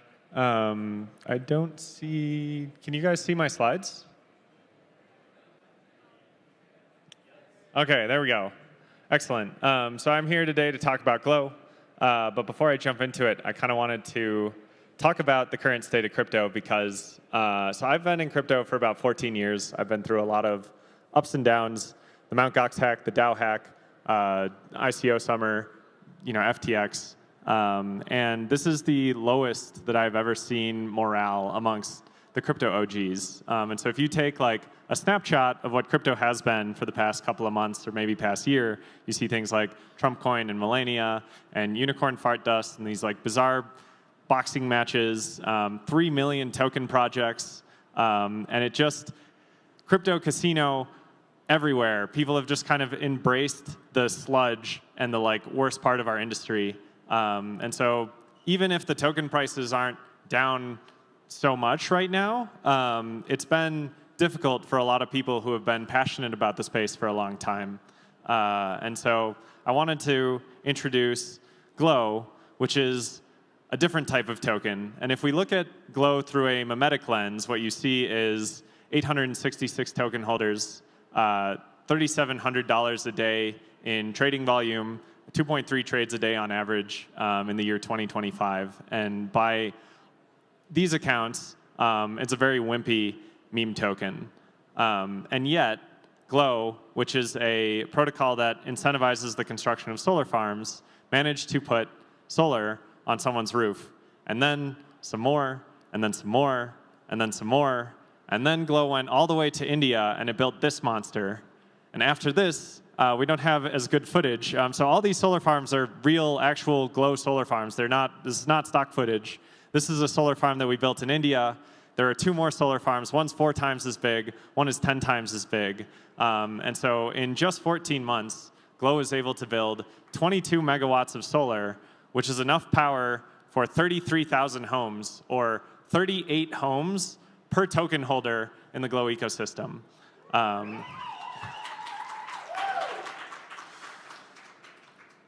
And so clearly, Glow is not doing all of this using the same meme juice that you see everywhere else. Glow, by memetic accounts, is not a very strong token. But what Glow does do is it uses Bitcoin-style token inflation to subsidize the construction of solar farms. And I specifically want to focus in on the word construction. So these aren't solar farms that, like, Glow doesn't go to existing solar farms like, oh, you did a good thing, here's some tokens. Glow is a construction protocol that takes targeted tasks, such as producing as many carbon credits as possible, and it rewards solar farms that accomplish very specific objectives on the protocol. And so if you have a house in, like, Washington, that's actually not really a good candidate for the Glow protocol. If you want to be a participant as a solar farm in the Glow ecosystem, you need to be a large-scale solar farm. You probably need to be in India. And at the very least, you need to be a professional who is solving specific real-world problems for people. And so the general mechanism is Bitcoin style. There's 175,000 tokens every week that get distributed by the Glow protocol to solar farms. And of course, if you're a meme token and your tokens don't have value, then the fact that you're doing 175,000 tokens a week is not going to go anywhere, because if they're not worth anything, there's no incentive and people aren't going to build for you. So a very important, like, piece of what makes Glow different is its economics. And essentially, Glow monetizes itself by being a solar as a service project. And so for the first 14 months of its life, it focused mainly on the service of producing carbon credits. But as we transition from Glow v1 to Glow v2, Glow is actually generalizing, and it's allowing people to take control of that 175,000 tokens a week and point them to their own individual objectives. And so coming from a biased perspective, I would argue, and I genuinely believe, that Glow is the most efficient platform in the world for turning dollars into solar, and that it's substantially more effective than traditional government subsidies or constructing solar yourself. And so if you have a problem that could be solved by solar farms, I would argue that Glow is the best way to solve that problem. And essentially what you would do is you would mint production credits and then use those production credits as a governance mechanism to control how the Glow inflation flows. And essentially, to kind of come full circle on Glow economics, you mint production credits by supplying permanent liquidity, which is sometimes called protocol-owned liquidity, to the Glow DEX. That gives value to the Glow token. It gives price stability. It gives liquidity. And it functionally takes a bunch of Glow tokens out of circulation. So it's kind of analogous to a token buyback. And in return for funding the Glow economy and making the Glow token valuable, you get these production credits that control the flow of Glow inflation. And so 3 examples of things that you can do with production credits. One, I already said, and kind of the main use case today is that you use the production credits to target carbon credit production. If you're a company like Amazon or Mitsubishi, you have climate goals, you can use production credits to bring carbon credits to yourself. You build solar farms that produce carbon credits, and you meet your climate objectives. But let's say that you're someone who lives in Asheville, or you have family in Asheville, which is a town that was destroyed last year. 100,000 homes got damaged by a hurricane, and you want to participate in the rebuild effort. You can use Glow, and you can use production credits to point Glow's token incentives to rebuild Asheville with solar, and you can add stipulations like add batteries so that people can be off-grid and aren't dependent, aren't at risk of being out of power for 3 weeks, which is what happened in 2024. And then as a final example, so Sudan is a country with an unstable power grid. Many of the hospitals spend hours or even days in a row with no electricity. If you're trying to keep a patient alive, losing electricity is often a fatal issue. And so people die because hospitals don't have access to stable power. And one thing that you can do with production credits is you could say, I control 5,000 tokens a week. I want these tokens to only go to solar farms that are constructed next to hospitals that are guaranteeing that these hospitals have 24/7 power and that they will keep the patients alive even if the power grid is facing instability due to a number of complex issues. And so Glow, by mimetic accounts, is a very wimpy meme coin. But in terms of what it does in the real world, the people that it gives power to, and the change that it's able to create, Glow is not a wimpy token at all. And as you can see from all of the solar that we've built and all of the solar that we're going to continue building, Glow is what we think will be the future of abundant clean energy. Thank you.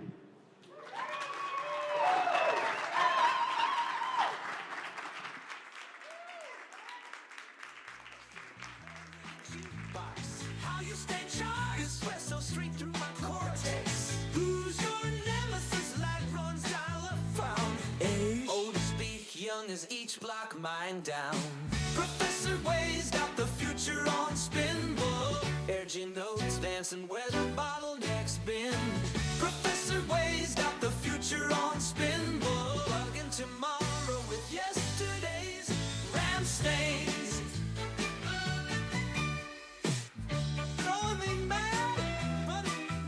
Just a beta test for Bullish.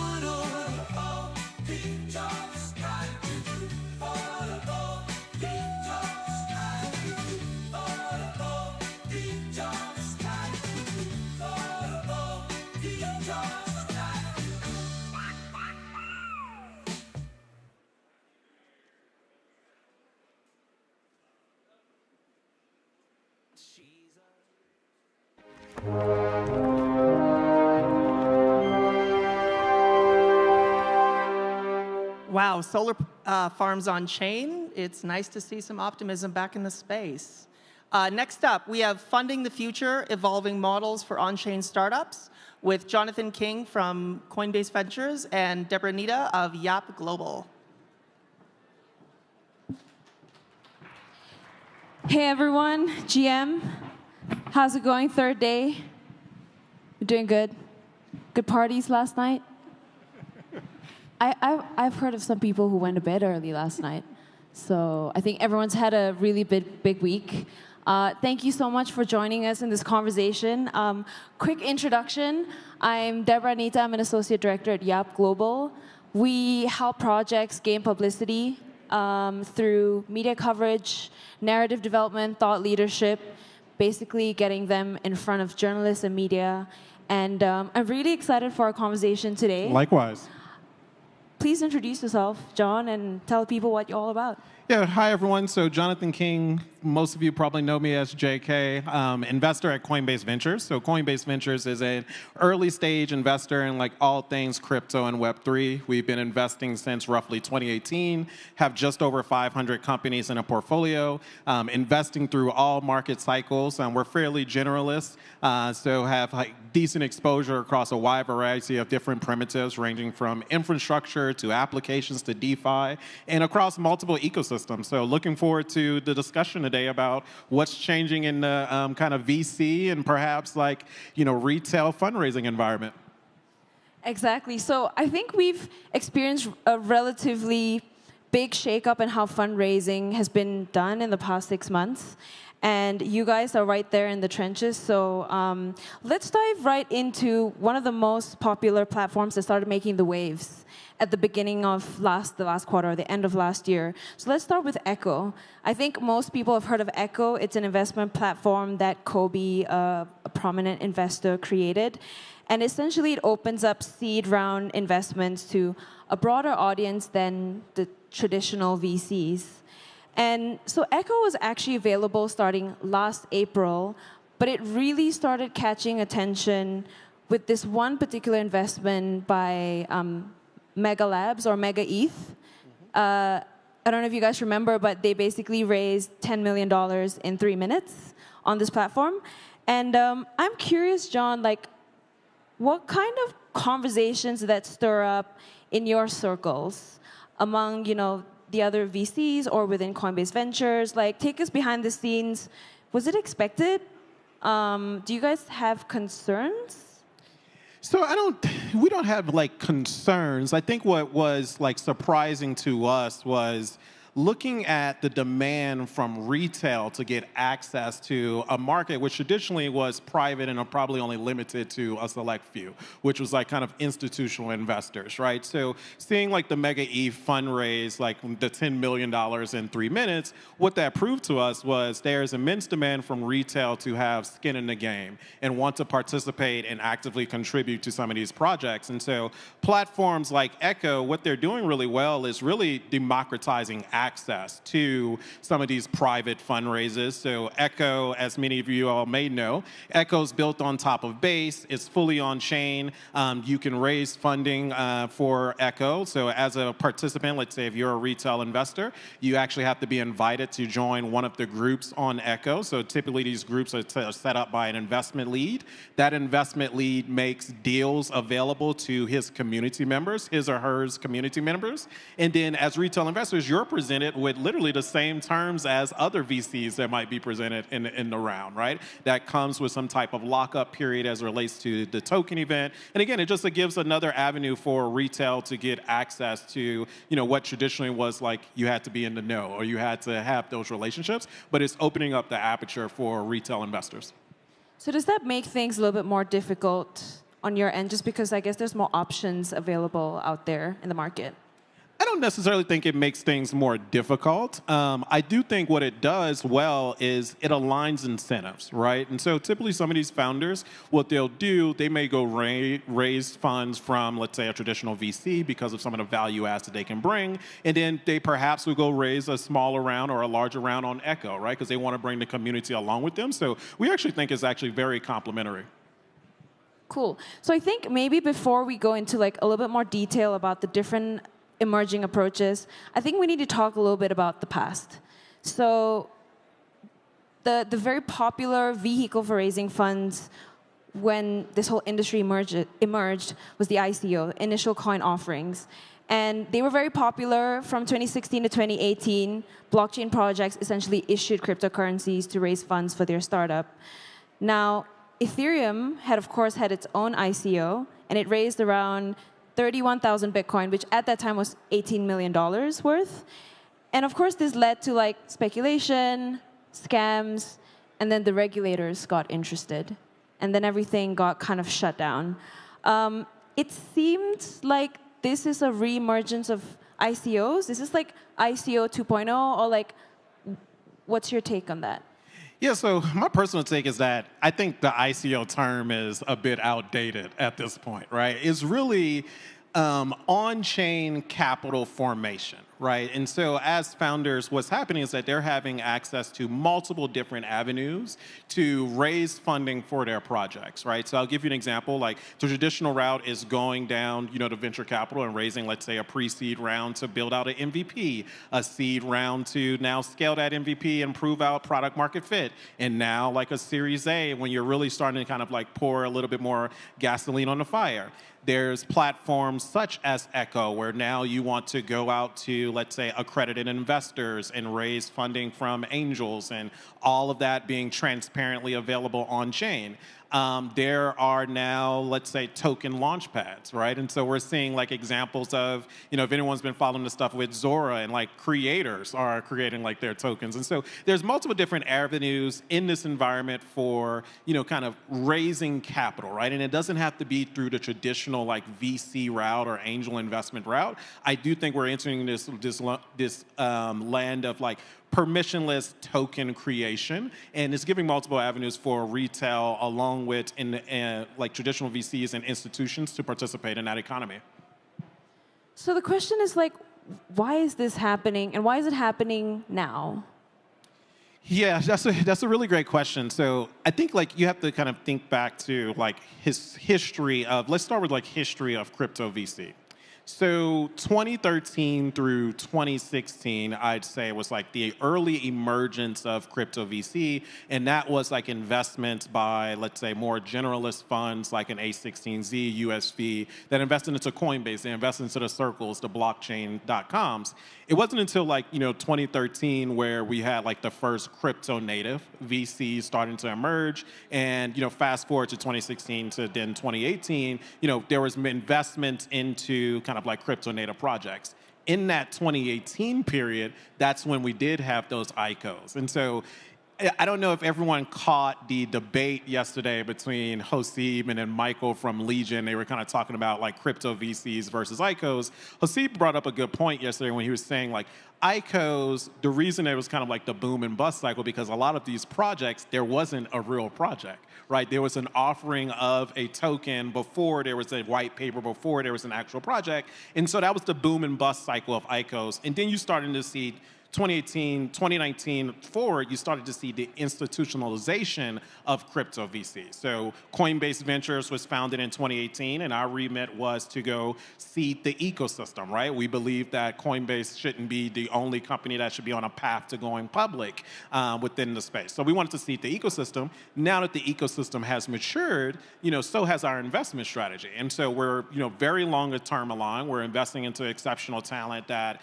supports our mission of growing the on-chain economy. And there's other investors that share that same sentiment. And then now we have the available tools, the networks building Echo being built on top of like Base as an L2 and connecting through, smart wallets using USDC. We have the tools to make this investment class more open, more accessible to retail. So it's a natural revolution. And like I said, it all falls within the theme of multiple different avenues to on-chain capital formation.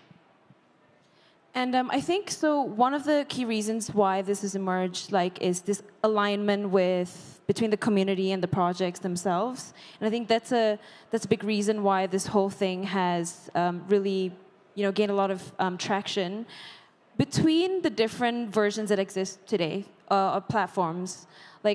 So between Echo and Legion and BiddlePad, are there any interesting nuances that make them different? And are there any others that are on your radar as well? Yeah, I think you captured the primary three that have since emerged. I think, again, Echo as a platform on top of Base, what Echo requires accredited investors or qualified investors in order to get access. So you actually have to apply to some of those investment groups and be invited to participate. Legion is taking a different path where Legion employs this merit-based system. And so what that accounts for, as users connect their wallet, Legion is applying their backend tech is looking at, okay, what is your on-chain kind of history, right? How have you participated and actively contributed to the ecosystem? Have you written any code in GitHub for this project previously? And so Legion makes their platform available to retail investors in EU, right? So if you want to follow the EU regulatory guidelines, you can get access. BuildPad is relatively new. I believe there's just one project that has come through the BuildPad launchpad, and I'm still trying to see how that's going to play out. But like I said, all of them are very similar, where they're just trying to give access to what was traditionally very private, closed off, proprietary in a sense, giving access to curated deal flow, giving retail investors an opportunity to participate. Great, thank you. So we've talked a little bit about the pull factors, which is why these platforms then have emerged and become popular. But I think there's also the other side of the coin, which is the push factors, which is, okay, so maybe I'll set some context. Part of what I do is help projects gain publicity, and some of the things that gain publicity is when they fundraise. So a fundraise story. And recently, what I've been hearing from some of these projects is that they're just doing 100% community back. In fact, they're saying, I don't want to be associated with the brand of VC. I don't want to take VC money. And so I think that there's some kind of push factor behind that. So could you maybe respond to the critique of why these sort of new approaches have emerged, and is it fair? Yeah, so this is a very, very good question. So maybe to just set some context, right, on where that critique originally came from. I would say 2023, 2024, well, 2022 to 2024, we saw the launch of like several big name infrastructure projects, right? Everything from L2s to new infrastructure primitives. And the thing that you would see on crypto Twitter, which I believe you're referring to, is like this idea of VC-backed projects that are launching with low float, high FDV. Right, and so the low flow concept was essentially very limited circulating supply of tokens. So if most like projects will launch with, let's say, 1 billion token supply, the low flow would say less than 10%, so less than 100 million tokens. So as more tokens were introduced, so let's say unlocks happen, and again, the unlocks meaning that the cap table, the investors, which is typically VCs that would have access, that would introduce sell pressure on that token, right? And so any like little movement, purchase of the token could make the price fluctuate pretty volatile. And so that's where a lot of the negative sentiment started coming towards, well, venture investors, they were able to get into these projects at very low FDVs. Now the project has launched and they're selling on resale, which that's not the case. So that's why you had like these platforms emerge like Echo. So that way other resale participants, again, can actually invest into these rounds alongside the VC and participants, right? They would sign up for similar token lockup periods, investing schedules, et cetera, and they would have more skin in the game. The other thing that I would say is, and again, this was emphasized yesterday, why would some projects, come to VCs versus perhaps doing like a community launch or fair token launch? And the thing I always encourage founders is to really think about the value adds, right? So when you're thinking about, let's say, the investment team that you want to surround yourself with, typically venture investors have access to a broad network of SMEs. A lot of times for Coinbase Ventures companies, our portfolio companies come to us and they want to speak to our policy team at Coinbase, right? We will get questions on, hey, what does the regulatory environment look like in this emerging part of the world? And so we have the staff available to make that expertise available to them as like a service, as a value add. Again, that connectivity is something that a more institutional, traditional venture fund can provide compared to just a retail investor, right? So that's why I think you're having like this blended hybrid model where some founders will still go down the path of, inviting VCs to participate because of the value adds that they can bring. Otherwise, yes, some of are absolutely happy to, kind of just do a fair launch, and we think that's fine as well.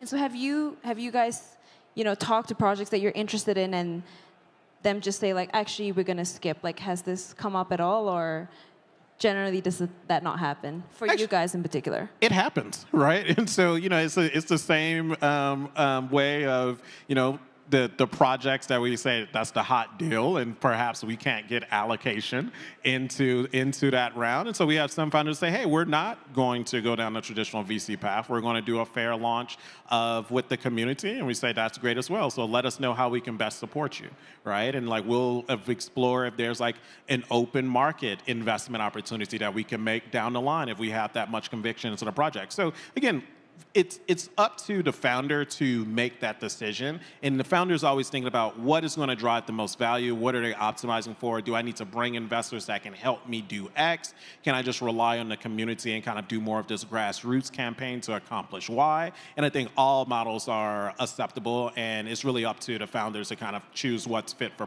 purpose for their unique needs.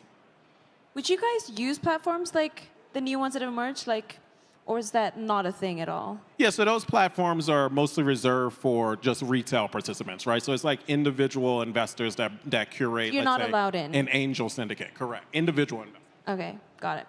And so, like with everything that's changing, with the evolution of these models, besides or including Coinbase Ventures, are VCs pivoting? Is there a change in investment philosophies in general, an encouragement of doing a mixed model? Like, how about how do you guys approach it?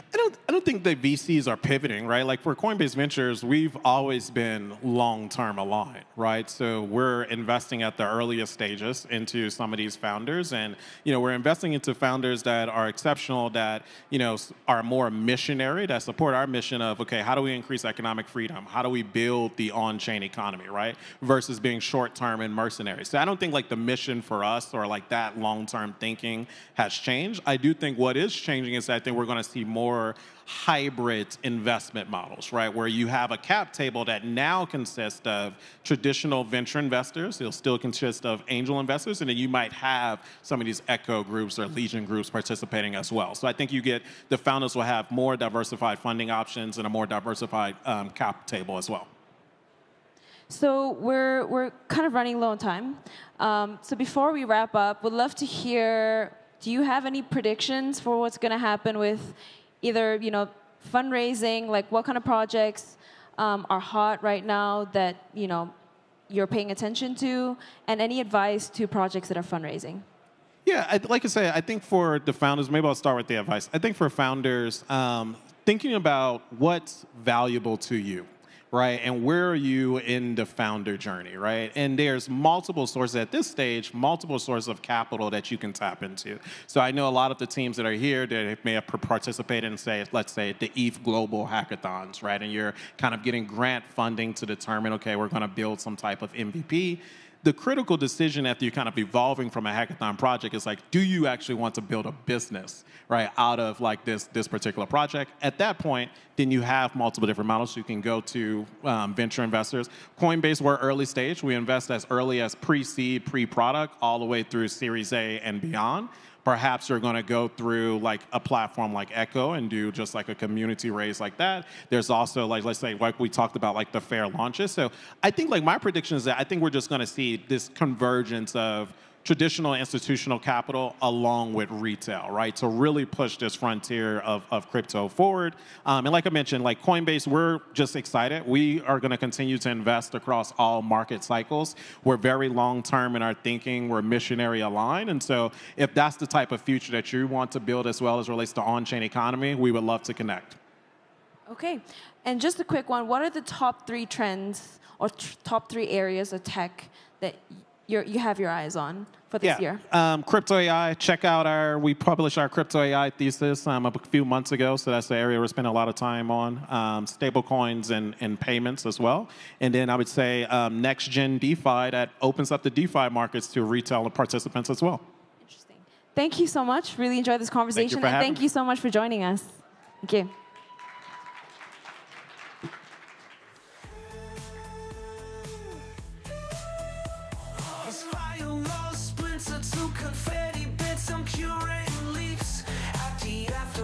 Sipping tearless tears. Call me well connected. I call it.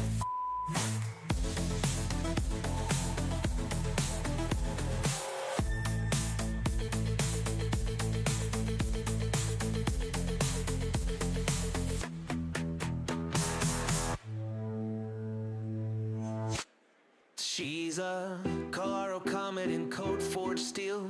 Wings snipping latency like scissors through gel. 9 centuries young with a lance that's if your chain's choking ether night whiz.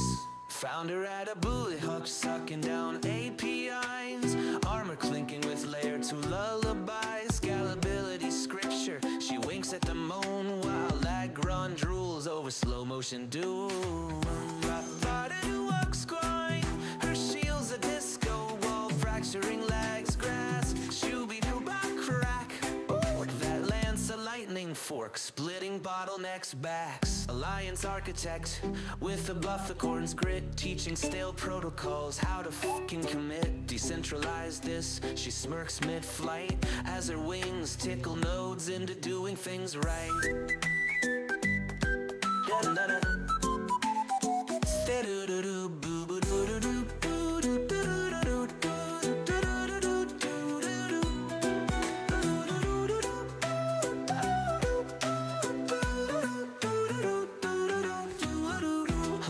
Architect with the bufficorn's grid, teaching stale protocols.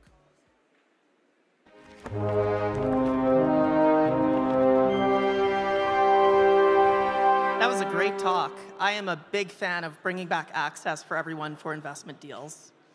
Next up, we have Martin Durka from Zirkit, and he's going to be talking about rollups unfiltered, what we wish we knew while building Zirkit.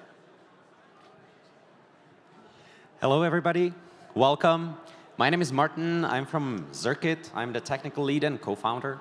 And when I was submitting the talk to ETH Denver, I sort of wanted to do a little class that would convey all the things that I wish somebody told me roughly 2 years ago when we were starting Zirkit and while we were building Zirkit, so that I didn't have to go through my own journey of learning this in practice. So this talk is about insights. It's inspired by our experience. It's inspired by all the mistakes that we have made while innovating. And it's inspired by all the good practices and best practices that we have ourselves developed for our procedures while making Zirkit. So the first topic that I want to talk about are Ethereum upgrades.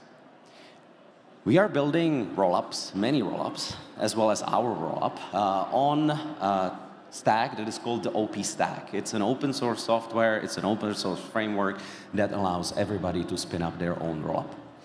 So let me go through small walkthrough of the design of OP stack. So what does happen when you are transacting on a rollup? On a rollup, you have essentially two sets of services, or one set of services. This green stuff, that's everything that your rollup consists of. So when somebody transacts, they send a transaction which enters the mempool of the execution client. In the OP stack, this is some version of Geth. So this is right here. What happens with the transaction afterwards is that this execution client is going to pass it to a service called Batcher, and the purpose of the Batcher is to take the transaction and record it on the data availability layer. For rollups, the data availability layer is L1. So in our case, this is Ethereum and blobs right here. And so the OP stack has a service called the L1 client, which essentially creates the transactions and sends them to Ethereum into blobs. So that's when we are here. Now, what else rollups need to do? They have to guarantee that there is absolute integrity between the content of the DA on the L1 and what is the state of the execution client.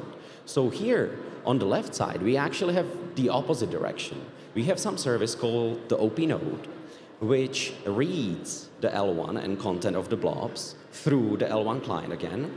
And if it notices that the state on the execution client doesn't match whatever is recorded on the L1, it forces a reorg on the L2 down here. So once we achieve state that is stable, consistent, and can be considered final with some definition of finality, the prover, this is our case because we are a zero-knowledge rollup, reads that state and generates a proof so that the state can be rolled up onto L1. Once we have that proof, the state root, together with the proof, is given to another service called the proposer, which again uses L1 client and the underlying Geth dependencies to create transaction and submit it onto L1. Well, here is one thing. The OP stack and Geth itself are developed in Golang, and Geth is used as a dependency in this code base. Well, Golang has this one rule, and it is called single version dependency. That means that you can import every dependency exactly once, and that dependency has to have a frozen version. So what you end up with is this weird situation where your execution client and the L1 client are tightly coupled because they share the dependencies.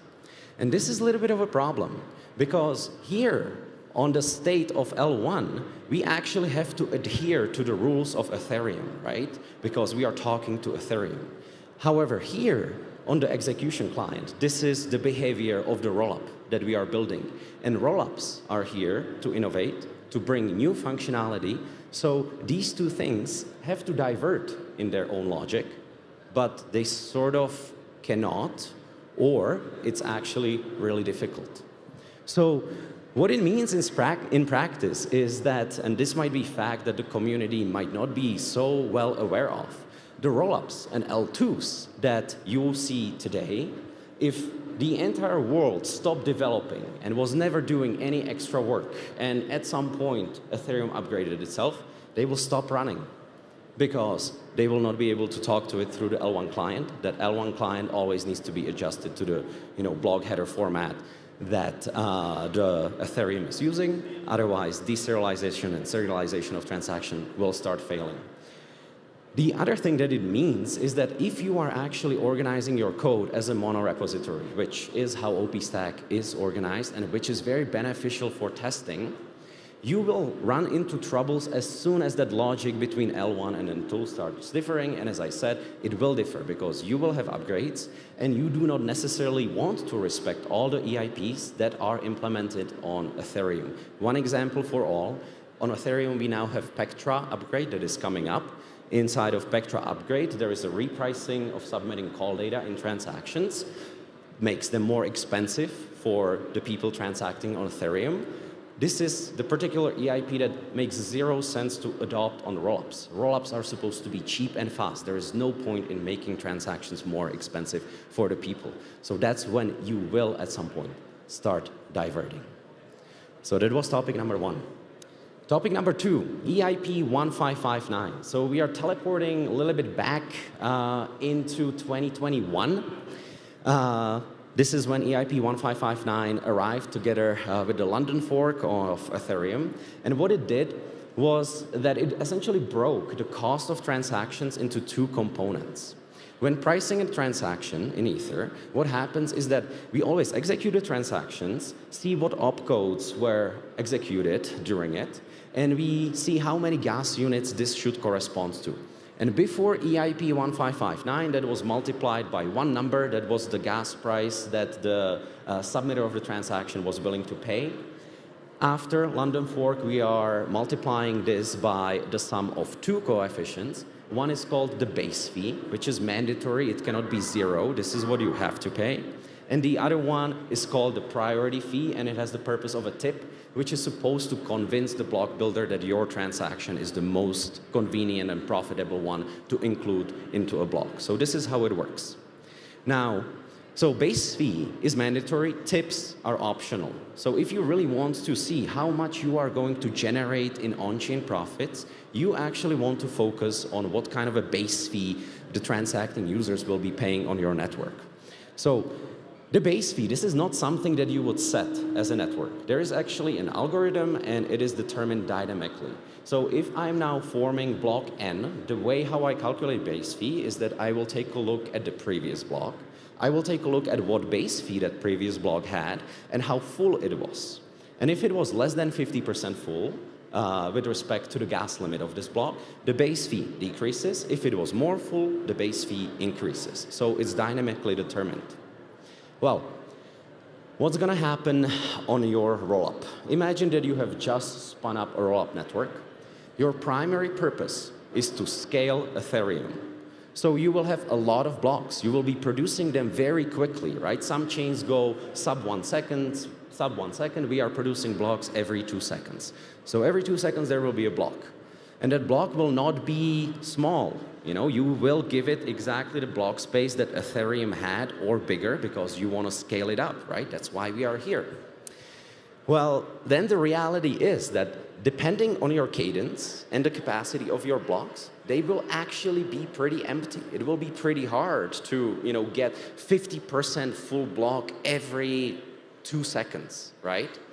So the reality for a rollup is that what we started calling the ultrasound money for Ethereum for you actually means that your on-chain profits will be formed by tips because you will have long periods of many blocks that will just drive the base fee to 0.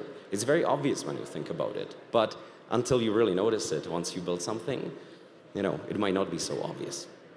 All right, so earlier this week or last week, we had the Bybit incident, which actually was the inspiration for me to include this section. When we run networks in centralized or even decentralized setting, there are some roles that have privileges and that can modify, I don't know, the access control on the smart contracts, the state of the L2 chain, and so on. So this exists, it exists on all the networks, and everybody who is operating some kind of multi-sig with strong privileges has to, you know, be aware how to sign transactions properly and not screw up in the process. So this is what we are doing. It always worked. It didn't come to bite us in the ass yet, so you might consider doing something similar, but obviously no pressure. The process that I'm going to be describing for you is how we are doing it, and we are working with one prerequisite, which might sound strong, but is actually not so strong. So the prerequisite is that every single holder of a multi-sig private key on our end, the signer, is technical. And it's technical enough to the extent that they understand what the signing process is about, what account is, what smart contract is, how transactions get encoded, how to execute a trace, how to actually take a look at the trace and check what was happening, and really fully understand the effect of what they are signing. And I said that this might be sort of hard pill to swallow because sometimes you have executives who are actually not technical, are not best suited to actually have this understanding. But this is in reality not a problem because every single non-technical executive who is on a multisig can actually be signing with an assistance of somebody else who doesn't hold the private key directly, but understands the entire process and can walk them through that, right? So, in our case, we actually decided that we do not want to use any kind of website or web UI for signing multi-sig transactions. The reason is as follows. It doesn't matter what kind of front end you are using for creating this transaction and signing it. Every single front end can be compromised. So in our case, we've actually decided the smartest thing is to reduce the size of the front end and reduce the size of this attack surface to the minimum. And that is best achieved, in our case, by using very simple scripts. So no complicated UIs, nothing like that. Everything is scripted. And in the process of signing, we have inserted many steps where the signers actually take a pause, and take a look at the integrity of the data and of what they are really signing. So,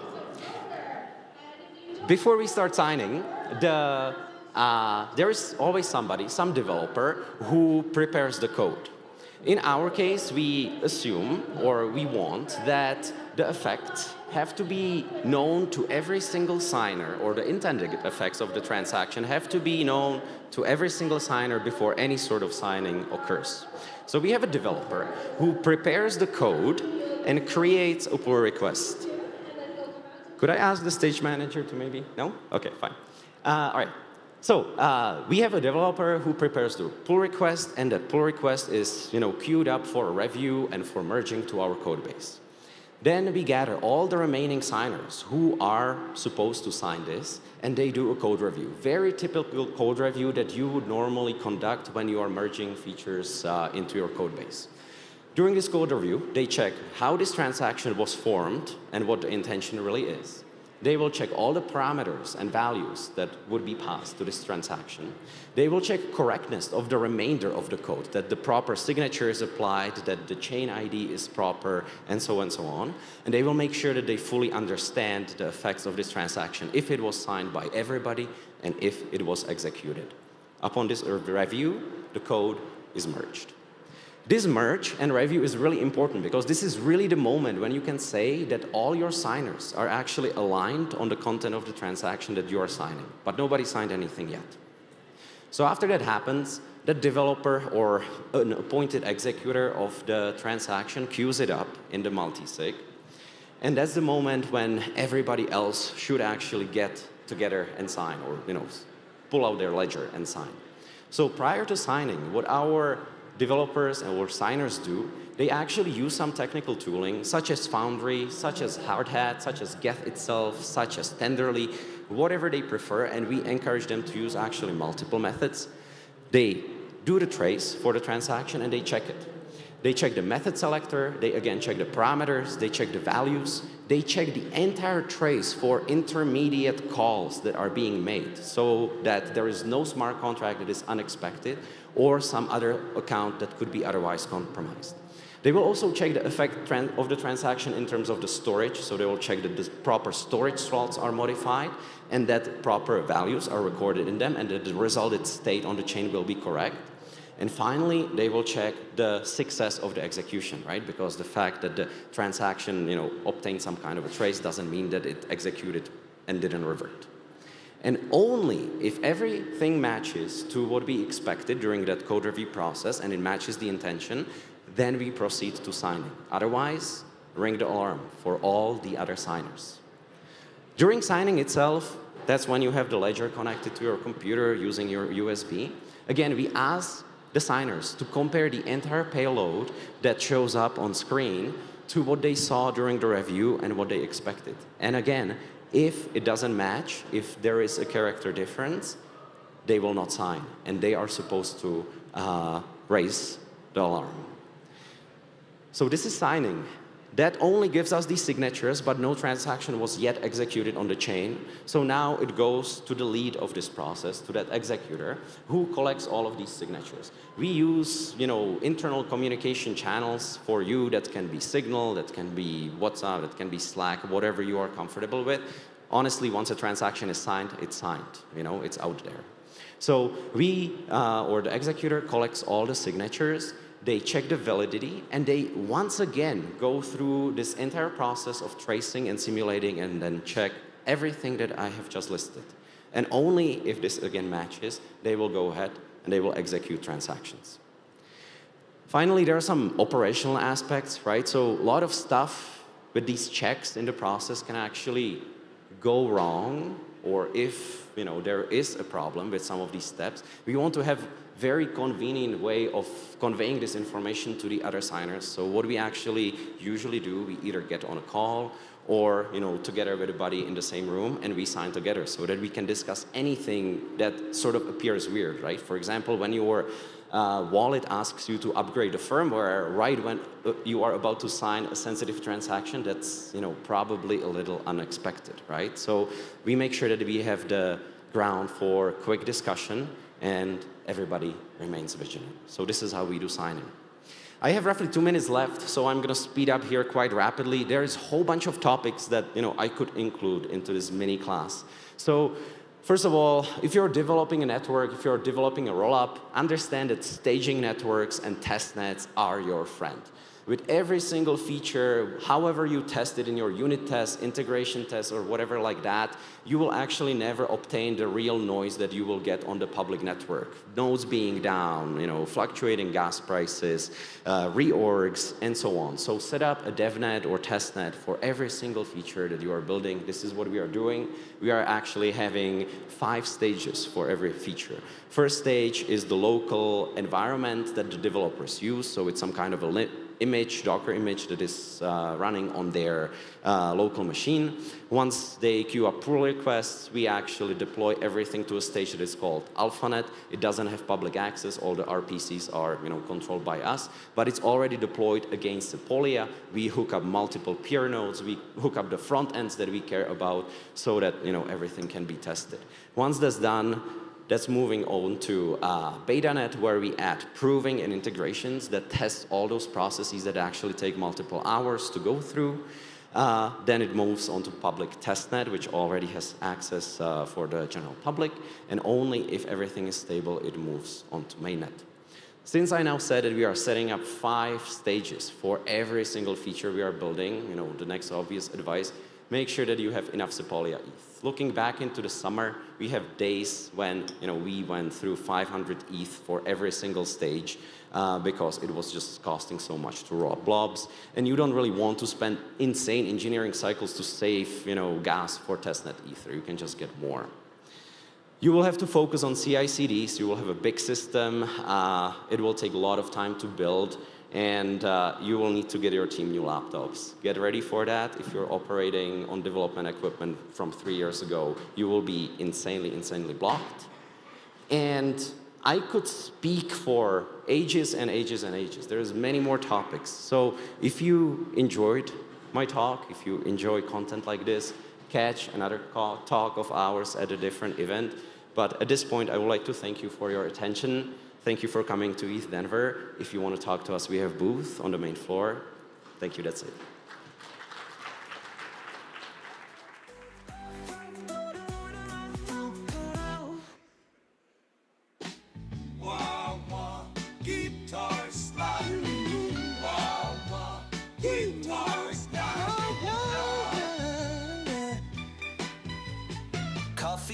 drip and the lab coat on fire.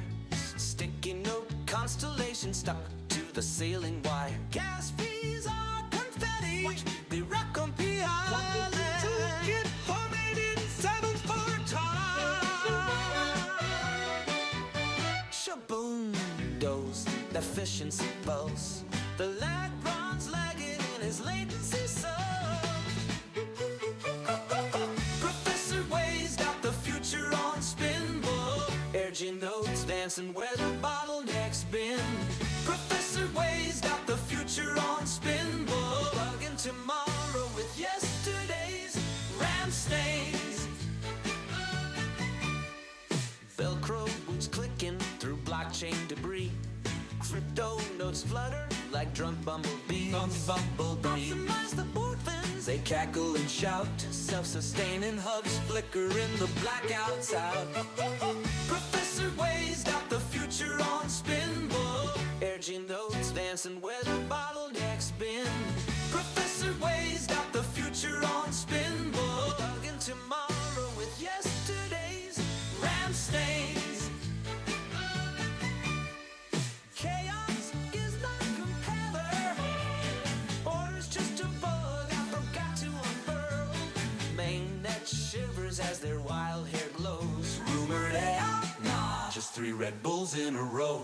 What you building, prop? A singularity jukebox. How you stay charged? Espresso straight through my cortex. Who's your nemesis? Light runs dial-up found. Old as speak, young as each block mine down. Professor Wade's got the future on spin, boy. Urging notes dancing where the bottleneck's been. Professor Wade's got the future on spin, boy. Plugging tomorrow with yesterday's RAM stains. Throwing me mad, but mad's just a beta test for Bullish. Oh, Pete Jarvis, right?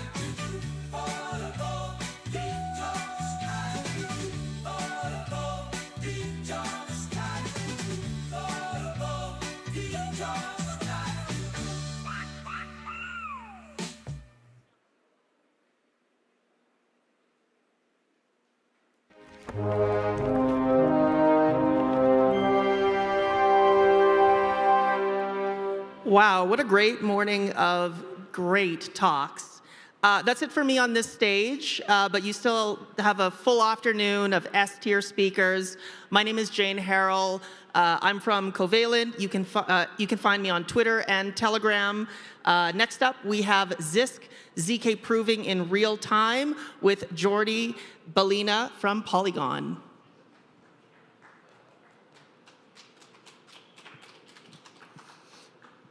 Hello, everybody. I'm Jordi Balina, co-founder of Polygon, and I want to present today Zisk. Zisk is a common good. It's an open source project, and mainly it's software. It's ZkVM 64-bit RISC-V proving system. Okay, it's a system that's very much optimized for generating, for proving in real time. It's using. The idea is that you can write any program in Rust, and you can write circuits in Rust, and then you compile and you generate that. The difference, the big advantage of, well, you can try it here. It's fully available right now. Still some audits and some improvements that still in the backlog, a lot of things to do, but right now it's fully working, it's fully proving. You can write a Rust program, and it already proves, and you can try it here. Anybody that wants to, have any doubts, please don't hesitate to contact us. Okay. As I was telling, the main goal of Zisk is minimize the latency, being able to build proofs as fast as you can. Here, we may sacrifice a little bit of the price of the cost. The costs are already very low. And what we want to do is generate proofs fast. Ideally, and we will see how we can do it, ideally, for example, to prove blocks, Ethereum blocks, or rollups blocks in real time. Why is this important? Well, that's important, for example, for when you have many rollups and you want to transfer funds from one to the other, when you have two chains that are not that you don't really, I mean, one of the chains can be malicious. In order for one chain to be sure that can use the funds of the other chain, well, you need that the other chain is committed, so that the other chain is final, that cannot go back, and needs also to check that the other chain is correct. You can do that in two ways. You can do that by following the other chain, maybe spinning up some servers and following the other chain, but this does not scale well. I mean, if you have a lot of chains, it's not practical to spinning up servers every time that a new chain is created or a new chain is moved. Okay, so the way is that each chain generates a proof that validates the correctness of that state, and then the other chains can just use that proof in order to validate the chain without having to spin up all the chains. That's why it's important, this tech, for aggregating, in the aggregation layer, for aggregating different rollups. It's also important to mention, for example, that in the Bean chain in Ethereum, everything is based on these proving blocks really fast and doing a lot of proof on that. So all the consensus that they are building on there, so it's important to have this technology in place. Okay. Thisk is, well, it's a little bit more that does this ZkVM. Actually, this ZkVM is built on top of a proving system, a full proving system. This proving system has a full language. It's a language for arithmetization, and it's a proving system that can be used for any prover. I mean, for build up ZkVM, but can be used also to build other processors. This is very much using all the technology that we already developed inside Polygon, with inside Hermes and Plonky 2 and Plonky 3. So all the knowledge, all the know-how is already there. I mean, all the security, knowledge, the bug bounties, having that in production. I mean, all the learnings and all the knowledge is inside this product. Okay? And on top of that, there is also a small piece, that's the recursor, that allows you also to aggregate proofs on that in a simple way. Pill to language, I'm not going to extend to that, but it's it has been, I mean, in the ZkVM, we use it Pill. This gave us a very good result. So Pill2 is an extension on that. And it allows very much to support what we call the VATCOPs. Okay? The idea of the VATCOPs is that instead of having a huge monolithic proof, as we had, for example, in the ZkVM, the idea is that we can split this proof in small subproofs, I mean, in small pieces. Okay? This allows us to scale horizontally, so we can send all of these pieces, all these state machines in different servers. We can configure the size of these pieces, so we can have a decentralized system where each part is building one of these parts of the servers, and then with the recursion technology, we aggregate all them together in order to build a single proof. And I mean, all the design architecture of Thisk is on that. I mean, it's trying to decentralize, I mean, trying to split the work as much as you can. Okay, we will see then in the last slide how we split the timings on this slide. Okay. Well, I'm not going to extend, but the proving system is very much you write this arithmetization and you write the witness computation. And with all that, that's the only thing you need to build. With all that, you have a full proving system that can work in a single machine or can work in a service. Okay. I'm going to jump this little fast. Thisk, I mean, when you're building a Thisk, what you do? Well, mainly this is the workflow you do. You just write a program in Rust. You compile in Rust using RISC-V 64 bits, so you generate an ELF, okay? And then with this ELF, you just send it to the prover together with an input. I mean, in general, it's some input file. You want to prove something, okay? So you have a program and you have an input, that some data that you want to process, okay? And the prover will generate just the proof and the public input that you can verify, okay? The program also, you can hash it so that the verification, you are sure that you are verifying against exactly this exact program. So it's as simple as creating a normal Rust program. The internal, so one of the key technologies, as I told you, is this division of the pieces, okay? And the most important, I mean, and the idea is that all these pieces, they communicate to one each other, what we call a kind of a bus. Okay, a kind of a bus, very much what it says is, for example, in the main processor, you are, instead of, you may do, for example, a multiplication or a division, or you're doing some operations. Okay, so instead of doing the operations in the main processor, what you do is in the main processor, mainly what you do is you assume that this multiplication is correct without proving it. Okay, and then we add that to the bus. And in another state machine, in another piece that's more specialized state machine, for example, in arithmetic, you just take and you prove that concrete multiplication or division or addition. Okay, and then you subtract from the bus. So the idea at the end is that when you have different state machines, you sum up all these buses. These sums is with some random number so that you cannot you cannot trick it. And the idea is at the end, all the sums needs to be 0. So everything that's assumed for some state machine is somehow proven in the other state machine. So this allows us, for example, to do some interesting things like this. For example, in this, you have some operations. For example, you have a multiplication, and you will have, for example, an arithmetic that will subtract from the bus. So in the processor, we'll add, and the arithmetic subtract. But if it's an arithmetic, for example, that's a very common arithmetic. For example, it's 1 times 1 or 2 plus 2. Instead of using an arithmetic that's proving, you can have maybe some pre-computed operations that you know that are valid that are in another state machine. So who's subtracting from the bus is maybe another state machine. So this allows us to be very, very flexible. For example, in the 62 bits, for example, the operations that are in 64 bits, they can be proven in a state machine that's a little bit more expensive. If they are 32 bits, maybe they are proven in a 32 bits arithmetic, and so on. Okay? There is also, for the memory, for example, in the memory align. So in general, the processor, when it's doing a memory operation, I mean, they send it to the bus and the memory just ends. But the memory is just for memory aligned operations. If it's not memory aligned, maybe we'll have another intermediate machine that what's doing is solving this non-alignment. So the idea is that, okay, you verify that one is correct, but at the same time, you are assuming that there is 2 reads maybe that needs to be done. And these are the ones that, these reads alignments, these are the ones that are solved by the memory. A similar trick can be doing, for example, for continuations. The idea is you may have a processor, I mean, the state machine of a processor that's executing a code.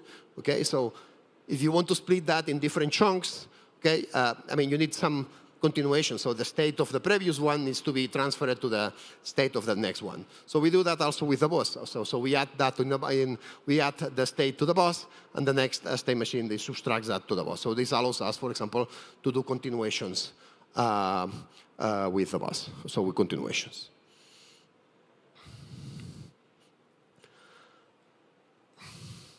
There is other interesting tricks is that so we have 2 kinds of continuations. These continuations that you do it inside the same proof, okay, that you have these subproofs and you aggregate that to the same proof. But you have also the recursor. The recursor allows you to have different proofs and aggregate them together. Okay, and the trick here is that all these proofs are well packed. So here we have a technique that does not. We don't waste cells inside the prover for these remaining things. So we can connect different proofs and generate them in parallel without memory requirements and connect them together. Okay. So I mentioned a lot of these advantages. I want to mention especially, well, there is a GPU accelerated, it's really fast, and it's a fully open source, so anybody can build. I mean, it's not a system. I mean, it's just a code that you can download and you can run it. I mean, it's an open source system that you can run on top of that. This is the timings that we are having right now. So at the total, for example, for proving a block, an Ethereum block, we are proving that in real time, in less than 12 seconds. Okay? So, and here you see the parts where we are spending the time. First, we have I mean, if we want to prove an execution, we need to execute that. Okay? And because the RISC-V, we need to somehow emulate this RISC-V.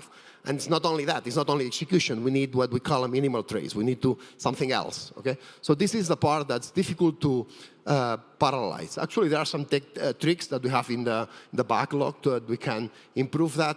But currently, it's a single processor, and this processor right now is running at 300 megahertz, more or less, okay? So this is, I mean, it's a time that you will have always in there, okay? Then we have the witness computation. Witness computation very much is building all the polynomials. This step is already done in parallel. Okay, so we have different machines. This can be done in absolute in parallel. The same that the subproof building itself. I mean, this is the core part. Okay, so this is where the real proof is generated. I mean, these are very much Merkelizations and entities. Okay. It's interesting that these 5 seconds, we can choose what we want. If we choose a small number, that means that the proofs are going to be smaller, and it's going to be much more proofs. Okay, so we probably will need much more servers in order to have this timing. But this architecture allows us to configure how much we want to spend in each of the phases. And of course, if we have smaller pieces, then we pay it in the aggregation. We need to aggregate them together. Here is important, and this is one of the big characteristics, is that right now, we are currently only at 0.15 seconds for doing an aggregation. Okay, so taking 2 proofs and aggregating in a single proof, this is just 150 milliseconds, which is really, really small. Of course, if you have a lot of subproof, for example, you may have 1,000, 2,000 of different subproofs that you want to aggregate, you need to multiply that by log n, the number of subproofs that you are doing. So instead of 2,000, then you need to multiply that by 11, okay? So or 12. So this is around 2 seconds. But as you see, altogether is less than 10 seconds, so we can really prove Ethereum blocks in real time. Okay. Backlog, I mean, a lot of things. GPU is, at this point, I mean, it's not public yet, but probably next week or in 2 weeks it's going to be already public. I'm very excited on that. And there is a bunch of things in the backlog that can be optimized, and a lot of these numbers can be lowered very much in the upcoming times. Okay? Prove it, test it, check it. It's here. Okay? Any doubts, any things, please contact us. We are happy. We want this to be used not only inside Polygon. We want this to be used for any project that have interest in building ZK proofs. That's it. Thank you very much. And if you have any questions, just don't hesitate to talk to me.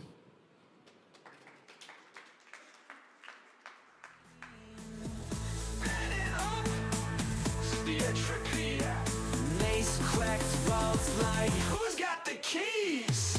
Nullifiers huffing. You're just a rat with spiral splinter to confetti bits. I'm curating leaves at the after party, sipping tearless tears. Call me well connected. I call it.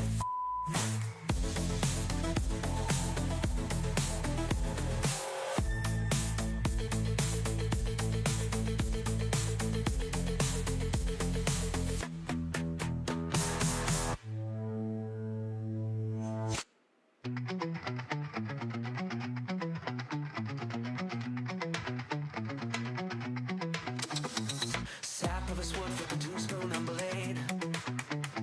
3 AM caffeine checks debugging code cascade. Pass the leak, we boot them and pull stew. We ain't for working, we y'all know what to do. Darkman, Swiss Army hero of the down night. Sparkman, juggling Colin's dogs for the Lombard coin fight. We don't fork, we adapt. Slapping fiat fiend with a liquidity trap. Fiat snarling about regulated chains. Sport blade splits to 9 times mid-air to play. Uni beams, that's what group chat. Form up Denver to Seoul. We counterattack. Sport 9, Swiss Army hero of the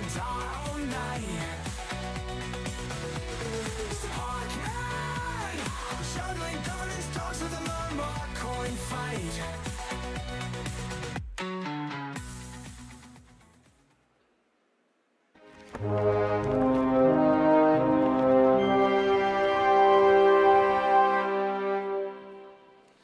All right, what a morning. Hello, everyone. I'm Daniel. I'm the MC for the afternoon. Thanks for joining us over here, the main stage. Next up, we have an exciting talk by Robert Drost, who is the CEO of the Eigen Foundation. And it is going to be called Meta Settlement, Manifesto for Open Source Builders. Please welcome to the stage, Robert.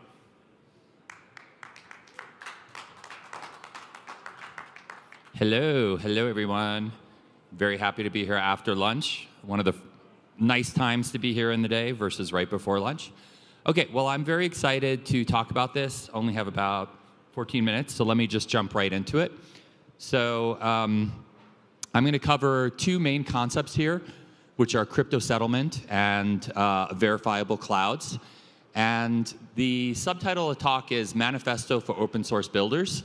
So no surprise, what I'm going to go through is some pretty clear reasons why open source builders win in this space. And in general, I give this talk a little bit modified, but to Web 2 people who are working in AI. A lot of them actually always kind of scratch their head, should I be working in Web 3 or not? They hear a lot of token narratives, and a lot of times they're not convinced by that alone, because they have good funding sources and stuff. So this talk kind of motivates some reasons that, in my view, have actually turned out to be a lot more valuable for open source builders. And then for all of us, I think web consumers win in massive ways from this shift. And it's important to say that because it's a very clear roadmap for open source builders that over time, similar to people wanting to use open software and seeing that there's better features that you get out of that community than kind of being stuck in closed environments, things that are built and fully proprietary. I think the web consumers are going to move away. And if there's one thing that we know is that you're building open source, you're going to go to the consumers because you want someone to actually be using your stuff. So one thing that I step back a little bit in this talk is I want to unpack the word settlement. Okay, we're not talking about settling a lawsuit. We're talking about settling transactions on chain. So when you settle transactions on chain, going back to the the goodie and the oldie point, what does a blockchain try to achieve? What are its key values? Permissionless, of course. Anybody should be able to run it. Anybody should be able to post transactions and then have them settle. That's sort of the unstoppable aspect of blockchains. Liveness, meaning that nobody can basically halt it from running. Eventually, even if it's slowed down, you're going to be able to build up to a finality consensus, on Ethereum, on proof of stake chains, and of course, even on proof of work chains. Eventually, you probabilistically get there. But security is the main thing around settlement. So what does security mean? Again, this is not the common definition of security. This is the CS definition. Security means that there's one single history of the chain. Everybody globally agrees, and there's no dispute about that anymore. And finalized transactions don't revert. They don't get replaced. That's actually a little bit of a subtle statement to say. In reality, it's not like there's nobody putting a gun to everybody in the world's head and saying, this is the final block on Ethereum.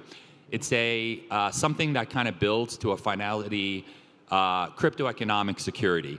And there's a great paper written by the founders of Eigenlayer, which covers profit from corruption versus cost of corruption.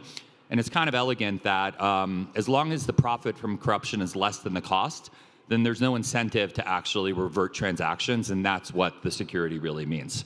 So there's going to be three categories of it: financial, moving assets around; tech, which is actually providing services that complete and update the system. They're not money moving around, but they're actually data moving around and computations on that data that are moving around, and we have to settle them. And then social. A lot of people have kind of moved away from thinking about social as much, but humans do arbitrate chains. We do have forks sometimes. ETH Classic, ETH TH, Bitcoin has gone through forks. These are meaningful things, and I would actually argue they underpin the decentralized trust that makes blockchains blockchain. So just speeding it up a little bit, financial settlement is both regular monetary assets, Plus, of course, NFTs. I'm not talking about JPEGs here. Of course, those fit in too. But identity, reputation, and data are the lifeblood of applications. And then tech settlement is a whole bunch of computation, networking, co-processors. And social settlement has two flavors. On-chain, that's DAOs, that's governance, that's voting. And off-chain, very important to point out, that's L1 forks. And EigenLayer has introduced a new class of off-chain forking, which is really important here, which is you can actually get the cost of corruption to be based on tokens that fork and slash without forking Ethereum. It's actually a very beautiful result, and it allows you to do a new class of crypto economic games that are off-chain but don't actually require the nuclear option of reverting, which of course we know is entirely not possible to do anymore. And so that is a unique differentiation, and there's a lot of great stuff that comes out of that. And just thinking about it, these are basically settlements aren't assets. The second one actually gives you a verifiable cloud. I'm going to go through that a bit more. And social settlement is the ultimate backstop. I mean, you can always centralize. People try to take control, make profits. But as long as you have the ability to fork on-chain, which is weaker, and then off-chain, which is unstoppable, then you're able to actually prevent having yourself locked into a system where you're not able to get your assets and your data out of it. Basically, you're not able to be sovereign unless you have the social settlement layer. So hardware tech stack, I'm just going to run through this quick. I think a lot of people have seen this. I will highlight at the very top. You can actually see applications and data. These two are, in fact, separate layers. And so it is important that the data has this sort of ability to take it with you, that you're sovereign over it. So, the hardware tech stack, of course, has been massively changed over the last 20 years with the cloud taking over. Infrastructure as a service is DePIN. It's the lower levels close to hardware. Platform as a service is software that serves other software, middleware. And then software as a service is end user facing. All of these need to be verifiable and autonomous to have this verifiable cloud. And so there's a couple types of verifiability we have in blockchain. We have, of course, redundant execution, the granddaddy. We have ZK, hot new kid in the block, very beautiful, a little bit higher performance overhead right now. But I'm very optimistic between software cryptography improvements as well as hardware improvements that we're seeing now. We're going to make ZK the standard way that we show validity in the systems of basically all of computer tech.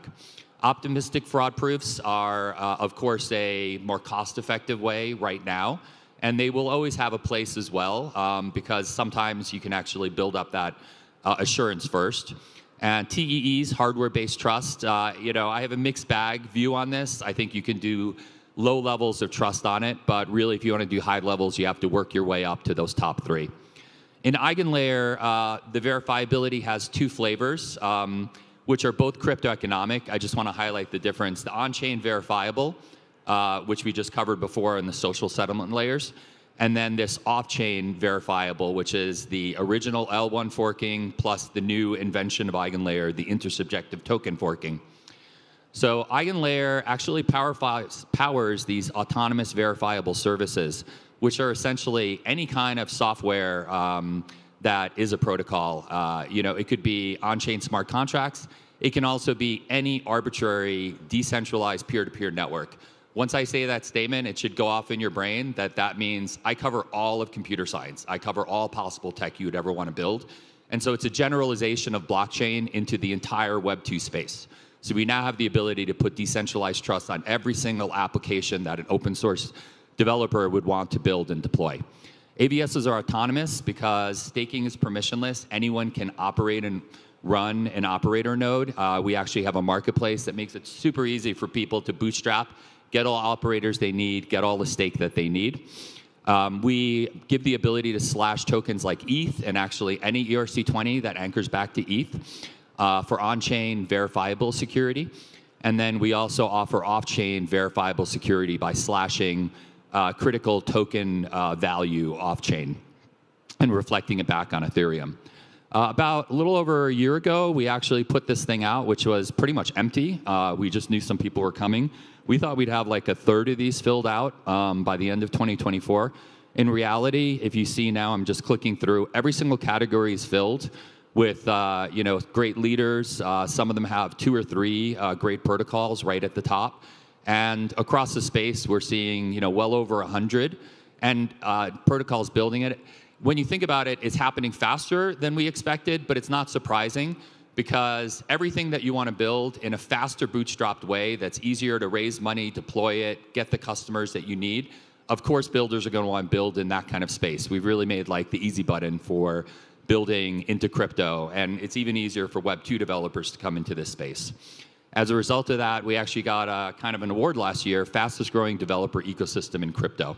So we want to continue that momentum, both because, of course, that's good to bring Web 2 into Web 3, but also because this brings everything into Ethereum space. I am, very happy with the kind of maximal decentralization with the asterisks, that you have upgradability and that we're really moving towards a 20, 50-year type protocol for Ethereum L1 that you can really run and depend on that long times. So why do open source builders win? Because everything proprietary eventually takes a short, medium, or long arc to open. I won't go through the slide. I just want to make sure I get through everything here. This is one of the critical slides of the talk, so I will take a little more time on this, and then I'll kind of speed through the rest. The next one is. This is just showing that there's a lot of centralization in cloud platforms. $2 trillion revenue. A lot of people don't know there's that much money and revenue in there. Definitely, it's a big goal of EigenLayer to bring all of that revenue towards all of you who are building, so it's going into your protocols. And across blockchain, instead of just shifting money around and taking BIPs fees on them, EigenLayer is actually going to be able to bring this revenue into the Ethereum space of software that settles back to it. So we're going to have a massive, real use case traction for crypto and for all of the technology that currently builds the web. So just really quick, I love giving people this explanation of what's happened with open source over the long arc. The pre-cloud vision is that you built software, you had an open core, then you had sort of software that you sold on top that had extra security, extra reliability, extra performance. And you ran it in private data centers, and people built apps on it, or you had your own app. That's what it meant. During the public cloud era, there was like a luring thing, the siren call of public clouds. So this switched things up a little bit. The open source core now had a fork that went to the open source creator team, and the open source creator team deployed into the Web 2 public clouds, and then the apps were built on that. And there's value from the open source core, and the creator teams put value back in by building code, maintaining it, improving it. But a new fork appeared, and that was the Web 2 Cloud's vendor SaaS. So those guys have started at large taking all successful open source core projects, wrapping it up in their own SaaS protocol, and basically competing against the creator team SaaS. And I draw the arrows here, which are not that wrong here, which is a lot less value is put in by the public clouds. And in fact, they take the majority of the value, I would argue, out of the open source core. So forked value capture, and it makes open source creators fight Web 2 clouds. Here's a critical point. In the crypto cloud, DPIN and the lower layers, all the layers of the cloud, are run by a whole slew of protocols that are making money in crypto. They give a lot better strength, and they also prevent you from having the capture that you had in public clouds. In fact, now that actually has been reverted. Open source software builders are in the driver's seat, and the infrastructure is not going to compete with them. It doesn't have that same kind of capture effect. So crypto monetized open source is a much better model to be building with. So it's better for fundraising, quicker, it's better for building. You've got de-risk platforms that aren't going to capture your value. You get global gardens, and you get Web3 network effects that are available immediately versus having to build them yourself. Better for outcome, more ways to monetize, more ways to capture value and exit into decentralized markets. Consumers win because there's privacy by default. You get to bring your data and your work with you, and you keep your hard-earned reputation, and you get better permissionless algorithms. You're not stuck with what is profit-focused for the vendors. Competition breeds excellence. Probably one of the biggest things is that you don't end up monopoly stagnating and doing competition rather than building new features and improvements. Competition innovates, monopolies stagnate. That is probably one of the big takeaways from this. You want to definitely work where things are happening. So this, just now we're in references, valuable thinking behind this. I'll be publishing these slides on Twitter. So feel free to go ahead and grab those and then follow the links to read more. Here's also some reading on the subject from us. My Twitter handle, so you can scan that and follow up with the thread, plus feel free to DM me. My Telegram is the exact same handle as well. Thank you very much. Find us this week in all sorts of places, and look forward to talking with people. Okay, thank you. Founder at a bullet hook, sucking down APIs, armor clinking with layer 2 lullabies, scalability scripture. She winks at the moon while Lagrange drools over slow motion doom. Her shield's a disco wall, fracturing legs, grass, shooby-doo-bop crack. Ooh, that lance a lightning fork, splitting bottlenecks backs. Alliance architect with a bufficorn's grit, teaching stale protocols how to fucking commit. Decentralize this, she smirks mid-flight as her wings tickle nodes into doing things right.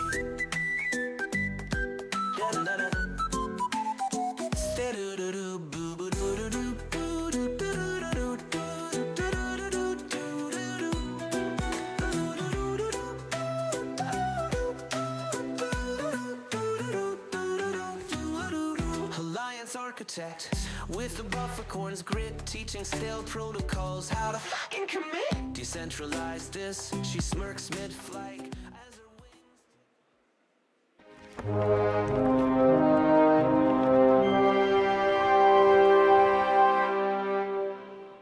All right, what a great talk. Excited about this next one. We have a co-founder of Kakarot, Elias Tazartes, giving a talk on speedrunning Ethereum as a ZkL1. It's going to be a good one. Please give it up for Elias. All right. Hey guys, my name is Elias. I am one of the co-founders of Kakarot. And we've been working a lot on making Ethereum provable. Friday, we became one of the new Beam chain client teams to try and implement a provable Ethereum. Who here has heard of the Beam chain by a show of hand? Okay, not so many. So it's the effort made by the Ethereum Foundation to incorporate more snarks and starks directly into Ethereum. And why does it matter? It matters because in the last few months in crypto in general, we have seen that as a general community, we want more bandwidth and less latency. So we want more execution on Ethereum L1, but we also want more execution on every chain. So Ethereum L1 today does 30 transactions per second. And if you include all the rollups, you maybe get to 300. This is still not enough to scale to the next level, be it the 4,000 sustained of Solana or even the up to 60K of Visa. So we want to grow this. And Ethereum, the core value of Ethereum is not speed. It is verifiability, inclusiveness, security. And so as a result, you have the system POS and also the current execution layer, which assumes small compute and small bandwidth for both the actor that is supposed to propose the block, but also the actors that are supposed to re-execute the block, verify everything is correct, and sign on it. And tomorrow, with the many efforts that are done in the ZK research, you assume that attesters now are even less, have even less compute, but that's fine. And you assume the proposer has extremely large compute. And why are you allowed to do this is thanks to ZK. Thanks to ZK, you can create this asymmetry between an actor that we call prover, that is going to do a lot of work to convince a verifier that something was done correctly. And this is extremely convenient for Ethereum that has already kind of dipped its toe into the separation between builders and proposers. Does that ring a bell? Does that remind you of PBS, the proposer-builder separation? This is one step further, and it's called APS, Attester-Proposer Separation, for those who want to look into it. But it's truly enabled by ZK because with ZK you can unconstrain the block builder. They can have a huge computer. It doesn't hurt verifiability, which is the core value of Ethereum, because the big builder, supercomputer, is going to generate ZK proofs, certificates of execution for every single block they build. All right, so what does it look like? You have a slot, 12 seconds. You build a block, so you include 100 to 150, maybe 200 transactions in your block, be they trades, swaps, anything, you name it, games, NFTs. And you broadcast your block to the peer-to-peer network. And tomorrow, instead of broadcasting the block, the full block, what you're going to broadcast is a proof that the block was executed with integrity and the sufficient data to verify this proof.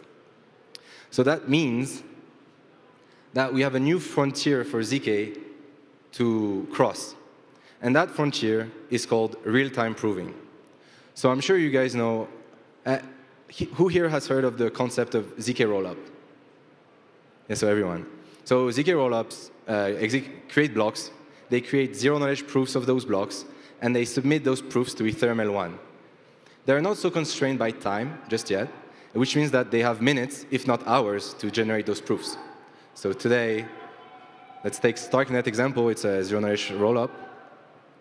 It takes up to 8 hours to settle proofs on Ethereum. Of course, it's for matters of aggregation, but that's not the question. It means that today we need to cross a new, like, kind of 40x in speed in proof generation time to be able to claim that we can make Ethereum a ZK-L1. And for that, it means that kind of as engineers and the researchers, we need to really zoom in into the proof lifetime, find every single bottleneck or every single second that we can gain, and do it. And that's this diagram showing you that as soon as the proposer creates a new block, you need to pre-process the block to create prover inputs. You need to generate a so-called trace.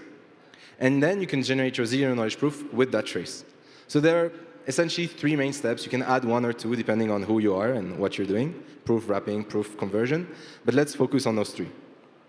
And the point of today is to say, a block, that way you can have the orders of magnitude in your head. So a block amounts to, let's say, in the hundreds of millions of so-called cycles. You can use them as arbitrary unit. They're the CPU cycles for ZkVMs. So between 250, you can go up to 600 million, sometimes 1 billion, depending on how big the block is. And so we use this speed measurement, hertz. So megahertz is 1 million cycles per second. So TLDR is, you will see in the benchmarks, if you look a bit into it, the megahertz word come up a lot, and the cycle. So I just wanted to give you this mental model.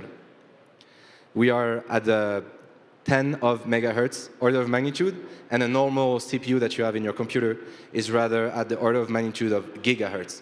So you have this 1000x that you need to reach to be at the same speed as CPUs, but we will be fine with 100 megahertz for now, and until the next years. So let's just dive into it and see where time is spent. And if you want to follow more closely this effort, there's a website called ethproof.org. I'll come back to it, but this is where all the data on proving Ethereum is aggregated. And I have 8 minutes. OK, cool. So as I said, generate proof inputs, generate trace, generate Stark, broadcast Stark. I'm using the word Stark. You might have heard the word Snark. They are similar concepts. It's just that everyone is using Stark today, most people. OK, so we called it ZkPig. You can call it anything you want, but it's a ZK prover input generator. And what you do is you essentially take a block, and you take the entire state of Ethereum, which is in the terabytes. And of course, you can't send that over the wire. And you try to go to the substrate, the exact minimum state that you need to run this block without having access to a database in real time. So what that means is that if my block has 20 transfers from me to all you guys, the prover will need my balance at the beginning of the block and all your balances at the beginning of the block, and no one else's. So this is what we call the kind of pre-processing, because you need to extract the absolute minimum needed to execute your block. And that goes for the code that you touch, the storage that you touch, and so on and so forth. And there are many tools to do it. There's one by ReZero, one by Succinct. I think they're similar, one by us. At the end of the day, it is something that should not be your problem because it's mostly engineering, it's not ZK. And so today, with a remote RPC, we already have a problem. We're at 2 minutes to generate those inputs. So the obvious endgame, which is simply a matter of optimization, you need to run this step as you construct the block. We're already seeing that we're already out of our 12-second deadline. So we need to optimize this in the next month or two. So OK, let's say our slot is 12 seconds, and we only allow the prover input generation, which is just pre-processing, to take up to 1 second. And ideally, you want it to take 0 seconds. And today, it's 2 minutes if you use a remote RPC to query all of the storage that your block is going to touch. And the time that you see is mostly just ping, round-town ping, because you have to ping remote RPC every time you hit a storage slot. All right, so let's get to a more interesting part, generation trace. So trace, you have to think about it, this is my mental model. You have to think about it as this big Excel table, where every single row is the state of your computer, your virtual computer, the state at every step. So first step, I'm initiating my program. Second step, I've done some things. And every row of your Excel sheet, you're logging the exact state of your computer. And this is going to be useful because the prover is going to do nothing else than check that every single step respects the constraints of the way your computer is supposed to work. So what do you want to prove? You simply want to prove that a program, which is the Ethereum execution layer specification, the EVM, the Ethereum smart contract execution engine, is operating correctly so that it runs on inputs, the current state of the world and the block, and produces some output. And this, I think many of you have heard it. It is colloquially, scientifically named the state transition function. So the only thing you need to prove when you're proving Ethereum execution is proving that the state transition was done with integrity. And this is what validators do every day, all the time. The only difference is that they do this by re-executing the entire block, block after block. So every time a new block is produced, you expect all of the nodes to re-execute transactions. What ZK does is that you now expect people to verify proofs. And the main difference is that proofs are exponentially cheaper to verify than a re-execution. So that's it, block data, Ethereum execution layer in a ZK environment, and that gives you a trace. And just to give you our lessons learned at Kakarot, the thing we did was have a ZK native implementation of the Ethereum execution layer in Cairo, and that gave us the ability to run blocks in a provable environment, which is the Cairo VM. All right, so how fast is this, and is it a bottleneck? I phoned our friends at ReZero and asked them, what is the theoretical max that you have right now to generate a trace for a chunky block? Let's say block 21 million. And they gave us 5 seconds for that block, which is not too bad, but maybe a bit problematic for the real-time element, especially sub-block. And this number is if you have an extremely big CPU, but we'll take it, and we think that the space is pretty much well advanced on this. So we have 10, maybe 5 seconds, depending on the block, for trace generation. And if your block is too big, you are already out of the game. You are above your 12 seconds, and that's a big problem. So I think the key idea is now people are looking into parallel trace generation. I guess parallelization is the obvious answer that most people throw at many problems in engineering. And that's what we are doing and most teams are doing. The other thing you can do is break a block into chunks, but that also gives you heuristically parallelization. OK, so now generating a stack. So as I said, you have this trace, which is a big Excel sheet, and then you have a star prover. So I have this very high-level, very dumbed-down version of a prover. Disclaimer, I'm not a cryptographer myself. I'm a zero-knowledge engineer. But this is how I view a trace, simply that every row in your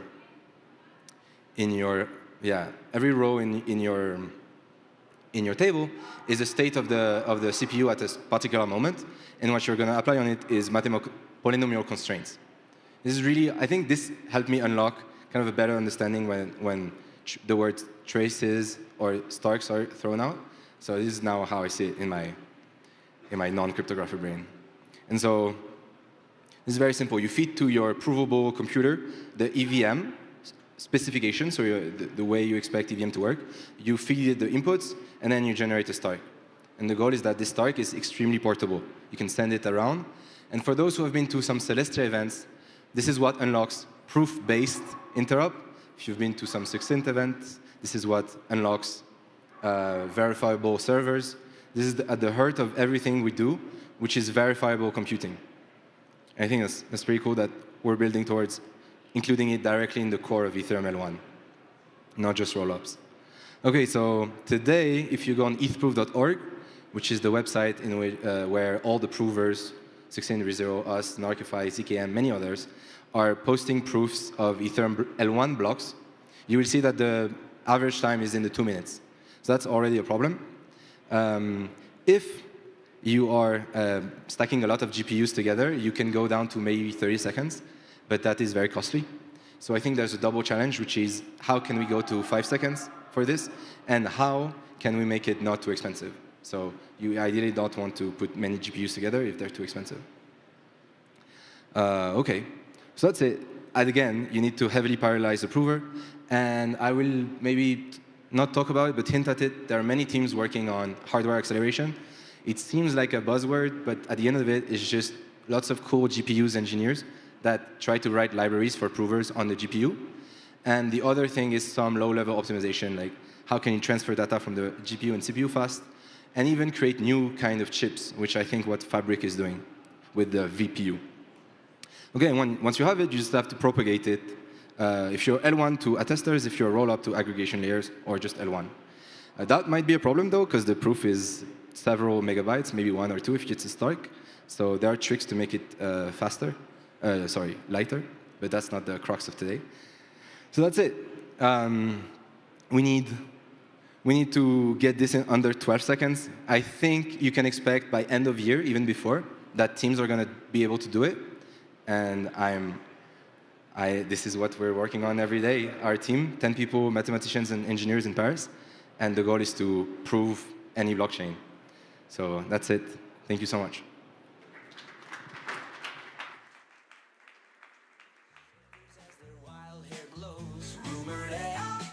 Just 3 Red Bulls in a row. What you building, prof? A singularity jukebox. How you stay charged? Espresso straight through my cortex. Who's your nemesis? Light runs down a found. Age? Old to speak, young as each block mine down. Professor Wade's got the future on spinball. Urging notes, dancing where the bottleneck's been.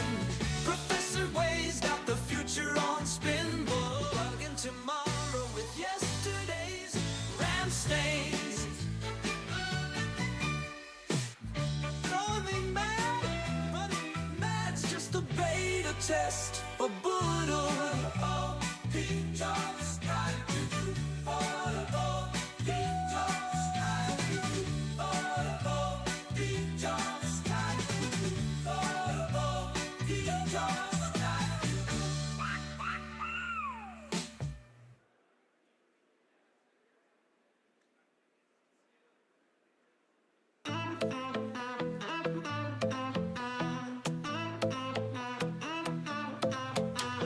Deep pools hum where the currents align. 8th century sharp like blockchain wine. Adaptive our machines, volatility sieve. Watch the ripples, whispers pop before the dive. Liquidity surge.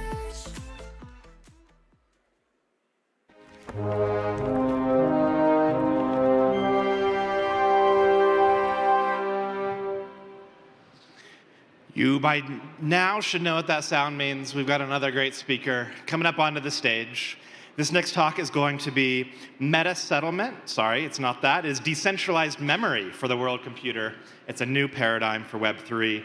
It's being given by the co-founder and CEO of Optimum, Muriel Medard. Please give it up for Muriel. Thanks, Daniel. Yes, so let me see. Great. So it's a pleasure to be here today. I'm Muriel Medard. I'm going to talk about decentralized memory for the world computer. And I hope to convince you that this is a correct way of going about things, and also is going to be the most efficient and future-proof way to go about things. I'm just going to tell you a little bit who I am. So I'm on leave to pursue this full-time from MIT. At MIT, I was holding the NEC chair for software science and engineering for the entire School of Engineering and full professor in electrical engineering and computer science. I'm an MIT product, have 3 bachelor's degrees and so on. And, you know, things were going so well in academia. You know, I was getting all the nice kudos.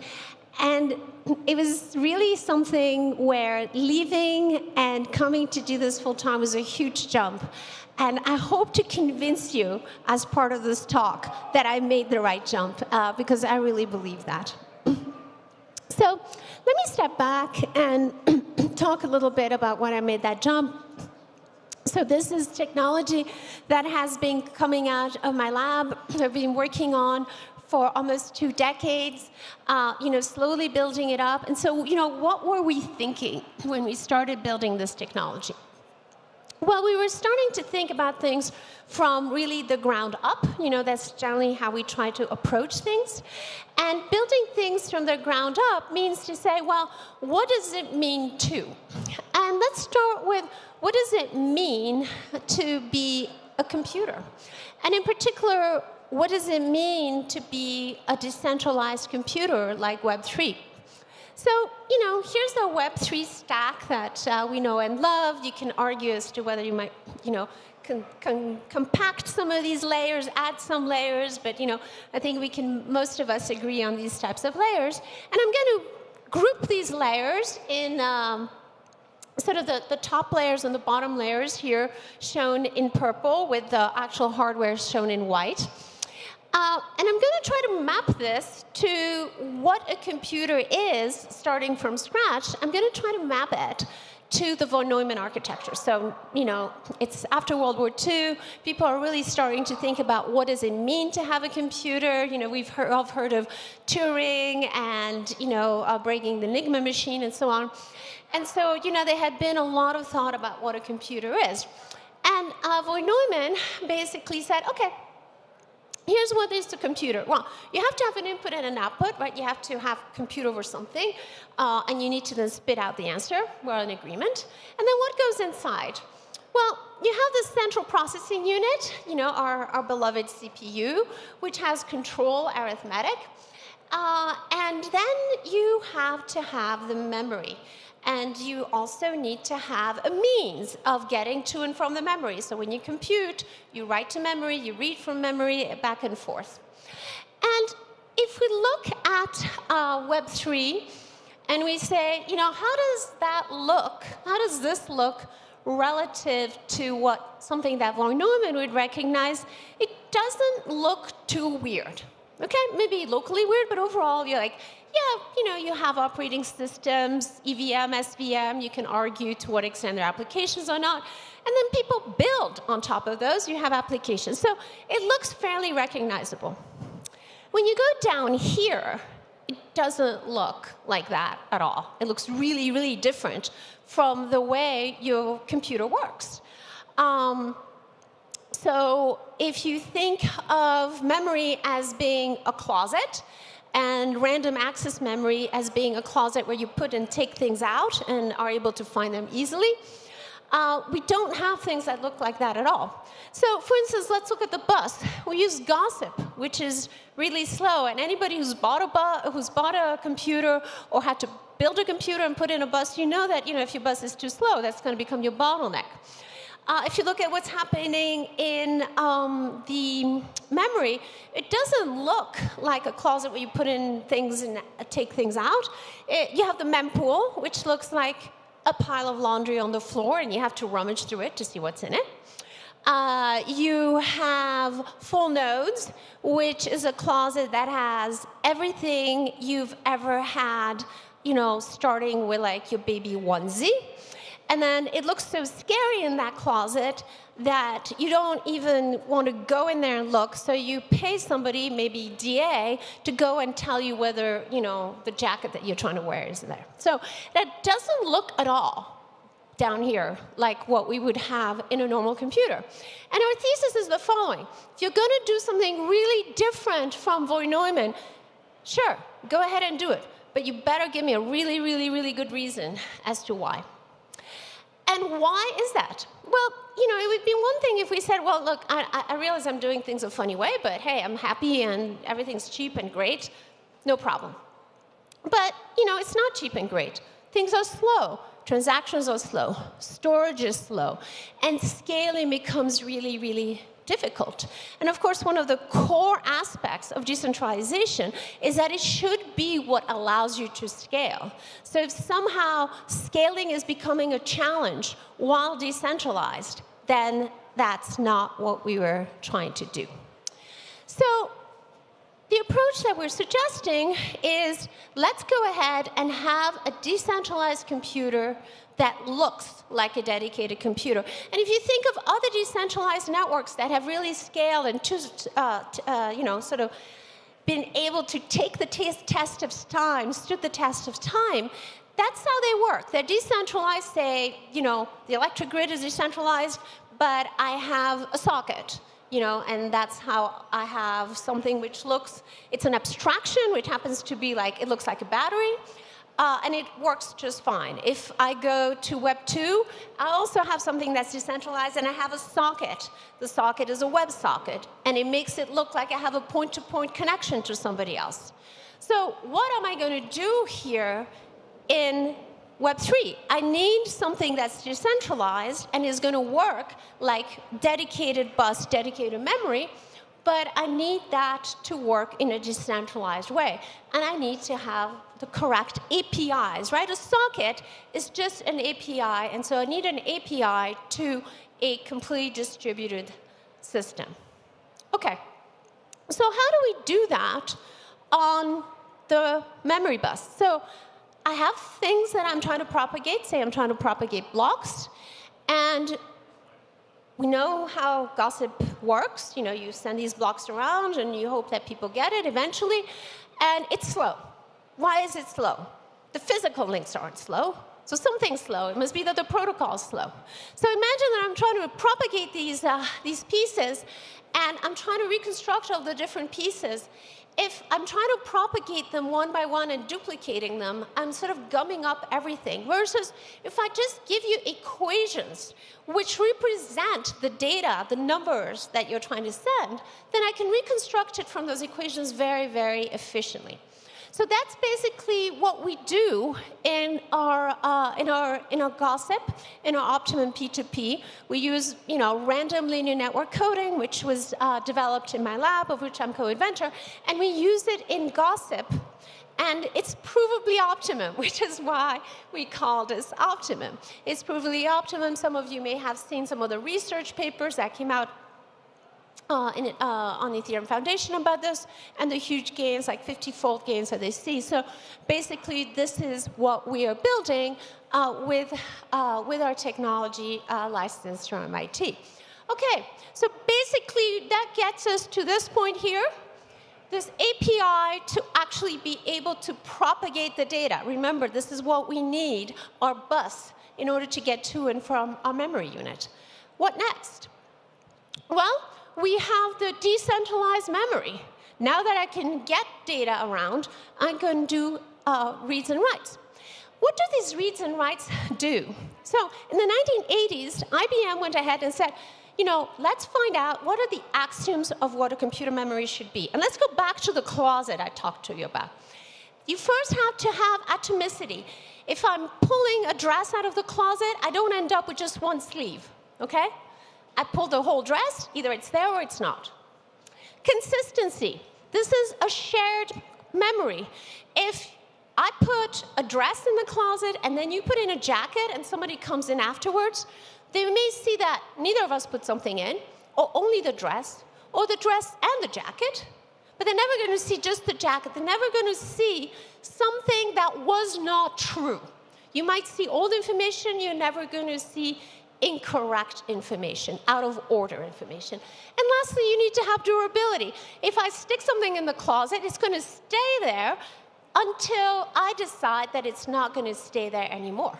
Okay, so I need to have something which is dependable. If I turn on my computer, I expect the stuff that I put in memory is there, and if I want to put it in cold storage, I do that. I decide how to do that. So we are able to do this in terms of reads and writes, multi-reader, multi-writer, and the real trick here is that, there were a couple of algorithms out there in the computer science literature. Those of you in the area may know ABD, Rambo, and if it, but this is a very niche area. But, the reason they stayed fairly niche was because they were doing a lot of duplication, not using coding, not using equations. So the way we're able to make this scalable, fast, reliable, and economically attractive is by using coding. So then what? Who benefits from Optimum? Validators, and then of course L1s and L2s. And let me push particularly for validators, because this is our first go-to-market is on validators. Particularly with our first offering. So of course, first you need to do the bus before you do the memory. We're looking at speeding up block propagation and lowering operational costs. And of course, the feedback we've gotten, the reaction we've gotten from validators has been great. So if you're a validator, if you work with validators, we would absolutely love to chat with you. Down the road, then of course, when you have the DRAM, you have something that really is going to work on helping you with your MEV, preventing sandwich attacks, remember, because in that closet, everything is always appearing in order. Things never get out of order. You can't fake anything. And of course, for L1s and L2s, the gossip is able to really increase the bandwidth and reduce latency. Whether you were using something like, say, Gossip Sub, particularly in Ethereum, or whether, you were, say, working over Solana and working over Turbine, which has, like, 1950s style coding, making of those equations, which of course we can outperform. And then, of course, the Optimum DRAM ensures global order is really going to basically ensure correct operation without having to go back and fix things when they go wrong, etc. So this framework here of the atomicity, consistency, durability is often called the ACID framework versus what we usually do in Web3, which is the base, best effort, eventual consistency, and basically, just trying and seeing what happens. So what's our call to action? We're launching, it's March 1st this month, a private testnet and running POCs. It's a private testnet. If you're interested, please come talk to us. Please follow us on X. Very exciting. We announced our angel round yesterday, so follow us on X. You can see it. We have really an amazing set of backers, very supportive, really helpful. Our research papers on decentralized propagation and memory are coming in the coming weeks, so look for them on archive. Feel free also to reach out directly if you'd like a copy of them. And with that, I really hope that you'll try to contact us if you're in the in the business of doing the of running nodes, and I look forward to hearing from a lot of you. Thanks a lot.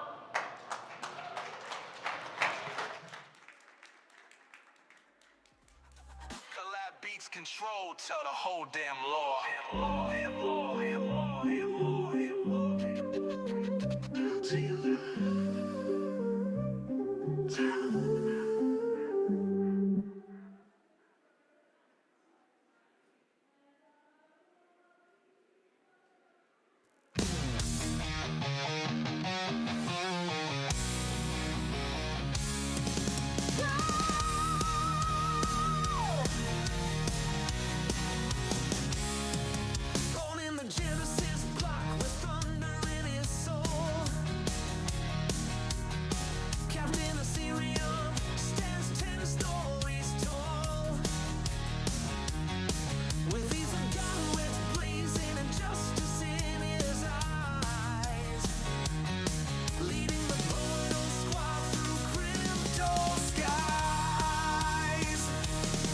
Captain Ethereum,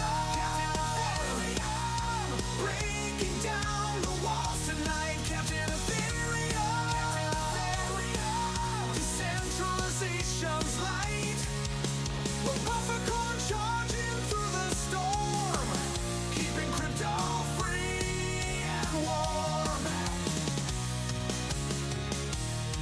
Centralizerus thinks he's got us beat. When Captain's crystal pulse makes tyrants retreat. From Dublin to Berlin, we're building day and night. While Captain leads the charge into the fight. Captain Ethereum, breaking down the walls tonight. Captain Ethereum, decentralization's light. Buffer-corn charging through the storm, keeping crypto free and warm.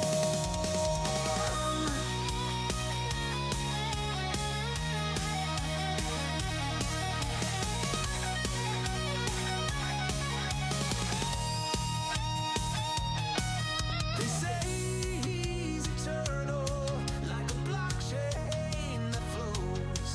Where freedom needs defenders, that's where Captain goes. So raise your notes up high, let your smart contracts fly. The Captain's here to stay, keeping centralization away. Captain Ethereum, forever. Captain shows the way, from the Genesis block to a brighter day.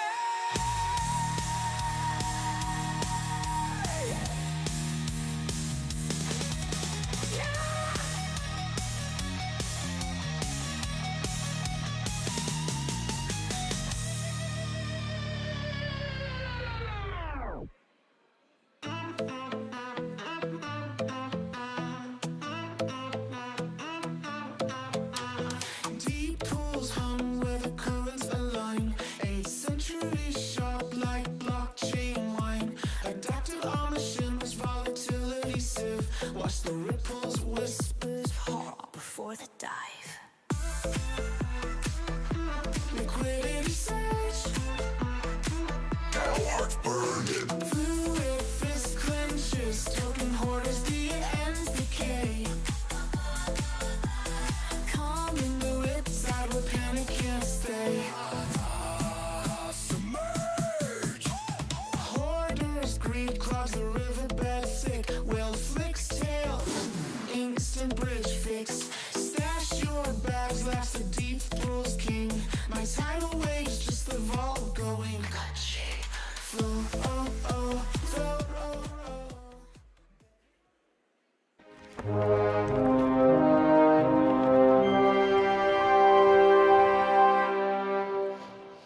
All right, Saturday afternoon. Hope the energy's staying high for this next panel, which is going to be a great one, diving into Alt-VM scaling Ethereum. We have representatives taking a look at SVM, MoveVM, and the parallel EVM, and a discussion led by Lane, who is head of research at the Near Foundation. Give it up.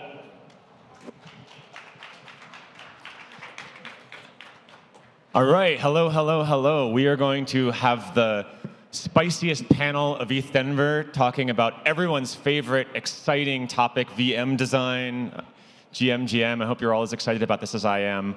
Yeah, let's kick it off with some intros. Maybe we'll start down there. Joanna, do you want to just quickly say your name and your project and your VM of choice? Sure. My name is Joanna Zhang. I am the co-founder and CEO of Soon. So Soon is the most efficient rollup stack that delivers Solana-level experience to every ecosystem. So our vision is to bring Solana top performance to where the users are, which is in Ethereum, in other ecosystem, and extending that builder culture everywhere. So our choice of VM is Solana.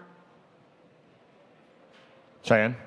Hey, Hey everyone, my name is Cheyenne. I'm a developer relations engineer at Movement Labs. Movement Labs, we're building Movement, which is the first move, roll-up, sidechain, whatever you want to call it, on Ethereum. The biggest philosophy behind using Move, the Move language, is that it's inherently a safer VM. The language provides out-of-the-box type safety and allows developers to really build what they want to build without having to focus on basically having themselves accidentally shoot themselves in the foot. So yeah, that's a little about Movement, and yeah, we'll probably talk more later. Bread guy. I'm the piece of bread on the screen. I'm head of growth, marketing, whatever you want to call it, at Mega ETH. We are the first real-time blockchain, EVM equivalent. That's what we're striving for. Layer 2 atop of Ethereum. Last but not least, Mr. Keone. Hi, everyone. Keone Han from the Monad Foundation. I'm really excited to be here to share more about our team's perspective on scaling the EVM.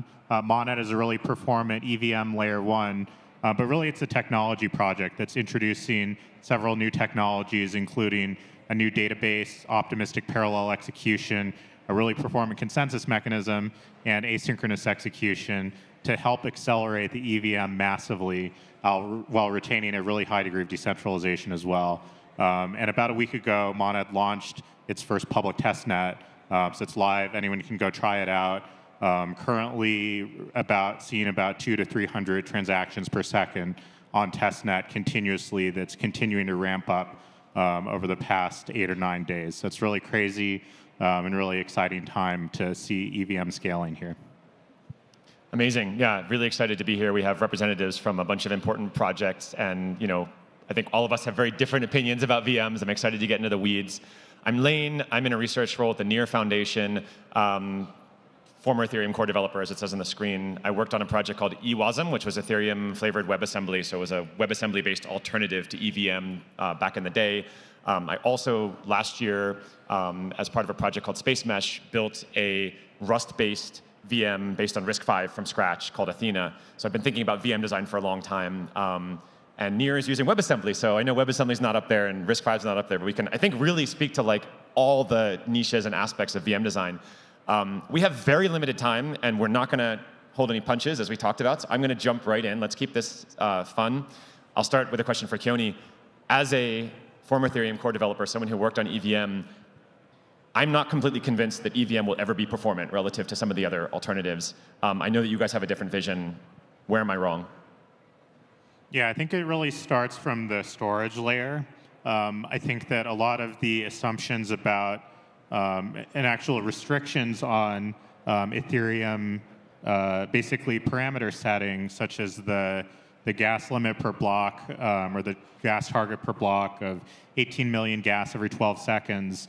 These are all predicated upon assumptions that as state continues to grow, there's a really high cost of accessing that state, and the bigger the state gets, the more expensive that becomes. And this is really because existing clients are basically using commodity databases underneath as the data store. So for example, Geth uses LevelDB, or more recently transitioned to PebbleDB, which then uses another tree structure under the hood. What you get is a ton of indirection and a ton of inefficiency. And so all of these assumptions that Ethereum has made, all of the choices that Ethereum has made are very understandable, but they're also predicated on the assumption of really slow state access. So with the Monad project, this really started from first principles, looking at benchmarking and so on, and building a new database to address this problem. And then once we addressed this problem, then it became a lot more feasible to introduce several other technologies, such as optimistic parallel execution, such as asynchronous execution, moving execution out of the hot path of consensus into a separate swim lane, so the entire block time can be used for execution. All these other improvements, they become unlocked because of this core assumption that's been alleviated. Yeah, I think you're making a very important point, which is that the VM is about more than the instruction set, right? There's a lot of other things going on, whether it's the database, whether it's the pipeline. For anyone who has not had a chance to look at Monad Tech yet, I mean, you guys are like really pushing the envelope. Quite exciting stuff, so definitely take a look at it. Brad, you guys are also doing EVM, right? Any response to my question? No, honestly, like Keone's obviously talking about it pretty well. It's like it is a modular system and it is not one thing. We share a very similar design philosophy, right? I would encourage everyone here to actually go back and look at a YouTube video of Yilong Li, who's our founder, from about 2 or 3 years ago, right? We have the principle of like measure then build, right? So they spend a very long time benchmarking, as Keone had said, and you like in that you could see that over 50% of the lag time that you're seeing in these traditional EVM systems, right, just as it was, would actually come from storage, right? It's actually not the actual execution of the stuff. So, and I'm just a marketing guy, right? So I'm LARPing a little bit. I'm not writing this code, but if you can go back and you can see that all of this stuff has been addressed, and it's not inherently in the VM itself that is not performant, right? And you have to pair that with what does performance need? What level of throughput do we actually need? We're looking at the current ecosystem today, right? Solana ate the entire brunt of this bull market, right, with meme coining stuff. And I think they topped out at like 1,500 TPS-ish, like average 800, maybe got up to 3,000 during a high transaction moment, Trump's, Melania, whatever, right? And you have Keone right here coming with Monad, right? They're hitting 5,000 TPS in testnet, right? Not enough. Just to stick with the meme, we're excited to announce that we have successfully achieved public testnet internally to stay with Move. And in that single-threaded, we're already hitting 15,000 TPS. Now, obviously, as a layer 2, we don't have to deal with stuff like consensus. We don't have to deal with stuff that all blockchains have to deal with. But it's not inherently the VM itself that is not performant. And if we're talking about these kind of levels, like honestly, performance is not needed up at these thresholds relative to the current block space demand that is in the ecosystem. So, and we have time for technology to come out and to refine these systems and to continue to grow. So. The VM itself is not the bottleneck, at least relative to the capacity that's required today. Good stuff. It's exciting as someone who's been part of Ethereum for a long time to see projects like both of yours like really pushing the envelope on EVM. But let's look at the other side. So for our friends who chose not to use EVM, was it because of performance or other reasons? Whoever wants to jump in. Okay, so it's a little bit of both, right? So I was, I guess I consider myself an ETH maxi, starting out as a Coinbase, and later on moved over to Optimism. The one thing that really frustrated me about the EVM side is the lack of user adoption. So when I started thinking about founding Soon this time, actually exactly this time last year, and when I was looking at all the next-gen VMs, right? So the comparison here is, SVM versus Move versus EVM. And so start with the business decision, right? So thinking about the developer sizing, right? So we have the fastest growing, ecosystem on Solana. That was the Electric Capital report, right? Talking about Ethereum builders are declining. Move is moving up, but SVM side has the fastest growth. And then in terms of the actual maturity of the virtual machine, right, Solana has been around for 5 years, EVM or Ethereum has been around for 7, and Move only been around for 2. So from a developer tooling and overall ecosystem vibrancy perspective, is also, as SVM is going up. And then in terms of the user adoption, I think this is where the moment of aha comes to play, because the users are really voting with their own transactions, right? When you're looking at the DEX transaction volume, about 80% of the DEXs are, currently trading on Solana. And then the actual MAUs, monthly active users, about 100 million on Solana versus 15 million on ETH mainnet, and another 70 million, let's call it, among all the L2s, ETH L2s out there.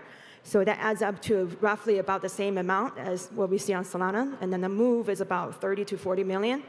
So all of this is to say, right, on the business side, SVM to me is where the user adoption is happening, right? So we want to contribute to moving, SVM to other ecosystems so we can further, allow the developers to just develop once and deploy everywhere, right? So help them. Our value is as an infra is to bring the developers to where the users are. And then secondly, on the tech side, so throughput, obviously, like Solana, parallel execution is the strongest among all the VMs. So we're talking about, in theory, right, goes up to 650K TPS if we see the fair dancer launch.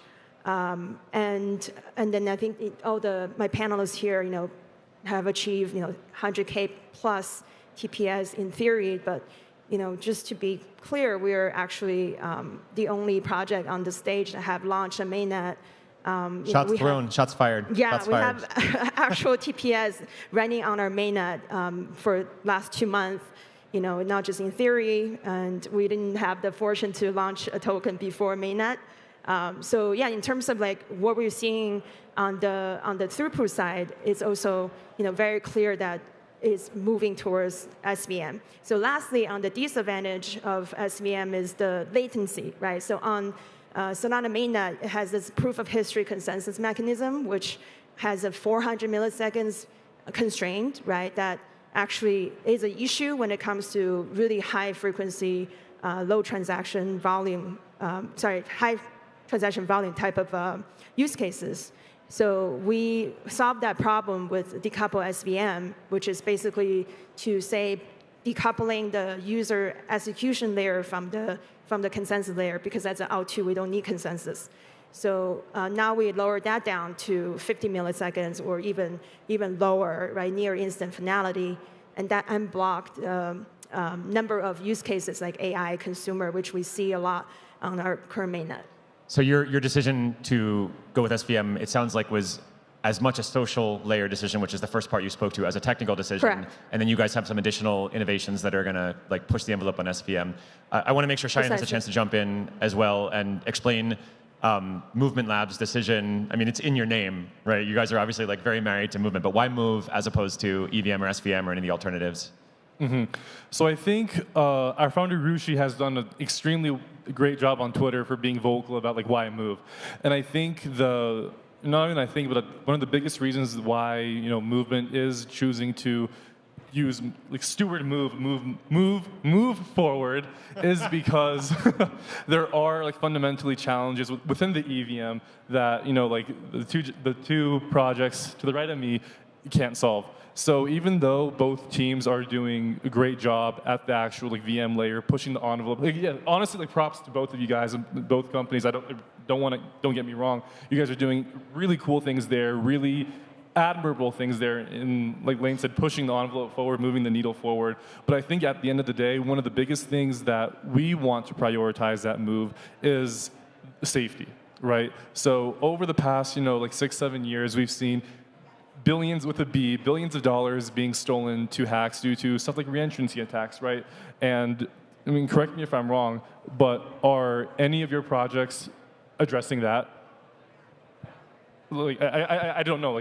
Like, I think one thing to emphasize is that by making execution much cheaper, it's much easier for developers to write a lot more defensive assertions in their code. The focus on extreme gas optimization is very understandable when building for Ethereum mainnet or other environments where gas is really expensive, where adding that extra invariant check is going to cost like another 10 cents every time someone transacts. So really the focus on delivering really high throughput, really cheap gas enables developers to express all of the defensive assertions that help defend invariance within the protocol. Oh, that's cool. I didn't know that, so thank you for sharing. But I think at the end of the day, there is like nothing in the VM to protect against it inherently. Is that correct? I think that at the end of the day, EVM is just a general purpose environment. So in the same way that like when you're writing C++ or you're writing Rust or you're writing other code, like the invariant always needs to be protected by asserting it, by measuring it and asserting it. Yeah, and like we also are forgetting to talk about the real reason why we're leaning into the EVM generally, right? And then we talked about the tooling, right? That OpenZeppelin has had a fix for reentrancy out there for years now, right? Like so, the ecosystem, the man hours, the amount of time that has been spent on the ecosystem, the EVM specifically, to safeguard against these things has been available and open and public for years now, right? And then, like, yes, you can write new virtual machines that are geared towards specific use cases, but the amount of time and energy that has been put in the ecosystem and tooling and yeah, just reinforcing the ecosystem, like that can't be replicated, right? You can't speed run that, not easily, but it is good that you guys are thinking about that out front. All right, cool. And yeah, and I didn't mean to ask that question like as a getcha. It was more just like I really just didn't know and I wanted to know. So thanks for asking.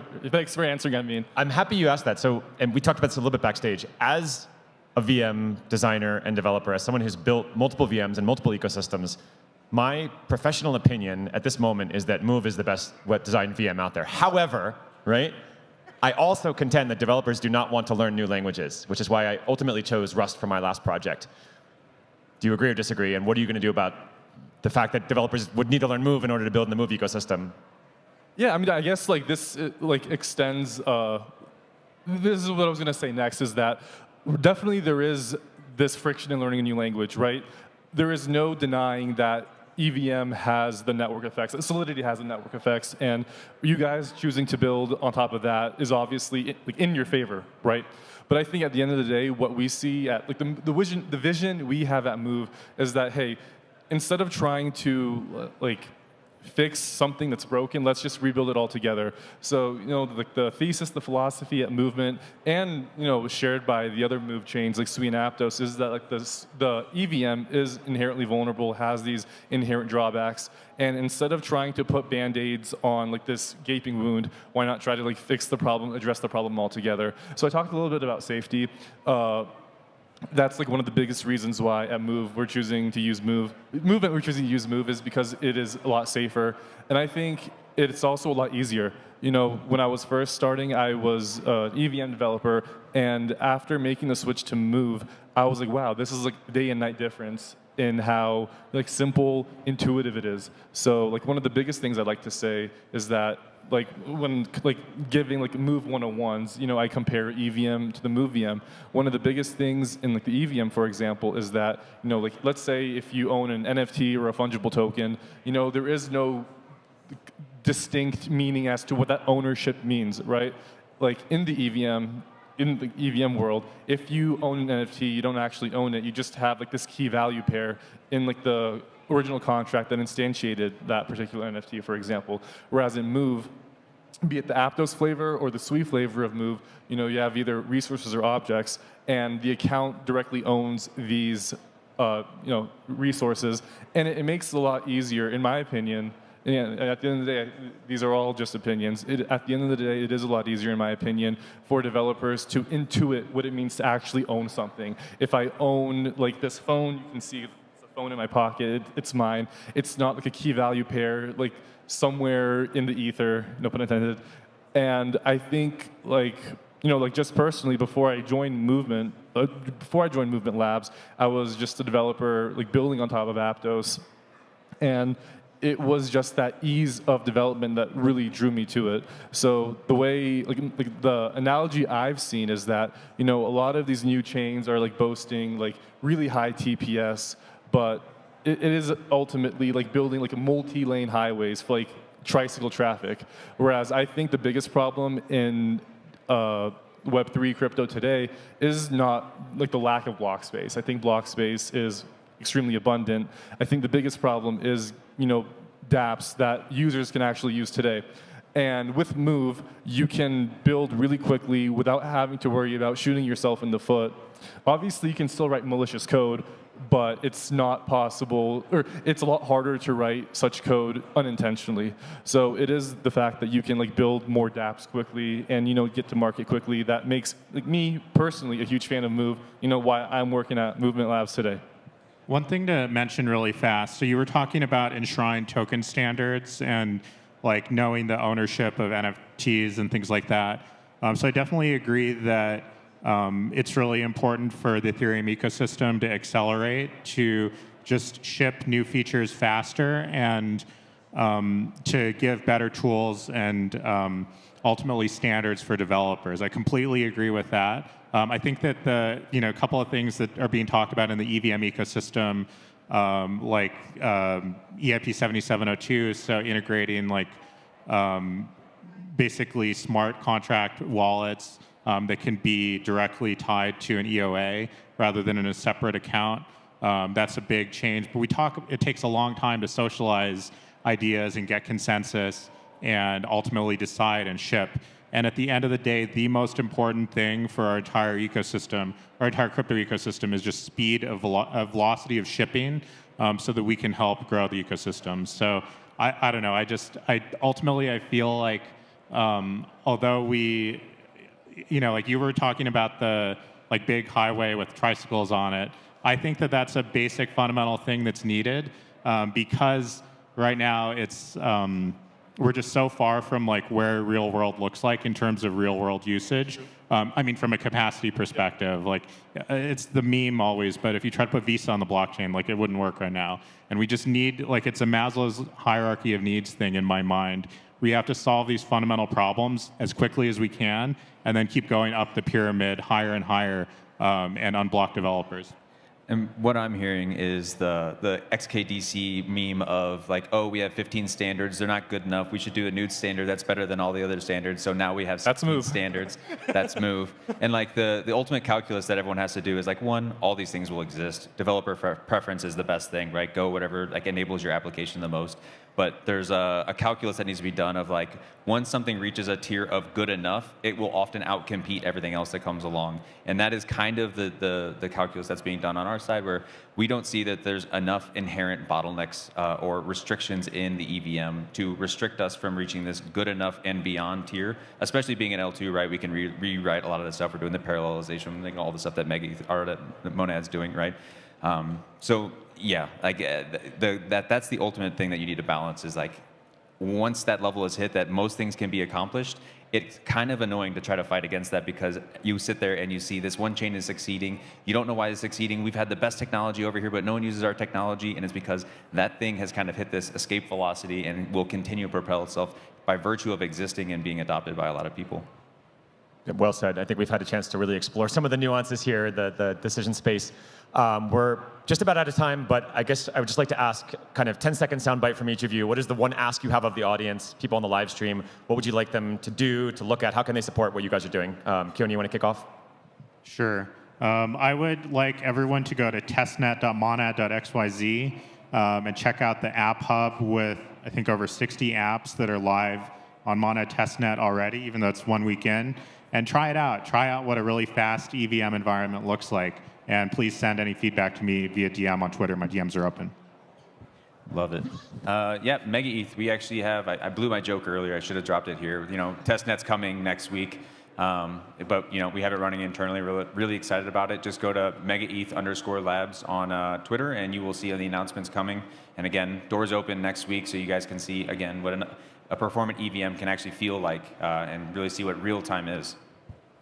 Thank you. And for me, I would say go to docs.movementnetwork.xyz. I think the biggest thing that Move lacks that the other two chains before me don't is that we definitely, and even Solana, is that we definitely have, I think, one of the smallest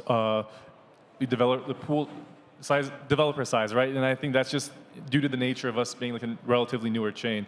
So I would definitely recommend any developers here to actually check out Move, how it works, how it compares against EVM or SVM if that's what you're familiar with, and yeah, just to give it a try, see how you like it, and yeah. So for us, we have a mainnet that's been live, and we have about 40 applications currently live on the mainnet. About half of them are native to Soon. So a lot of the use cases so far has been around AI and consumer, which I kind of call these micro transactions, right? High frequency, low notional type of transactions that were previously bottlenecked by EVM. So the main thing I would love to invite you guys to try out is all the current live applications, as well as anybody that is interested in launching your own Solana, so to speak, with Soon Stack, right? So we have, first and foremost, a roll-up stack that also allows developers to launch their own app chains, which we are super bullish about.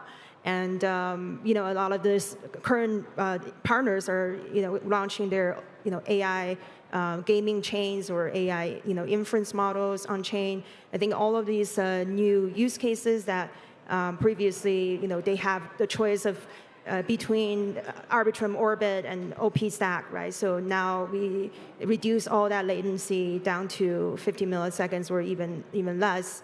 Can allow and block a bunch of new use cases as well. So yeah, really excited to showcase kind of what SVM can enable.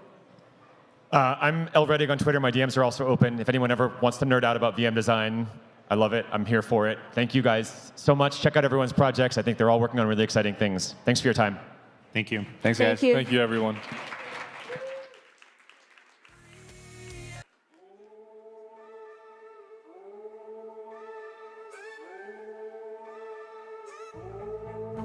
Click, clack, goes a mace on firewall. I spooked and truce from trash sheets. That's my device. Nullify a sniffing by my clothes too crisp. Mainnet gossips tastier than breakfast chips. Story, hack, flurry. Mama's making news before the cold reload. Got receipts in my cheeks, encrypted and plumbed. You private DMs, I'm the dumpster dive jump. Eyes everywhere, match 3 bird phones. Haunteries whisper, king chomp and blockchain bones. Make it down to my voted fuck. Stealth crawl through your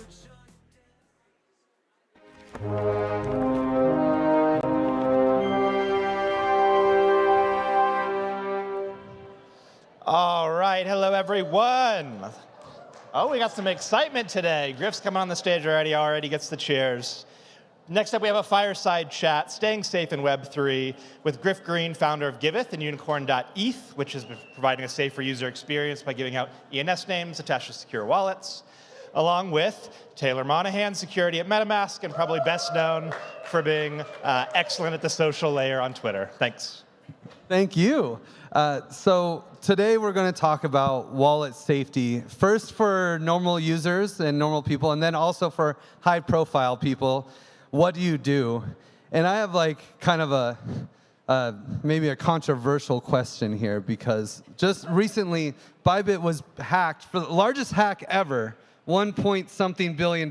It was more before Ether tanked a little, but we actually have hundreds of thousands of users that are perfectly safe after the largest hack ever of a centralized exchange. Because they're centralized exchange users, they're okay, right? They weren't actually affected. Now, this is my question. Is it safer to actually be on a centralized exchange, a top-tier centralized exchange, or is it safer to hold a MetaMask key? That's for you. You work at MetaMask. Oh, dear. Okay, they are both insanely dangerous. They really are. So the difference is whether you want to rely on someone else and trust that exchange is going to be fine. They're probably not going to be fine. They're probably going to get hacked.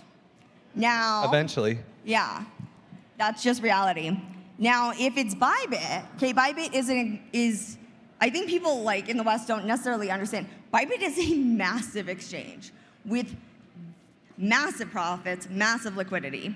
So even though this was like a fantastically huge hack, they actually do have, they are able to cover it. In most other cases, you're not able to lose $1.5 billion and be okay. On the flip side, right, this is why we're here.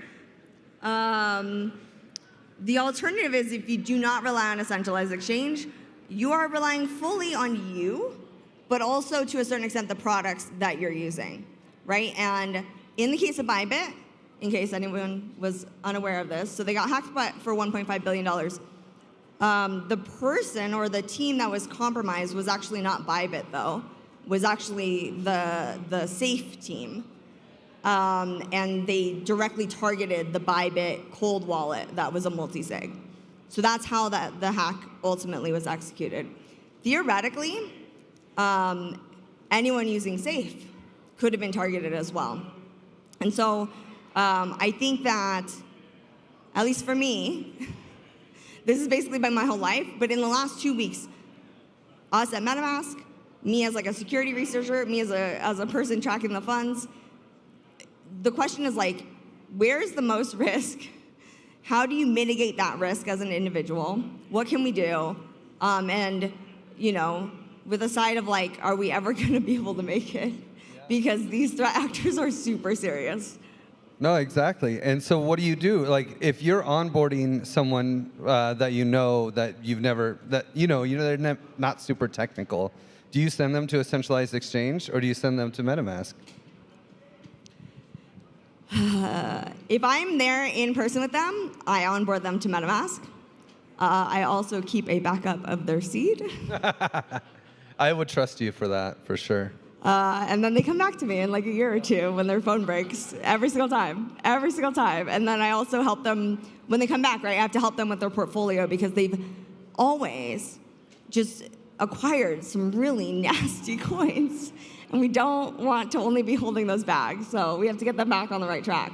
However, if I'm like recommending a person on the internet or someone that I'm associated with and I'm not gonna sit down and like, help them, I'm usually gonna recommend them like a Coinbase. Yeah. And that's...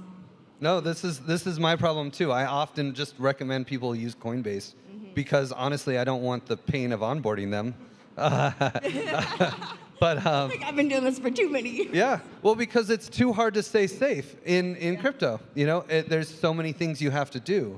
Yeah. There's so many attacks that are possible. Well, and Coinbase scares me almost more these days. I keep having to remind people, like, by the way, don't ever like touch your Coinbase anymore, right? All the people I've onboarded to Coinbase, I have to tell them because we call them the skitties. They're the little script kiddies. They're not actual hackers, right? They're kids.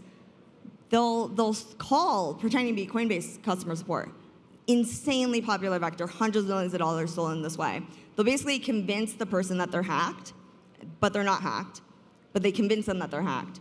And then they convince the person to let them, fake Coinbase support, help them, at which point they are actually hacked. And it's like the number of guys doing this and their success rate is absolutely like absurd. And it's not a vector that we had been really, I guess, warning against before. I mean, it's almost impossible, right? If someone's just convincing you that you need to spend money somewhere. They're English-speaking, like US, UK, Canada, calls them, sounds like a support guy every single time. And it's, but that's scary, right? So what do we as an industry need to do? What are the builders in this room? How can we build something that normal people can actually onboard to Web3 and be protected?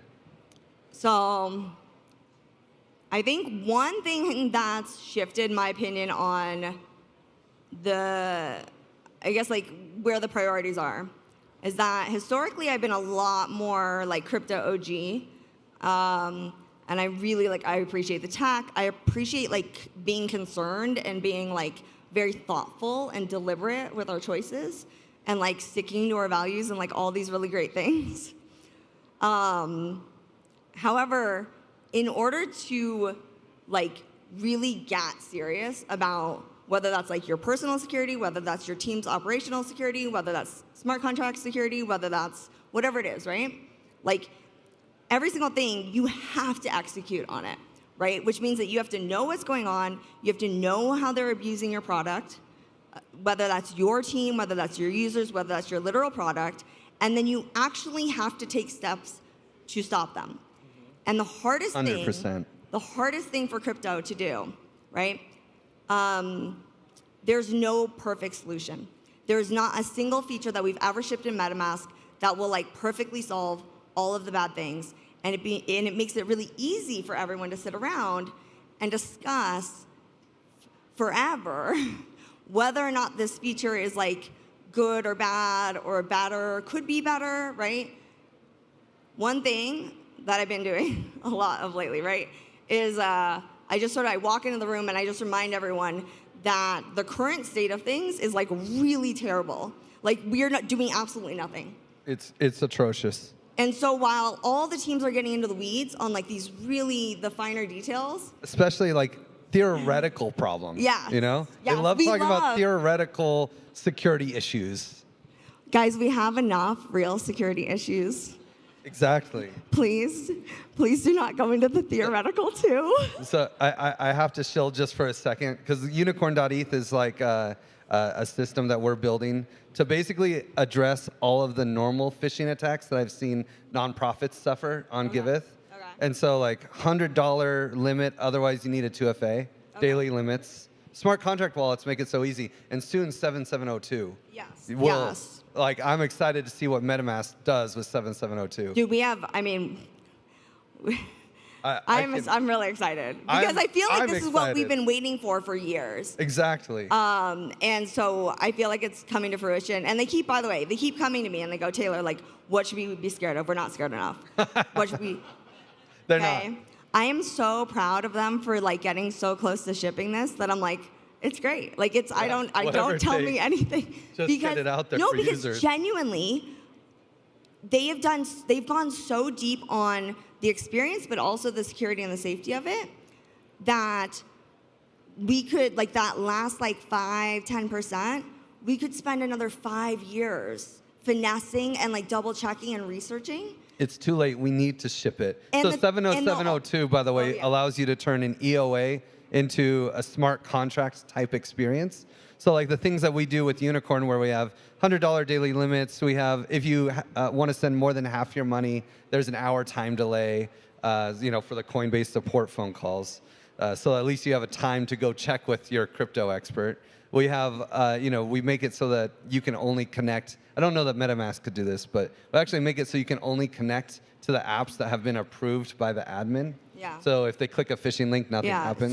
so that is permissioned technology, and that is anti-crypto. So the way we deal with that is it's permissioned in this space, but you can go to another website and access permissionlessly, click the phishing link, connect to it, lose all your money. But at least in that... You could use MetaMask. Yeah, exactly. You can always withdraw to MetaMask and click the phishing link. But everyone in ETH Denver actually has this wallet embedded in their ETH Denver account. So we're working to provide safety for the community. No, I think, and I've been a big supporter, I think MetaMask is not and has not been in a position for a variety of reasons to do something like that, to ship it. But trust me, this is like one of the most talked about things because,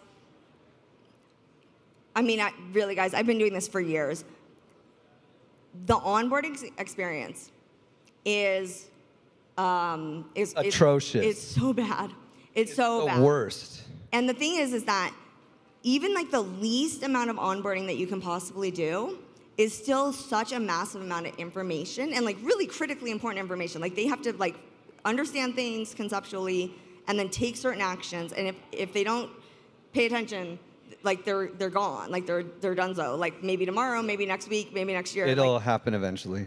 And that's the craziest thing about crypto onboarding in general is that the process is actually like your entire life.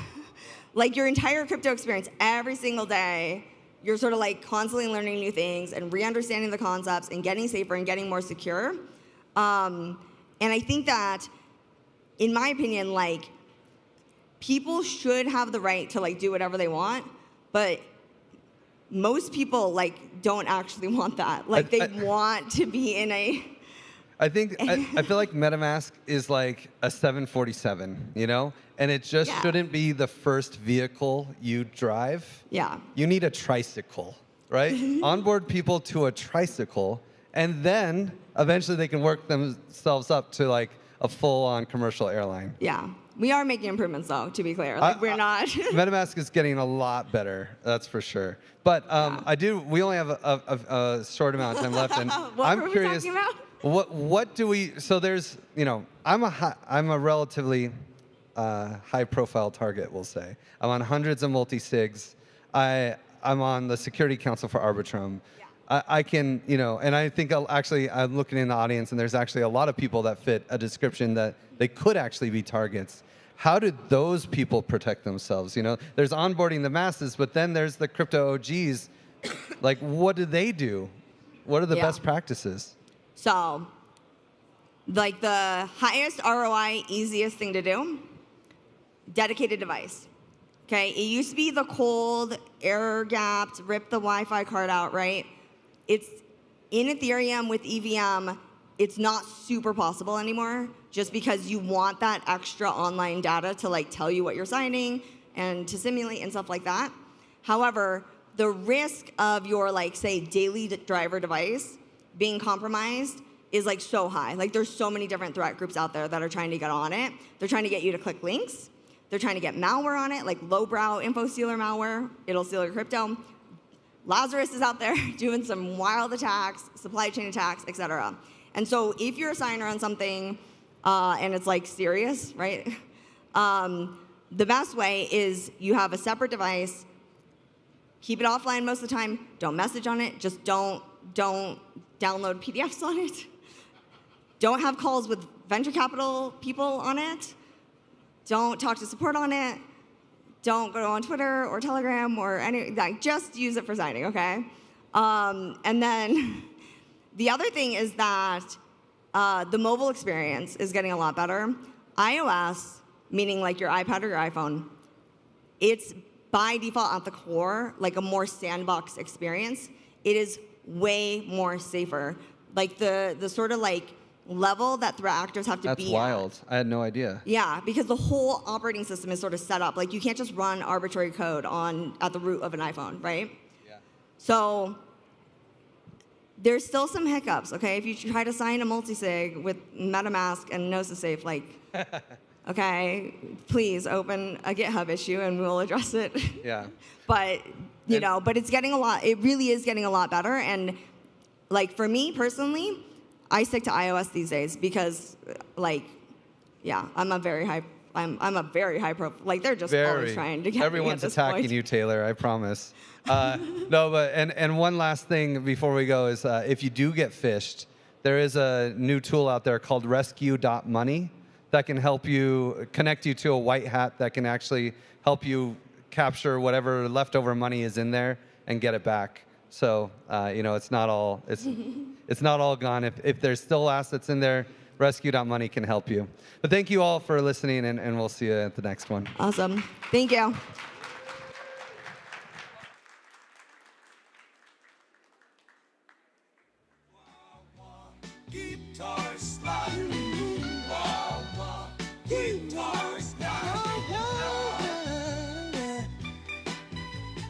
Coffee for drip and the lab coat on fire.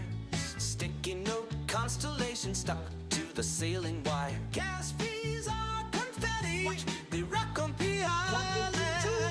Homemade in 7/4 Shaboom, dose, the efficiency pulse. The lad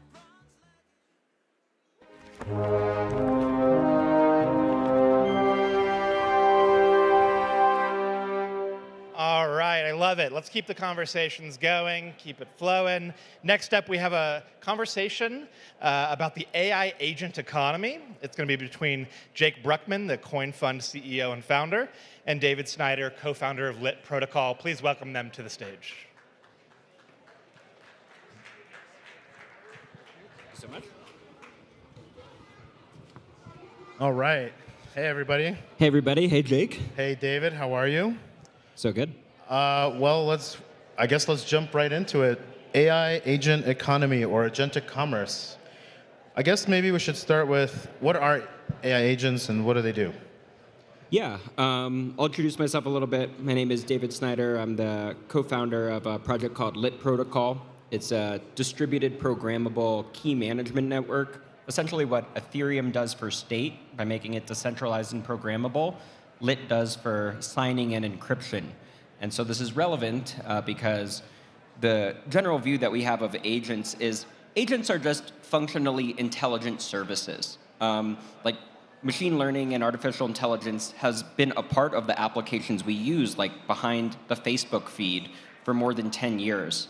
And what we're seeing now with agents is these services, which are essentially just applications, being able to perform more sophisticated tasks. Does that map to your definition of agents? I think so. I think like when I think of agents, I really want to hone in on the agentic part, which means these are really these are not chatbots that I'm kind of going back and forth with. These are kind of autonomous programs that are acting on my behalf and doing useful things and like saving me time. So when I look at maybe like the landscape of agents, the way that they are now, I see like influencer agents, which are kind of cool.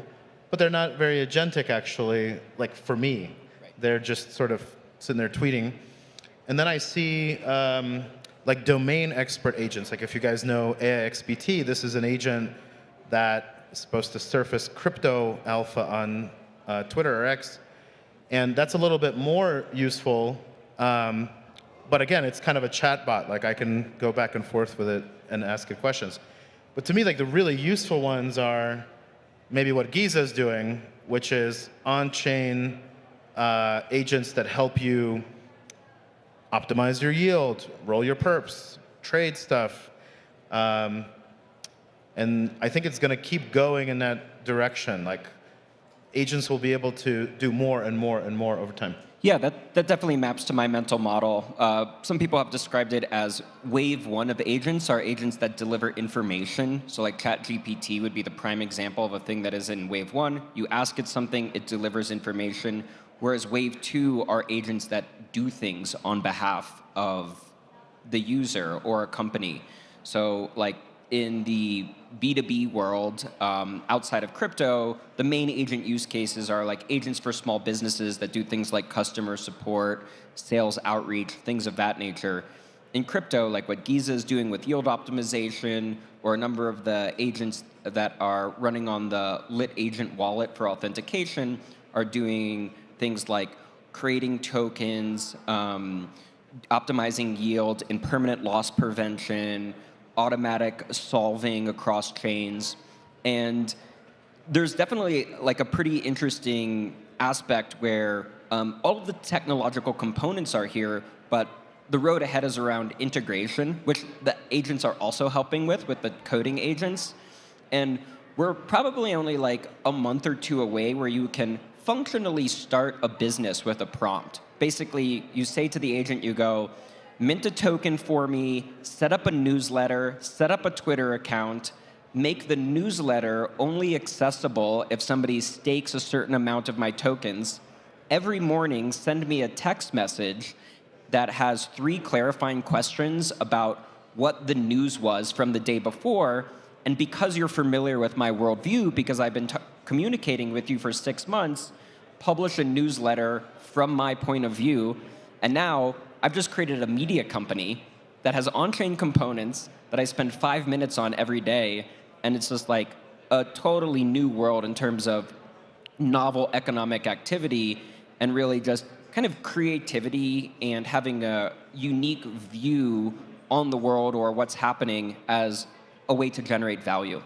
Yeah, and maybe to jump in with like a lit protocol-centric view, just to talk a little bit about, you know, what are the infrastructures required for agents? I'll say, I've always thought of it as like verifiability. You know, if your agent is managing a lot of money for you on your behalf, you kind of want to have some pretty strong guarantees about what AI model is running underneath, whether it's being run correctly. A little bit of privacy. You know, as someone who runs a company that wants to use AI, also very cognizant of like, I don't want to necessarily upload my proprietary data to Sam Altman's servers. And you actually kind of opened my eyes a little bit today that there's another aspect to the infrastructure, which is maybe more permissions management. So maybe, do you want to touch upon that? Yeah, absolutely. I think you teed that up really nicely. Like, functionally, for an agent that does things on behalf of somebody, there's 3 components. There's the LLM, which is the brain, which could be either on OpenAI or run in a verifiable way, whether it's with ZkML or TEEs or one of these other privacy-enhancing technologies. There's the agent context and memory. And so some of the work that like Recall has done around encrypting agent memory with Lit, making sure that the user is not bound to a specific system, but can move from model to model to model, And then the third component, and this is where we're really focused at Lit Protocol, is the tools. And so an agent is just this vectorized space. It's just software. How does that LLM then reach out to systems in the world? From the perspective of an LLM, doing e-commerce where you buy flowers for your mother on Mother's Day and doing $1 million transaction on Bitcoin are functionally the same thing. And so the view that we've taken at Lit Protocol is, and this is something that we've been working on for many years, is that in all cases in software systems, identity and authority is represented through a secret. Of course, in crypto, that's private keys. In a lot of Web 2 systems, that's the API key. In e-commerce, it's a credit card. On social, it's a password.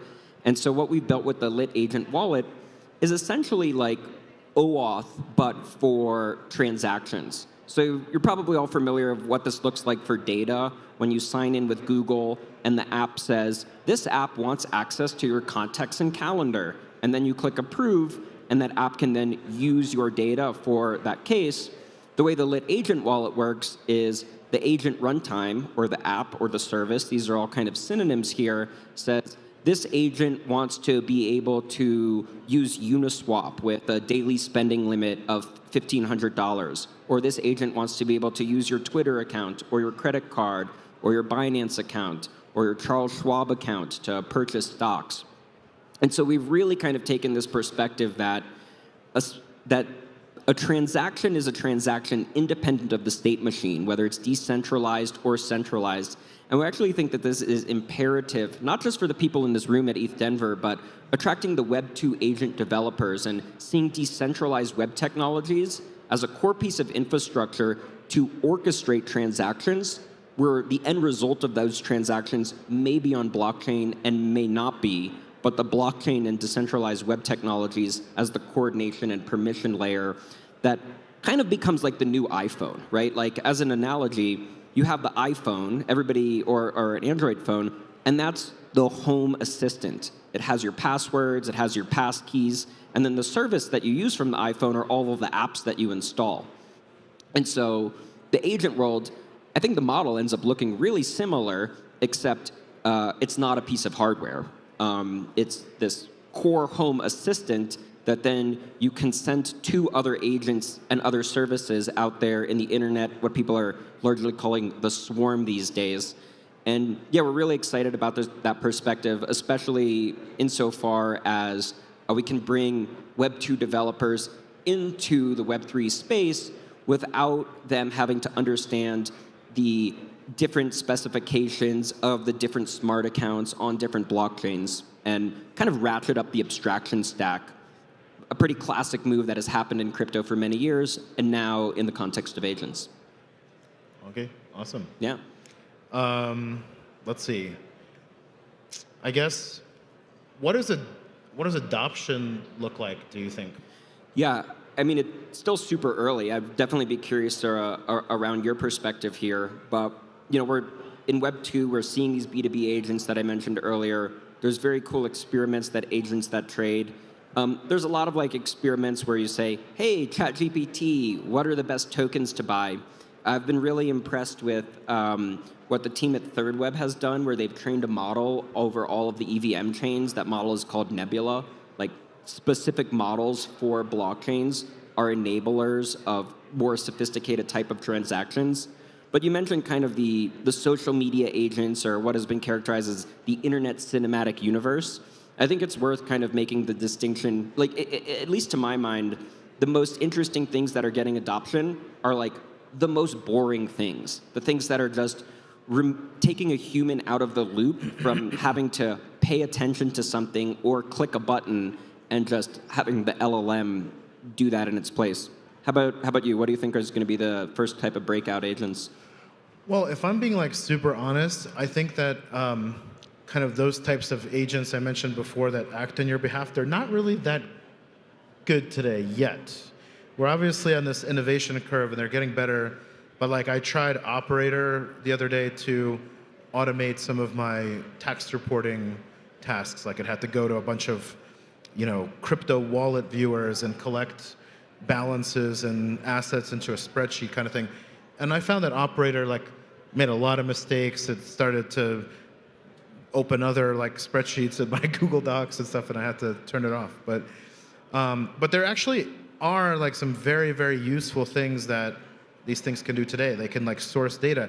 You know, on our research team, we ran an experiment where we sent OpenAI deep research to kind of look at token allocations for different projects, and the data that came back was essentially as good or better than what we had done manually, because it went like directly to the source, you know, to the published allocations that these issuers have published.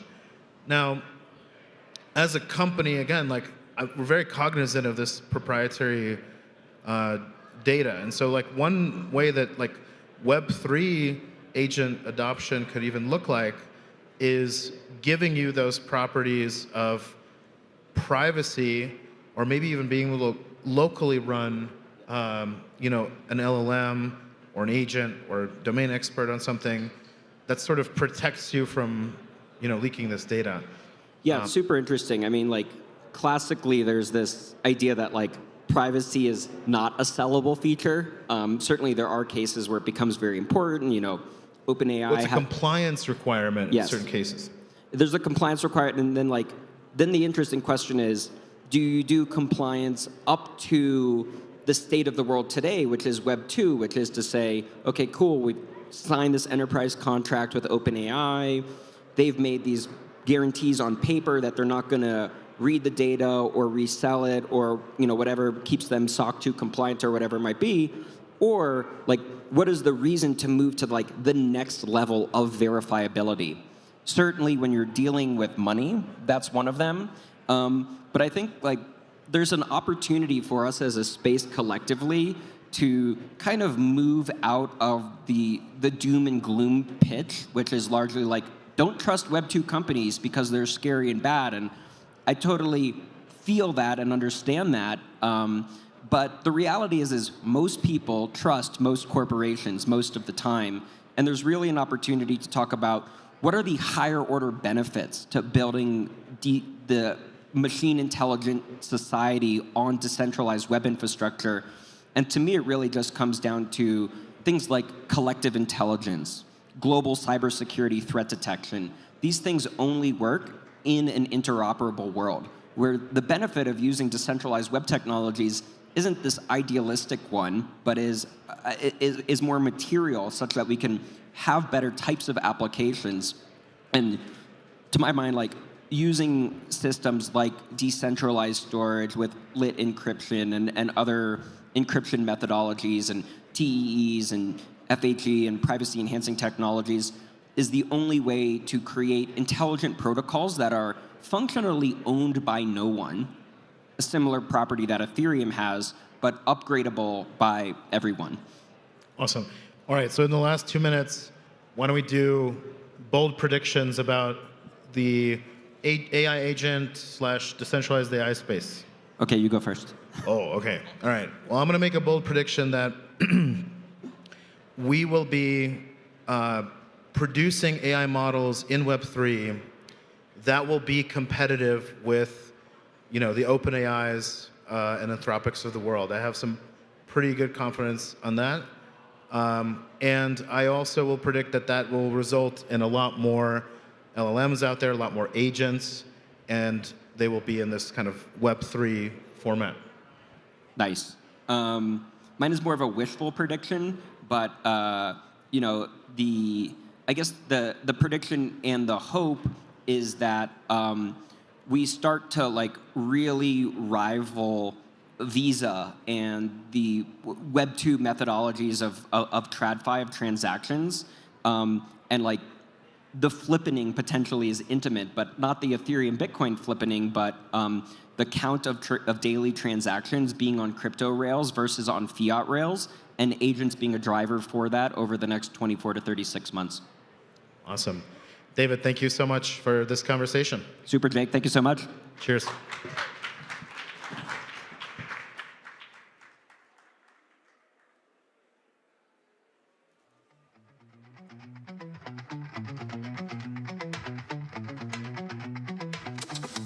Sap of a sword for the tombstone on blade.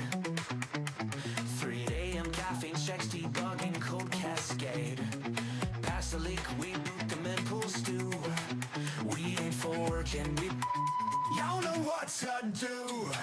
Sparkman, Swiss on the heel of the down night. Sparkman, suddenly Bullish doors of the Lombard coin fight.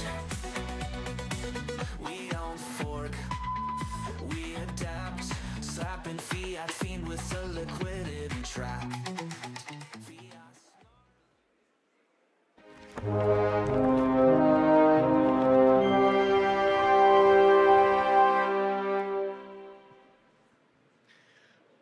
Where we are going, there are no roads.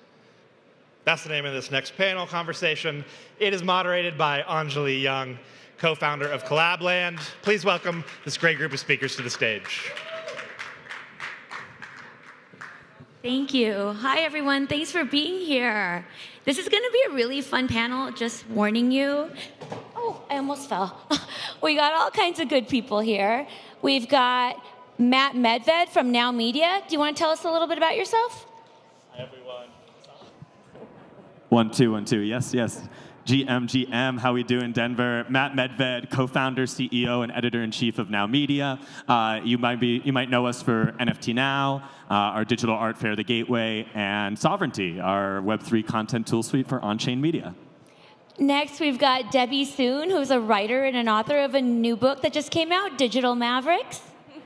Yeah, my name is Debbie. I'm the co-founder of an artist community and marketplace called Hug that recently got acquired by the .at domain registry. And I guess, so you can say I'm either unemployed or an exited founder, whichever one works. But I am the author as well of a newly published book that just came out 2 weeks ago called Digital Mavericks. It's a how-to guide for crypto, so probably preaching to the choir, but also shares some incredible stories on how people started coming on chain, including that of Matt, who's on the cover of this book. An honor, an honor. And last, we have James Zhang from Concept Labs. What's up, everyone? Thanks for being here. My name is James Zhang. I'm the CEO founder of Concept Labs. We have 2 products. One is UFC Strike, with the exclusive partner with the UFC on their video NFTs. And second, we have FightFi, like DeFi, GameFi. We're bringing combat sports on-chain. Great to be here. What's up? Any fight fans here? Anybody watch UFC or Karate Combat? All right, y'all are my people who talk. So these are all very accomplished founders, and I'm just really excited to get to hear what they have to say today. And the first thing we're going to talk about is celebrating as a founder. I know I'm a founder. My husband and I have a startup together, Collabland, for those of you that have heard of it. And celebration is tough. It's hard to come by, right? You're spinning a lot of plates. You're always fighting fires. There's always something new. So tell us, do you celebrate? How do you celebrate? What have you celebrated? Anyone can start. I'll start. I wish the answer was yes. I want it to be yes, but the answer is a no. The journey we end up going on as founders, like for me, it's so painful, and there's always like a next mountain. And I just, like, there's no inner voice when I'm the CEO and founder that says, hey, stop, relax. So the one time I remember when I get asked this question is when I actually did IPO my art company in 2012. My dad didn't think we could do it. I thought I'd keep it a surprise from him. He was turning 70. And basically, I told him on that date and gave him a check. And it was like the first time I ever made money in my life, got my family kind of out of debt. So that was really, really moving scene that I'll always remember. So I kind of need others to tell me that you did really good. And I wish it wasn't like that. For sure. That's really moving. Thank you. Yeah, I guess I'll go. Also, I forgot to introduce my dog. My dog is named Guinness, so this is Guinness. Guinness! Yeah, Guinness. It's her first time on stage, so she might be a little bit nervous, but she seems to be doing well. Yeah, I will say, just as I said that. Well, I will say that I guess one thing that I was able to celebrate was the closing of our seed round that had participation from OKX and L'Oreal. And I know and I wanted to celebrate that, not just because it was another seed round closing, but it took us a while because there was a point in time where we were so close. We were really close to getting the term sheet. I feel like founders here can relate. And then literally that week, FTX collapse happened. And the people that were going to give us a term sheet basically called us up saying, we're not deploying any capital right now. We need to reevaluate our entire portfolio positions. Basically drag out the entire process for like a whole another month or two. And there really were times when I thought, oh gosh, like, the whole industry is collapsing. There's no possible way they were going to be able to close this round. But in the end, perseverance and grit, and we did it. And that was just really a moment to celebrate. That timing is crazy though, because FTX wiped out a lot of people. They took a lot of people down with them. Yeah, Matt. Yeah, absolutely. I actually think celebration is really important as a founder because, there's so much tension. You need that release as well. Especially when you have some of these pressure cooker things. Like for me, what comes to mind is I don't know if people have been to our digital art fair, the Gateway, before. We've done it 3 years running in Miami with Christie's during our Basel Miami, and we brought it to Korea during Free Seoul and Korea Blockchain Week. And those are ridiculously heavy lifts.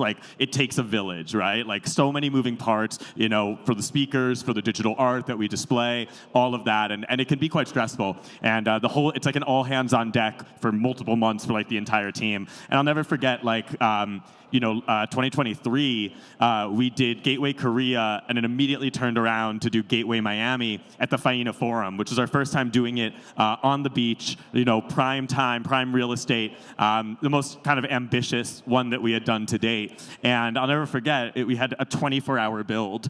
We had only 24 hours to build it because there were other events happening at the Faina. And we took it right down, photo finish, right down to the end. I remember for the VIP dinner, they were still constructing things. So I was with Mark Spiegler, the former director of Art Basel, and he was just been here before, put up some black curtains, turn the music up real loud during dinner, and just have them finish. And sure enough, we got done just in time. It was but I was seeing my company's life flash before my eyes, And once that week was done, all in the books, a big success. We made time to take time to celebrate with the team. I think it's really important to not only to mark your wins and to recognize that, but also to appreciate all the people who made it possible because, I certainly couldn't have done it alone, and neither could have even just the founding team or the C-suite. So many people came together to help make that a success. Yeah, it's awesome. I'm going to skip ahead to another one actually that is just coming to me, which is all three of you are involved with the art side of crypto and blockchain. This kind of shows my interest as well because I brought them together. But I'd love to know when you first saw that connection between blockchain, crypto, art. It's not natural when you talk about it with people outside of crypto and you say, no, there's a whole art aspect to it. They're like, what are you talking about? No one knows about it. And so how did you first hear about it? What inspired you to get started? And yeah, what's that been like? Yeah, maybe I can jump in since, I have a wonderful community of over 35,000 artists. And actually, I want to add to the celebrations too. I feel like some of the best celebrations that I've had are the small ones when an artist comes up to me and tells me that we've done something that changed their lives. And I think that's really, really meaningful. But yeah, actually for me, art was really the aha moment that really kind of connected me with crypto. I feel like I never really saw myself as an art collector. I always viewed art collecting as something that was, really bougie. I always lived in really small apartments anyway, so there was nowhere to put art, even if I were to collect it.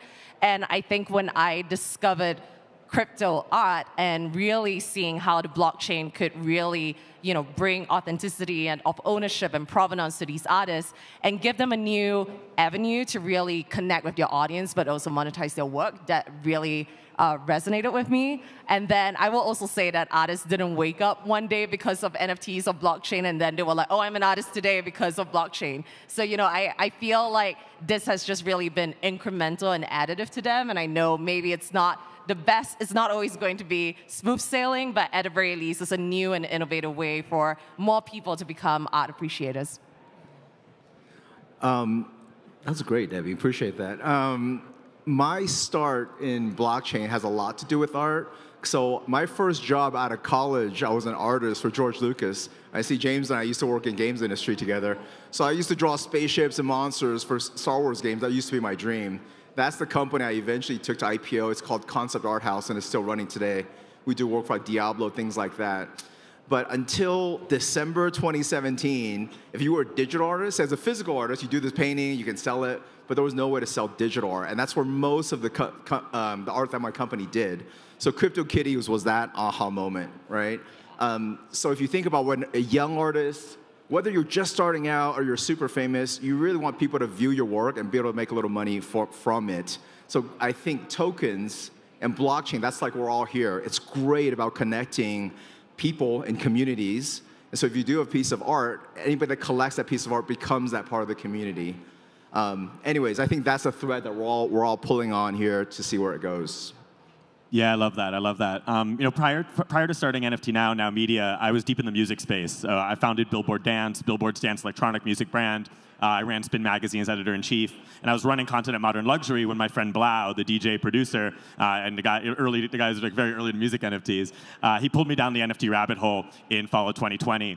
And what was interesting for me was, I had dabbled in crypto since 2013. I bought my first Bitcoin at the exact top of that market. I was like the top signal, and like crashed like a week later. But I held on to it because I believed in it. And then 2016 to 18, I was like, oh wait, I was onto something. I was at Billboard at that time. Was like the only person who owned crypto, understood it at the time. Did a lot of coverage like music and blockchain and like how could this empower artists. And so what was really interesting was, when I had this conversation with Blau, which like blew my mind in like every direction, and I realized that this was the future of digital ownership. A lot of people, like as I started to get into the space, were like really expecting me to be all about music NFTs, and I like music NFTs, and I was a big supporter of them. But to be honest, like I've always been really drawn to medium native culture, and so what I found really fascinating was like the early art projects that were like using this technology. I went like down the rabbit hole on like the early artists on Super Rare and like the Rare Pepes and all these projects that like really like paved the way for on-chain art. And so for me, I was just amazed to see how digital artists, could be empowered by this technology. For me, that was what made me jump in, because for me, NFTs were kind of that wake-up call of like, okay, this is the technology I believed in for a very long time. It's finally disrupting fields I'm actually passionate about, art, music, culture, in a way that can actually empower artists. Because I'm not a finance guy, I'm a culture guy at the end of the day.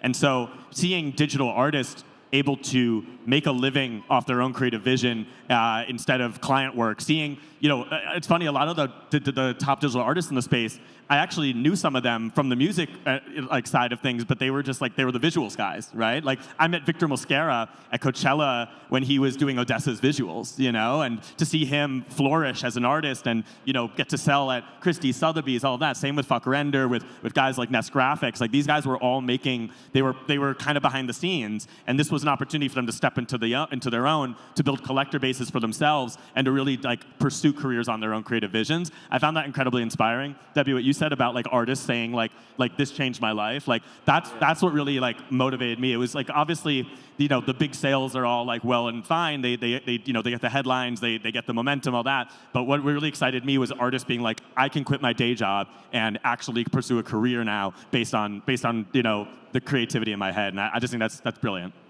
Can I ask a question? A little bit of what Debbie had said earlier, like the celebration is really when someone approaches you and says, oh, what you're doing helped me in some way. And that's kind of the same thing, and I love that. So kind of coming off that a little bit about like relationships and connections, like Debbie, James, and Matt, like how have relationships and connections had an impact on your business and on you personally, and really what impact do you think it has on crypto and what we're doing here? So I'm Singapore born and raised. I moved to the US 4 years ago in the middle of the pandemic. I would consider myself having had a pretty good career in Singapore, but moving from the 18th smallest country in the world to what is obviously a big market in the middle of COVID, not having a single professional connection. And I found myself kind of like, I've had a 10-year career, and yet I still have to somehow find myself starting from scratch. So I would say, yeah, community and network is important, and I built that really through kind of having a practice of almost sliding into somebody's DMs like every single day, if not every single day, every other day, but definitely every week. And sometimes it was really just about introducing myself and seeing how I could build that connections. And I mean, I think every single person here that I've met on this stage has probably been because of a DM that I've been like, hey, I really admire your work, and here's me. You may not know who I am. Totally, absolutely. But here I am. And actually, the fun fact about that seed round that we closed, our lead was actually Digital, whose partner was O'Shiny. I don't know if some of you know O'Shiny. Yep. And I got to know O'Shiny as well, also through a cold DM. And that ended up, after we thought that we were like dead in the water, that relationship ended up being the one that kind of brought everything else together and helped us close that round. So. Yeah. So I think the question is about what kind of connections I've made since getting into blockchain. I think the best answer for me and what we do with UFC Strike, we create these NFT-gated experiences with UFC involved. So we were able to connect. So UFC has like 900 million fans. A lot of them don't really know crypto, but every jersey that the fighters wear says crypto.com. On the other side, you got a lot of crypto people that, I mean, how would you ever meet a famous fighter if that's your favorite passion? So that intersection is where we play. So for 2 years now, every pay-per-view, we do this thing called Champ Cup Lounge. Our top 50, 100 holders come by, meet the fighters, we give out tickets. It's like the best value. And people, I mean, this is in Vegas, so we have people come up to and say, James, tomorrow's my wedding day, but I'm choosing to be here tonight because this is so awesome. Changed my life. I have a ton of those stories, just like what Debbie said about changing an artist's life. That showed me what it can do. But I think NFT is a little depressed. So next up is tokens, I think, at an easier point of access. So trying to stay politically neutral, but just whatever your opinions about Trump coins, there's a reason why the belief in Trump power those tokens. And now mass market, everyone pretty much knows what that is. So I do think this sets off a new way to connect, whether it's memes, whether it's NFTs, whether it's GameFi. And for me, that's what I'm trying to explore with all the fans that care about MMA, combat sports, et cetera.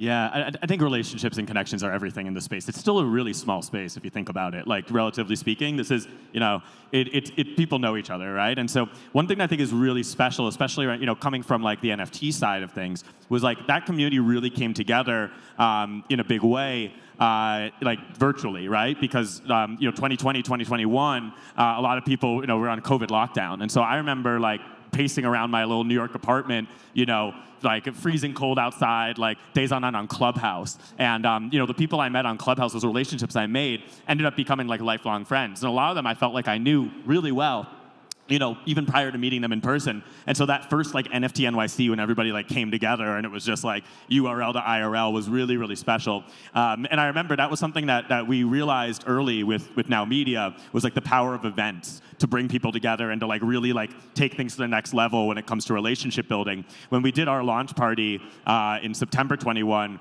I'll never forget, like, you know, it's funny you mentioned O'Shiny, because he also invested in us with digital. And I remember like being at, it was like everybody's like meeting for the first time and nobody like really knew what everybody looked like, because it was like, you know, the PFP thing. And I remember like being at like the bar and I see O'Shiny and G Money are like both waiting for like to get a drink, and like they're both kind of on their phones. I was like, hey, do you guys know each other? And they're like, huh? And I was like, G Money, O'Shiny. And they're like, oh, and like, you know, inseparable rest of the night. And like those kind of like moments of magic of like bringing people together, of creating those connections, I think is really special. And you know, like, and you know, that's where you lay the foundations for like so many of those people that we met in early Clubhouse rooms. So many of those artists ended up, you know, exhibiting with us at Gateways. The builders have come on, or founders have come on our podcast. You know, they've been a part of what we've done. A lot of like, you know, the investors or the supporters or the partnerships that we've done have come from like in-person relationships, or ones that started digitally and then kind of flourished from there. And so I think it's incredibly important in this space, which is why like kudos to all of you for showing up and coming out here and meeting each other and doing this. Like, I always say, like, you can fake a lot of things, but you can't fake showing up. And Web3 is a place that rewards people who show up. Absolutely, I love that. A lot of it is that, again, it's a small industry, especially as founders. When I meet another founder, there's just like this instant look in each other's eyes where you're like, I know you've gone through hell and back, and maybe you're still in hell and maybe you're back, but everyone remembers where they were, and this is what matters. This is why we're here. Also, communities and relationships, just quick, like I met all of you online and knew you probably for a very long time before I even met you in person. And even now when you meet people, you see like yesterday, Punkar has like, it says Punkar right on his shirt because people don't know what he looks like. And so, yeah, that is a little bit of mystery and magic when you think about what we do, where we lead with our PFPs. So I think that's pretty cool. Okay, we've got 5 minutes left. But one of the things I wanted to talk to you about is What piece of advice, one piece of advice has had the most impact on you? What made me think of this is like, even when we're talking about celebration, we think about the hard part. And the hard part is how do you get through the hard part, right? And so what keeps you elevated? What keeps you buoyant? What keeps you hopeful for the very next day? So I know for me, like, obviously, I have a business with my partner of 30 years, and we definitely keep each other buoyant and hopeful. And so I wouldn't say my advice is be a co-founder with your spouse, but it's worked out for us. But for all of you, what has been a piece of advice or something that you carry with you, mantra, anything that really helps you get through the hard times and, yeah, moving forward? How many people are founders here, by the way? Founders? Okay. Yeah, that's a good 30%. All right. I mean, so I would give different advice for founders coming out of college that's never worked anywhere versus somebody who spent 10 years at like Microsoft wants to be a founder. Those are different things. You have different problems to solve. But for me, there's just so many ways to fuck shit up. But the piece of advice I think about to this day, there's a book written by Ben Horowitz called The Heart of Hard Things. Anybody heard of that book? The Heart of Hard Things? Okay, the hands go up. The people that haven't put that, you know what I'm talking about. It breaks down situations that I was like, oh, this is so hard. It's basically like this. If something really hard happens, is it all my fault? If I take it too seriously, I can't get up in the morning. If I don't take it seriously enough, I'm not really solving the problem. Well, damn, you're telling me I'm damned if I do it, damned if I don't. What's the answer? And the Heart of Hard Things explains there's not really like an easy answer. You kind of don't quit. So whether it's stubborn or resilience, when I have the hard days, I just think, hey, this is just part of the process. So I'm really, really, really bad at quitting. And so far, it's helped me more than it's hurt. So I would say don't quit. Yeah, I mean, it's always hard to pick just one, right? Like, I mean, the journey's never quite the same, and the highs are really high, the lows are really low. I think, one thing that people also like to say is never as good. Things are never as good as they seem, and things are never as bad as they seem. So I think that's kind of grounding. But I think one thing too for me is that I always kind of re-examine my why and really understand my why for not just being a founder, but why being a founder of this business. And I think constantly asking yourself if whatever you're building and the problems that you're trying to solve still kind of hold true to that. I think a lot of the times founders get tied to an idea versus really solving the problem itself and hence not pivoting fast enough. And so I would say that's kind of one advice that I would give, like don't fall in love with the idea so much, or don't fall in love with whether it's the idea of the business or the idea of being a founder itself. Don't be so attached to that without really thinking about, at the end of the day, you're building something for people, and you're building something that you want to be building something that people want and need.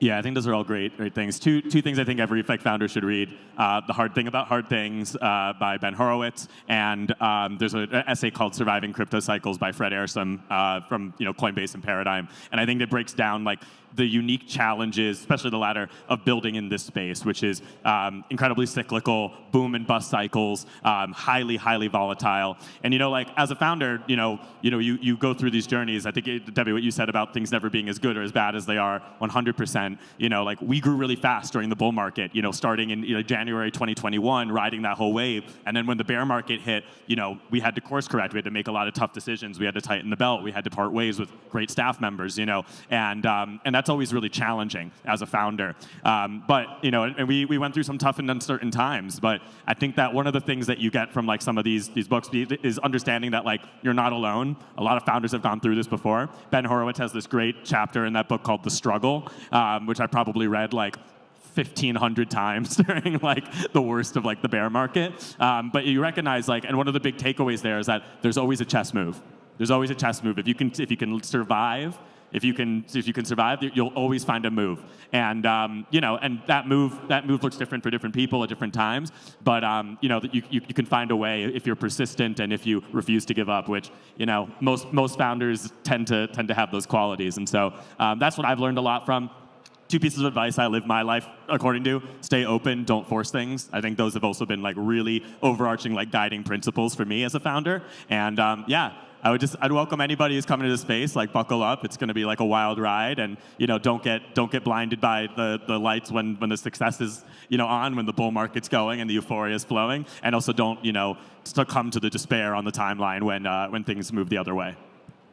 Yeah, that's really Right on, good. well Thank said. you, all of you. Okay, we've got 10 seconds left. If you have anything to shill, this is your time to do it. Please do. You've all got a couple of seconds, so. Buy Debbie's book, Digital Buy my Mavericks. book on Amazon.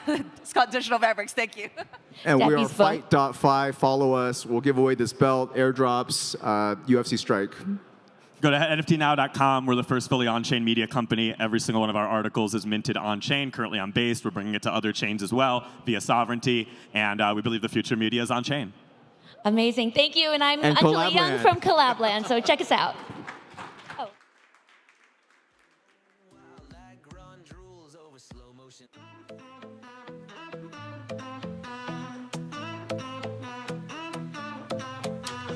Deep pools hum where the currents align. 8th century sharp like blockchain wine. Adaptive our machines, volatility sieve. Watch the ripples, whispers, horror before the dive.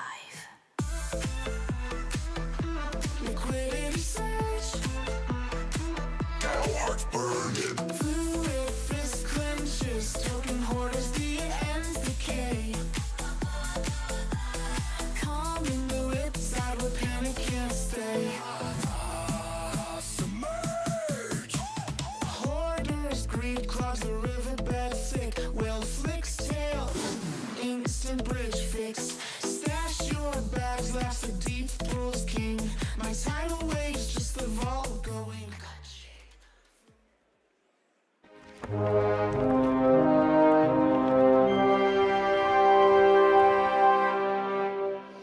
All right, let's keep that energy up. ETH Denver, thank you for hanging around the main stage today.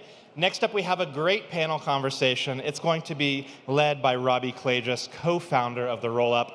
It's called Beyond NFTs, the bull case for on-chain IP. Please give our speakers a round of applause. GM. What's up, guys? Last day of ETH Denver. Let's go. Yeah. All right, we're going to have some fun talking about IP. I like to think of IP on-chain almost as a natural progression of NFTs. Generally, when you guys are thinking about this progression, this evolution from IP early on to IP nowadays, do you guys see it the same way? What is the right mental model for us to think about IP on-chain? Yeah, I think it's a really interesting question. For one, I'd like someone to come up with a new name for NFTs because it's an extremely valuable thing, but a lot of people, a lot of important, smart people, they just have a bit of a sense of trauma around it, especially in worlds outside of crypto. But I think NFTs really just means that it's a moment on the blockchain.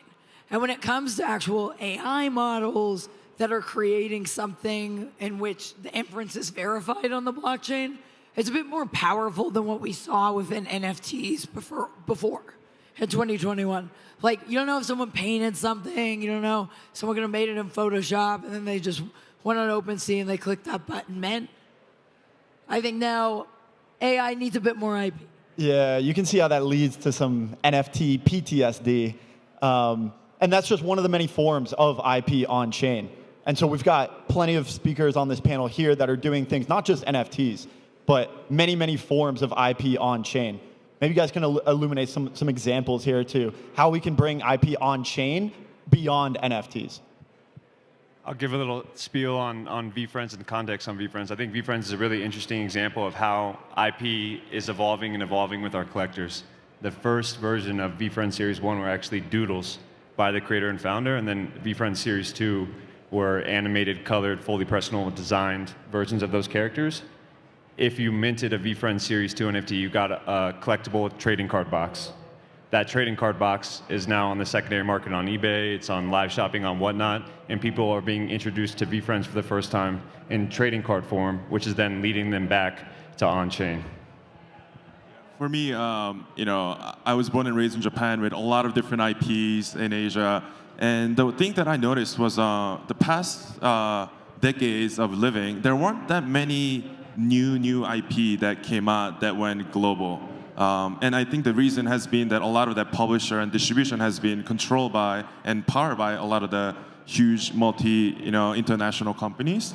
And when I saw IP start happening on crypto and on blockchain, it's a lifetime opportunity to bring new IP to consumer directly to your own fans and community. And I think that started happening with CryptoKitties and X Infinity. When we were first invested in XE, we thought, oh, this is an interesting game. But then the behind the scene being on blockchain was that it was first time that you could launch something with small budget and go global to have everyone know the new IP and characters. And I think that inspired a lot of people on blockchain and also in different media industry and entertainment to think about maybe we can do something more in blockchain than traditional media.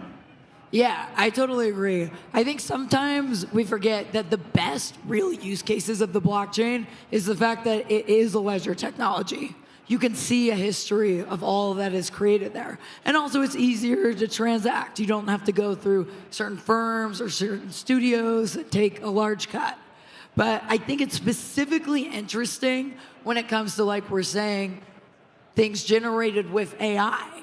Because at this point, like my boomer parents, they love making shit on Midjourney and sending it to me. And like in theory, they're proud, but they can't actually show it's them that made it.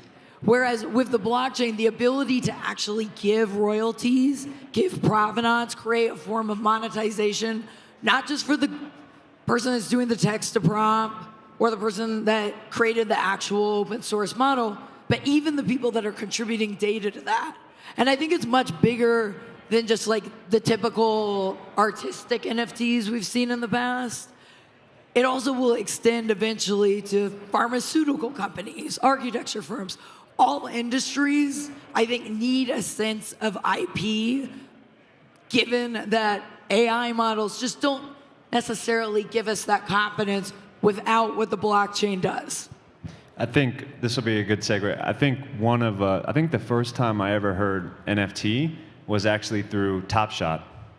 And Top Shot had such a big moment because it's a collectible, and people love collecting cards, and using the IP of the NBA had a real moment in time. And I think for VFriends and how we think about VFriends is through collectability, and that collecting as a genre is only going to continue to grow. Like when you're sitting around a dinner table, people talk about movies, music, sports. I think the question of what do you collect will be a more and more common question as we hang around the dinner tables.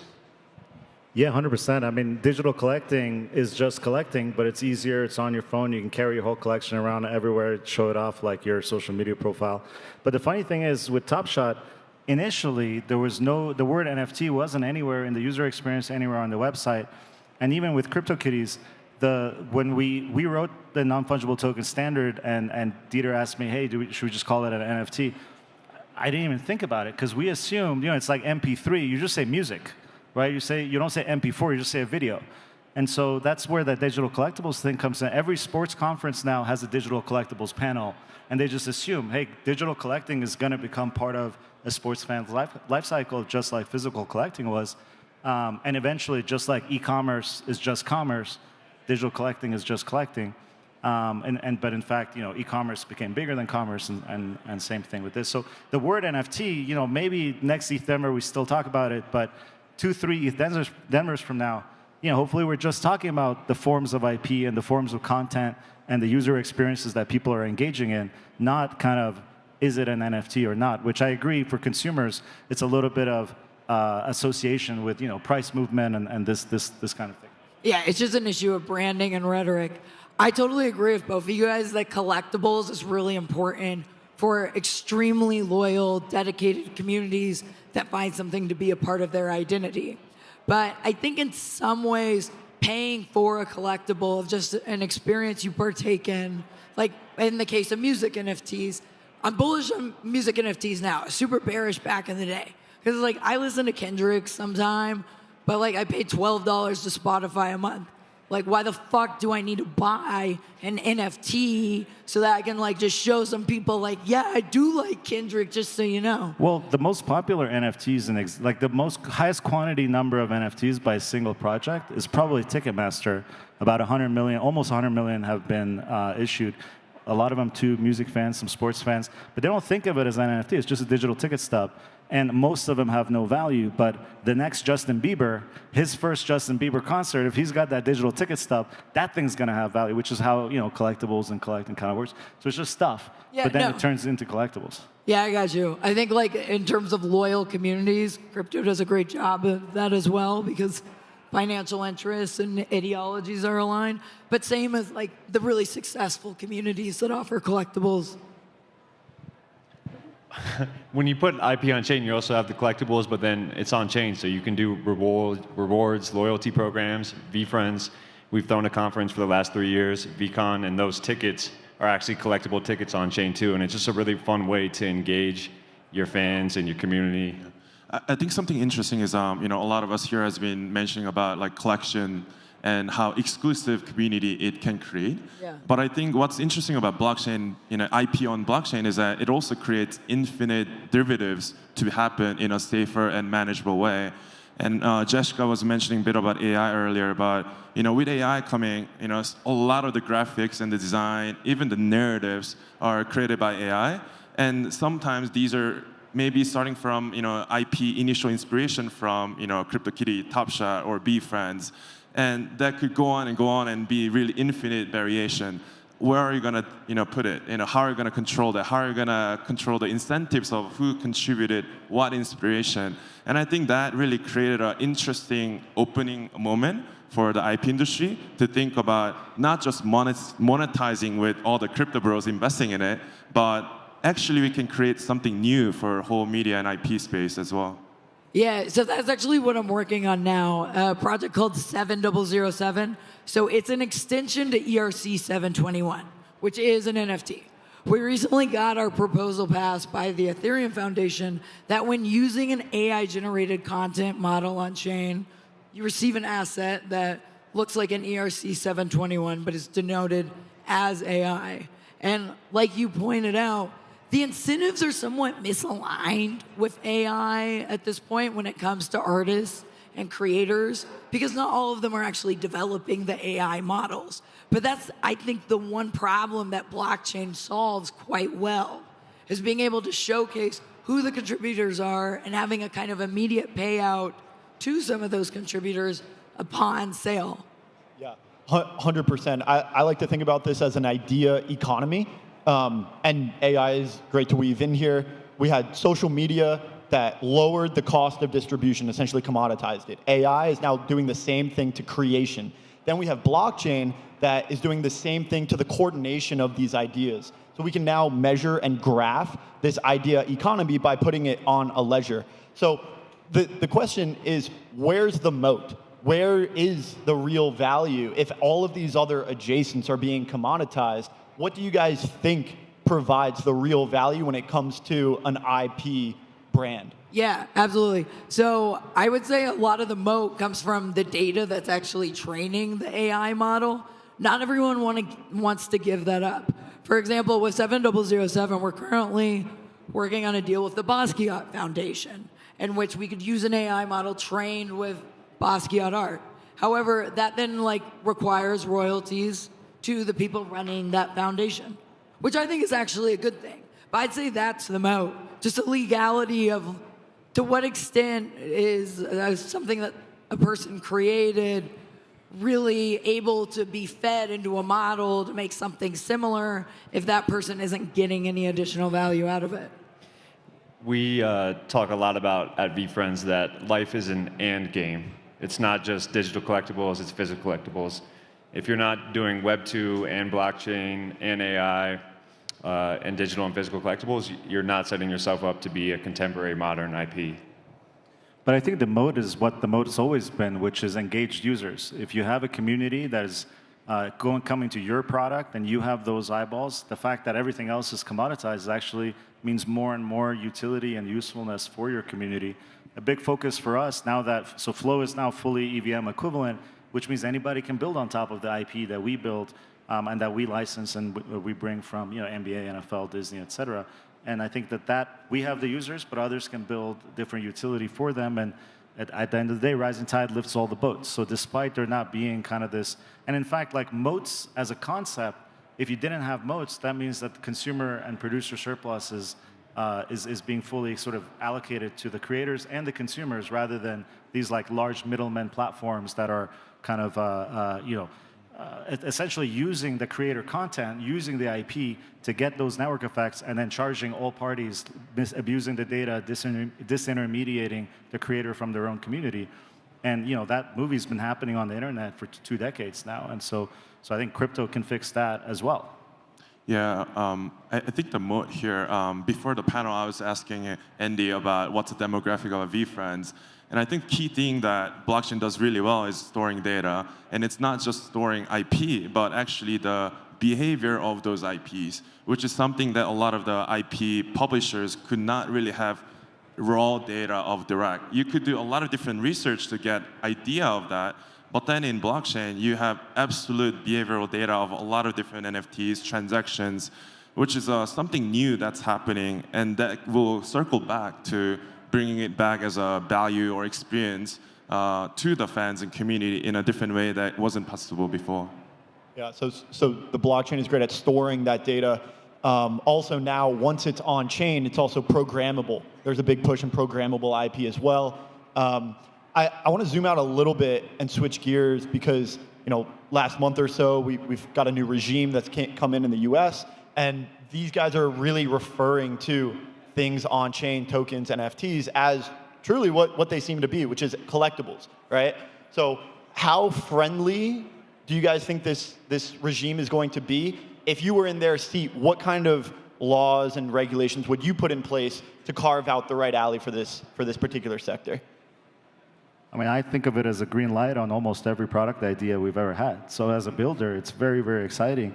And I think for our community, it's going to be exciting because it just means, we can, at the end of the day, it means more individual responsibility. I've always been, as we talked a little bit backstage, a little bit of a, I believe in individual responsibility. I believe we have there's so much data out there, and each of you guys has multiple AI agents that you can use to sort of interpret and filter through that data. So why do you need somebody else? Or rather 5, 6 layers of representatives and unelected and elected officials and all this stuff determining what you can and cannot do. This is basically my philosophy. Last few years have sucked. We don't know what we can or can't do. And I think everyone's optimistic that hopefully we'll get some rules of the road and we can pave forward and really innovate. And I think the best thing about IP is a cultural movement. So when it happens, you can't really stop it. So I think regardless, it's going to be happening and accelerating. Yeah, absolutely. And I want to kind of pick your guys' brains on kind of like a market survey type of question where you're going out and you're talking to these traditional conglomerates that have massive IPs and massive brands. What are some of the questions that they have when you talk to them about the value proposition of bringing their IP on chain? What are some of the questions that they ask you to fully understand the value proposition of blockchain? Yeah, that's a great question. And by the way, besides 7007, I also advise the UFC project that the festive gentleman before was up here on. I think it's a bit interesting because it's not as if they're necessarily aggressive in terms of their questioning. They're just like learning together with us. They want to expand their community too, and they realize, like all of y'all are saying, that collectibles genuinely have been a good way to raise community. So I would say that brands are just still learning. They're not necessarily antagonistic yet. I mean, from my perspective, the main thing they want is just to be where their customers are. And from a brand perspective, they don't necessarily think of it as putting the IP on chain, but they think of it as, hey, our IP is what happens on the court or what happens on the field, and we want it to be everywhere. If people want to watch it on traditional set-top media, they can do that. If they want to collect it in cardboard cards, if they want to collect it in a digital format. But then what gets them really excited, I mean, we, in our product, have the video rights, and we're selling them as kind of these permanent collectibles to the community. And our partners would have never been bought in on it had it not been on blockchain and decentralized. Because if we were a large gaming company like EA or a social platform like Meta, sure, we can license the video, but we can't sell it to the customer as a permanent marker of hey, you own this thing, because that asset actually lives inside the servers of that one company. And so forever, the NBA or NFL or whoever it is would be basically tied at the hips to that company. So from their perspective, hey, we can rent out our assets. You can rent our assets all these places. But if you want to own something that's branded of our product, you're either buying it physically or buying it on sort of secured by the blockchain. Very early on, we kind of almost talked to them about it as an advanced form of digital right management, DRM. Those of you that are old enough remember early days of like, hey, figuring out how to stream music on the internet. It was, before these sort of streaming services. Was about, hey, I'm a creator, I'm putting out a piece of content, but that content has controls on it. And so you can't, send it here and there. And, blockchain is basically making that so plug and play. It's like, yeah, you can sell it if you want. We're taking our royalty, we're taking our piece of it, and so kind of aligned incentives. So from our perspective, it's kind of like it's a given that they're going to have this in their kind of portfolio, and it's a question of how do you make it good for the customer. But the point of beyond NFTs, now you're seeing, a lot of different kinds of individuals and entities putting out non-NFT tokens or fungible tokens, meme coins, et cetera. That's also getting everybody to ask, well, how do I do this in a way that's good for my community? Because if I'm an artist or a big brand, there's actually no way to launch a meme coin in a way that's actually good for my community. I can launch it on Pump Fund, et cetera, but then we all know what it's going to do. And so that kind of mechanism of how do you just use this technology to engage your community is, I think, the most important thing. And blending fungible, non-fungible, all these different pieces of technology to kind of make people happy, make people have fun. Yeah, I mean, I've been running a crypto venture fund for the last 8 years, and most of our investors in our fund are public companies in Asia and US where they run entertainment, gaming, and consumer services. And in the early days, a lot of the question on NFT and blockchain was, I think, a bit narrow on monetization. And I think the idea were more narrowed in terms of more of a project than a new business. It was more event that they wanted to do because blockchain is kind of hot or it seems innovative. So it was more of a marketing.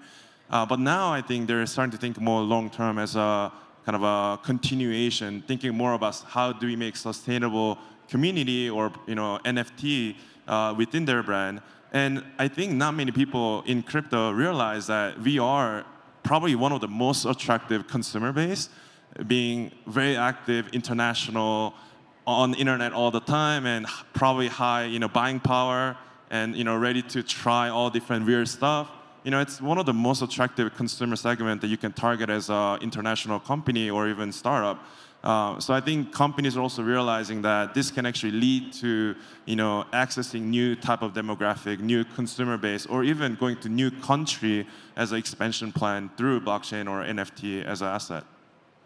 Totally. But just to take a bit of a controversial stance, I agree with you. A lot of what happens on Pump.Fun or the current AI agent platforms today even, they're usually they go up, they go down. But what are the tokens that those people use that they bought for that AI agent? What does it do for them? Nothing. It just lines their pocket with money, or they lose the money. Whereas I think now that agents are becoming more sophisticated, Web3 is a little bit behind on how good the agents are that don't have shitcoins attached to them.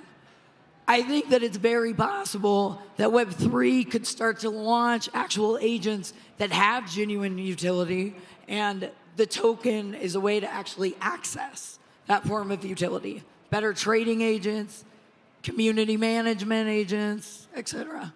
I agree with your controversial take. I think verifiable AI, programmable AI, and generally AI and IP on-chain will open up this new set of use cases that are not possible on traditional centralized AI. And I'm very, very excited to see all of those new use cases. One consistency that I hear between kind of everyone on this panel is the idea of a on-chain IP company basically being a traditional collectibles business, right? So how— Or gaming, yeah. Or gaming. Yeah, so like a lot of times people in crypto, and I think you kind of hit on this, is that we get so dug deep into our echo chamber that we forget about all of the existing work and history in these businesses that we're built on top of. So what are some lessons from the traditional collectibles businesses that we can apply in on-chain IP and collectibles businesses? That's a good question. I mean, just like ironically speaking, all this stuff is so new, so I'd say just get the stuff shipped immediately before there's a law that you've now broken. But I don't think that's actually what is going to happen. I think everyone recognizes the innovation that AI is creating for us and the fact that there's more than one creator within an AI model, essentially. The person that does the text prompt, people that built the AI model, people that trained it with data. I just feel that like the actual regulation around it is going to evolve in a way that does stimulate innovation. I would just say, if you're going to build a collectibles company, whether digital or physical, you have to think long term. You know, and long term is maybe not always the best or most favorite word in crypto, but that's how you have to think about it from my perspective. Yeah, absolutely. We were talking about whatnot, you know, in the back, which makes total sense that collectibles businesses are using that. On-chain collectibles ought to use that as well. Guys, we got 30 seconds left. We'll just keep it lighthearted. I want to hear, what is your favorite NFT collection, and why do you think it's going to survive, or not? VFriends is my favorite NFT collection. Go figure. Shout out VFriends. It's gonna survive because we got passionate community character maxis that love this collectibles IP, and we have quite the founder in Gary Vaynerchuk, and we have a really good team around us. And for me, it's the UFC Strike collection. The UFC fans are actually very, very into the UFC, and those NFTs are still selling right now. Yeah, I gotta say CryptoKitties, but we gotta get Gary back into Top Shot too. Yeah. I have my own that oil painted and then made it into NFT that's private. Never sold it, but that's my favorite that I made. That's cool. All right, shout out Pudgy Penguins. Cheers, guys. Thanks to everyone on our panel. Give them a big round of applause. And thanks, you guys.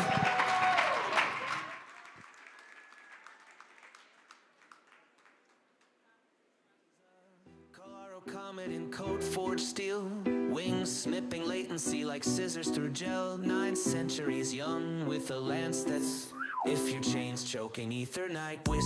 Found her at a bullet hook, sucking down APIs. Armor clinking with layer 2 lullabies. Scalability scripture, she winks at the moon while Lagron drools over slow motion doom. Her shield's a disco wall, fracturing legs, grass. Shooby-doo-bop crack. Ooh, that lance a lightning fork, splitting bottlenecks backs. Alliance architect with a bufficorn's grit, teaching stale protocols how to fucking commit. Decentralize this, she smirks mid-flight as her wings tickle nodes into doing things right. Da-da-da.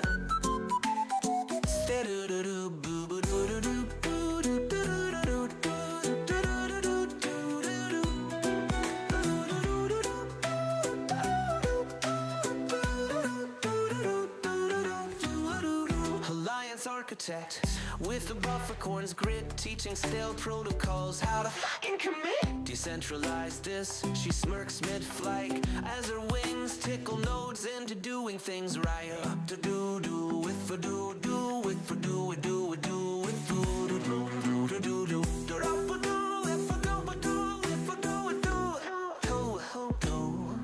you ordered a moonwalk across gas feed graves. My mainnet's smoother than your mom's VPN saves. Daughter of the Rockies, high-speed high priestess. Scales of justice ballast on a Memphis Express. Next bottleneck, I see mountain crush it.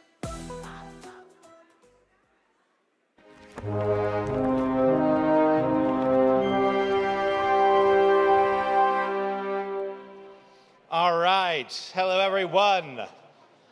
Seems like the energy's still hanging out Saturday at ETH Denver. For this next talk, if you're into the AI agent wave, you're not going to want to miss it. Stick around. We've got From Clicks to Agents, How AI Agents Are Changing the Internet, given to us by Andrea Mattoni, president of the Story Foundation. Let's hear it. Yeah. Amazing. All right, I'll get right into it because I already lost 1 minute thanks to this introduction. Okay, clicks to agents. In this talk, I am not talking about any crypto project at all. So no shilling. I want to really just think about how the internet will change as agents become more and more the operators and the navigators of the internet. And to do that, let's take a step back first and think about clicks, right? Which is what humans usually do. And the first clicks were punch cards. My dad started an IBM programming mainframes with punch cards, and technically when you punch a hole, that's kind of like a click. But then, terminals came about and clicks started to be around keyboards. And then Xerox also started to introduce the concept of a GUI. And clicks suddenly started to become on screen, and the concept of a mouse started to be introduced. And then, of course, we all know that GUI evolved both on the Apple side, on the Windows side, into basically the way that we interact with technology today. And that's great, but so far the internet was made for clicks, right? For humans. And if we look at the internet and how it used to be especially, you can see that things like buttons, things like input fields, things like links were all built around links, built around clicks. This is, for example, a Google site in the late 90s. This is, believe it or not, how Netflix looked in the late 90s as well. And things got a little bit out of hand when, this is probably one of the darkest periods of the web. But things got better, and now we have beautiful designs, we have beautiful UIs, great best practices. There's a whole industry of UI design, UX design. On our team, we have amazing designers, and this is amazing. But this is still all built for humans, right? And if you think about it, some of these components, and we'll look at them in a bit more detail in just a second, some of these components could potentially be a little confusing for non-humans, like iconography that is not clearly labeled, or buttons that are unnecessarily animated or hidden, calendar pickers, which are the bane of accessibility. And the whole web right now is built around optimizing it for humans. This is Google's page speed insights. The score that you get when you analyze your website is how good is it for a human? So, for example, the first contentful paint, right? How quickly does something load? What's the first input delay? And little consideration, at least today, is given to agents. But AI agents today are starting to use the web too. Not just scrape it, right, to train their models, but actually use it. You can start to delegate actions to users, to agents. So this is an example of, this is using a library called browser use, which is great if you haven't tried it. And you can basically unleash an agent on a live website or multiple live websites, and it can use a browser and it can navigate. And you see, this is like a representation of what the agent sees. It highlights all the elements. It tries to figure out what to click, what to input, how to navigate the website. And right now, it's kind of like forcing agents into a web made for humans, because they have to adapt to the way UIs have been created for us. But that's probably going to change in the future, and this is what I want to talk about. Let's talk about what elements of the web right now could be problematic for agents. The first one is, as I kind of mentioned earlier, difficult user interfaces. Things like navigating this. To us, it seems so obvious, like, oh, flights, cars, packages, things to do, cruises. But for an agent, all of that content is hidden unnecessarily. Right now, it's just on stage. So if an agent visits this website and wants to book a car, it could get confused and think that the input fields are related to booking a car.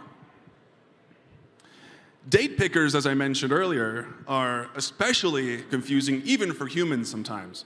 Like the one on the right is absolute torture. The one in the middle I'm not even going to get into. And this one is kind of okay unless you have to change the year, and then it starts to get complicated. But you see, even the one on the left has extra buttons and functions on the bottom that will probably confuse agents that are just visually trying to navigate the site. Also, things like custom selects and drop-downs.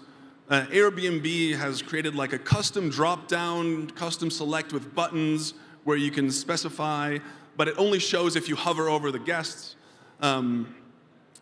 Modals or modals are especially annoying to humans, but also to agents because they basically cover content that would otherwise need to be accessed.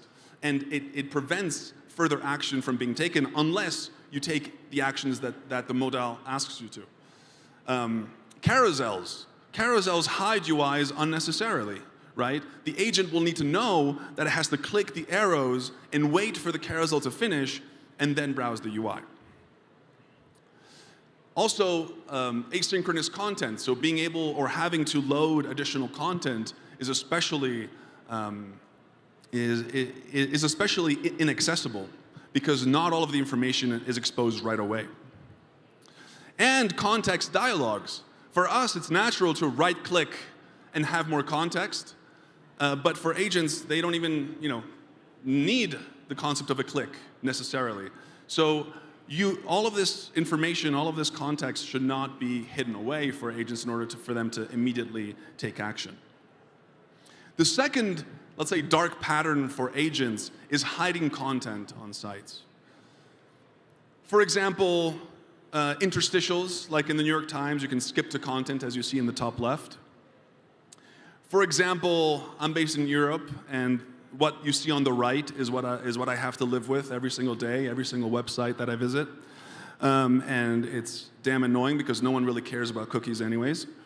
But things like login, pop-ups, they're all hiding very precious information behind them that an agent could use to take action. And especially in modern times, there is a trend towards hiding information, hiding text, hiding basically descriptive content, right? We see this both in UIs, but we also see this in advertising. Advertising is basically pictures of people doing stuff and a little logo of the brand somewhere.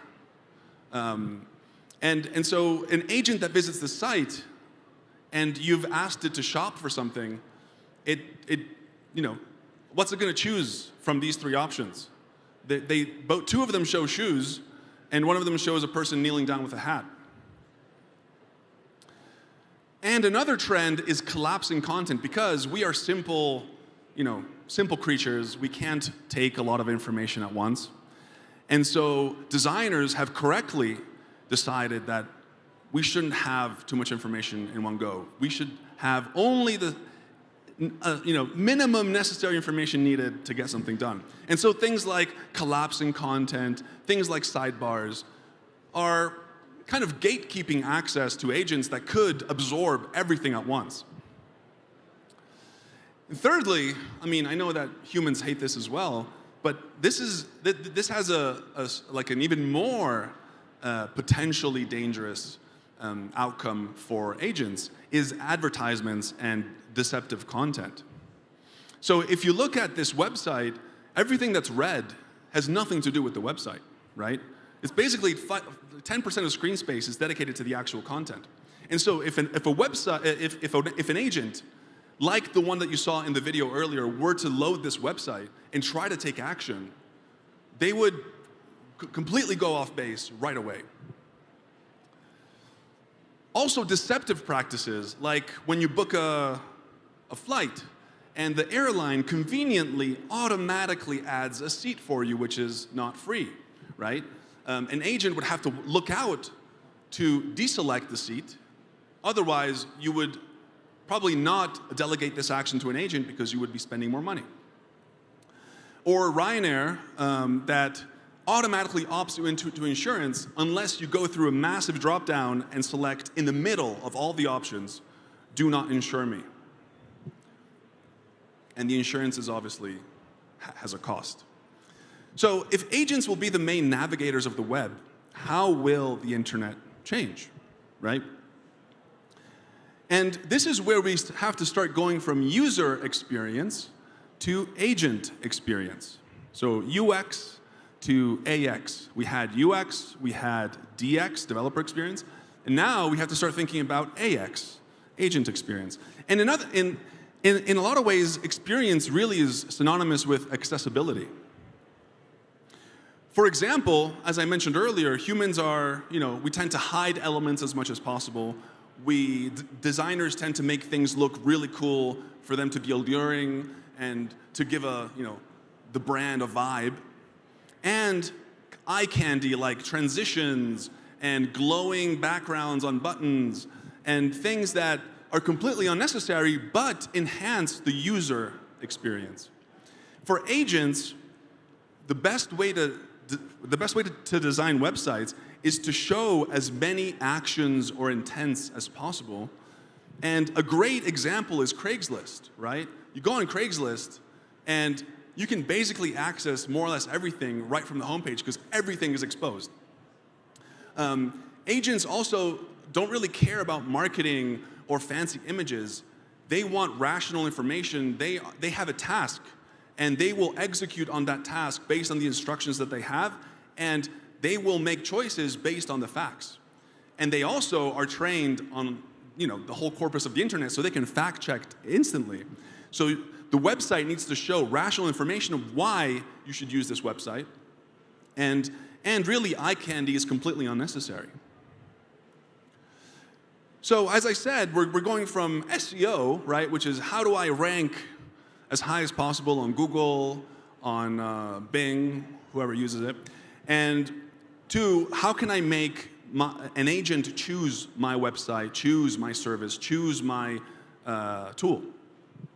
And agents have autonomy of choice. So when you delegate an action to an agent will go and probably evaluate a couple options and choose the right option based on, how best it fits the requirements of the user. So tools and platforms that are poorly suited for LLMs or that have complex UIs are quickly going to fall behind, and open ecosystems will likely outperform closed vertical integrations as well, right? The agents will need to be able to lean on each other, and so being able to have open ecosystems is going to be very, very important. And going back to Google PageSpeed Insights, which I talked to you about at the beginning of the presentation, right, which is a way that Google measures the human score of a website, I think there's a missing piece there, which I've added, which is agent task completion speed. Because when you start delegating actions to agents, you are entrusting them to carry out things for you. And the most important KPI for that is how quickly and how effectively can an agent do that, right? And so my prediction is in the future, we will definitely start to have agent-related metrics on things like Google PageSpeed Insights that will probably be used as signals for agents on what website to go to. And also, I think it's really going to change advertising as well. I mentioned earlier, as the marketing industry has evolved. In the 50s, it used to be all about information. It used to be about describing the facts of a product. And recently, in the last 50 years, it's gone to be much more about emotion and vibes and feeling and connecting emotionally with the potential consumer. So on the left, we have a classic example of an advertising today. And on the right, you see how much text that old advertisement has, because it wasn't trying to sell you a lifestyle, it was trying to literally inform you of all the specific details of why you should choose, in this case, Hertz. And I think we're going to see a trend back towards very descriptive advertisement, because if humans are not the ones browsing, then agents will need as much information as possible. And my hot take is that AI agents will do more for accessibility, human accessibility, than anything else to date, right? And this is a tweet that I was, I have to admit, I was a little late in preparing this presentation. And so if you see the timestamp on this tweet, it was because I looked it up a couple hours ago. I found this tweet randomly, and I think it summarizes perfectly what I've been trying to convey so far, which is websites that have not changed in the last 15 years are the most agent-friendly. So in a way, and ironically, the new modern wave of the internet, which is all agentic, is actually going to trigger an evolution backwards towards simpler websites, simpler UIs, and simpler and more informative information rather than visually stimulating information. Another thing that is important to consider, and I don't think we've actually tapped into this yet, but I just want to inception it in your minds, is agents are dynamic. Humans adapt very slowly to things, whereas agents don't have that burden. So humans hate it when anything changes, right? If a website changes a single button, people go crazy. And because we tend to be habitual animals, we like to do the same things, we like routines. And imagine if a UI that you had to use every day completely changed every single day. Agents don't have that limitation. Potentially, I don't know if the audio is working here, but it's fine if it doesn't. In this example, two agents are conversing, but they decided to switch to a more effective language. So not only the UI, they're on the fly agreeing on a new language, which is made up of beeps, which is 80% more efficient than natural language. So if on the fly they can adapt to a new language, think about how on the fly they can adapt and potentially generate UIs on the fly. Because it's not just going to be agents interacting with human websites, it's going to be agents interacting with agents. So every website, every service will have its own agent. And so if, depending on the exact need that the visiting agent will have, right? Let's say I delegate it to do something and it has to visit a website to do that. It can ask and say, hey, I need to do exactly these things. And the website's agent or the services agent can dynamically generate an ad hoc UI specifically for that intent, specifically for that need. And we're already kind of doing it as developers using Cursor or using v0.dev, where we're asking with a prompt to generate like a input field or elements of a website. Agents to agents will do this on the fly for specific tasks. And what's going to turbocharge this is humans have to do things serially. Agents can do this in parallel. So they can visit, a task like this, which is to book like a holiday. Everything that this poor individual will have to think about can be delegated entirely to a collection of different agents from a collection of different services, and all of this will happen in parallel, which will essentially trigger a ton of transactions. And this is where I think crypto is the best product market fit for. Because agents don't need to have identity. They can get an EOA and transact immediately. Plenty of work in the last years have been done on the infra side, trying to make things as fast and as scalable as possible. So I won't even get into that. So I really think that crypto is going to be the best transacting layer for agents. And lastly, I'm out of time, but I'm also out of slides. Agents will be your new users. So it's not going to happen overnight. People will still be able to visit the internet, of course. But next time you build something, think about how an AI agent is going to experience it, think about how it's going to use it.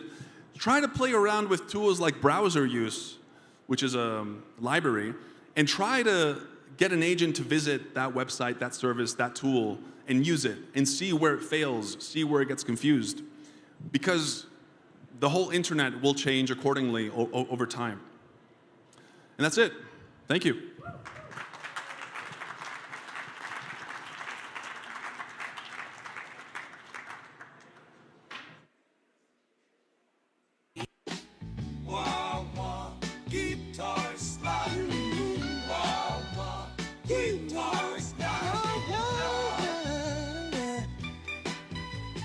Coffee for drip and the lab coat on fire. Sticky note constellation stuck to the ceiling wire. Gas fees are confetti. They rock on P Island. Get homemade in 7 for time. Shaboom, dose, efficiency pulse. The lag runs lagging in his latency so. Professor Wade's got the future on spinball. Urging notes dancing where the bottleneck's been. Professor Wade's got the future on spinball. Plugging tomorrow with yesterday's RAM stains. Velcro boots clicking through blockchain debris. Crypto notes flutter like drunk bumblebees. Optimize the board fins. They cackle and shout. Self-sustaining hugs flicker in the blackouts out. Professor Wade's got the future on spinball. Urging notes dancing where the bottleneck's been. Professor Wade's got the future on spinball. Plugging tomorrow with yesterday's RAM stains. Chaos is not compeller, or it's just a bug I forgot to unfurl. Mainnet shivers as their wild hair glows. Rumored AI, nah, just 3 Red Bulls in a row. What you building, prof? A singularity jukebox. How you stay charged? Espresso straight through my cortex. Who's your nemesis? Light runs dial-up found. Old to speak, young as each block mine down. Professor Wade's got the future on spinball. Urging notes dancing where the bottleneck's been. Professor Wade's got the future on spinball. Plugging tomorrow with yesterday's RAM stains. Throwing me mad, but mad's just a beta test for Bullish. Oh, he just got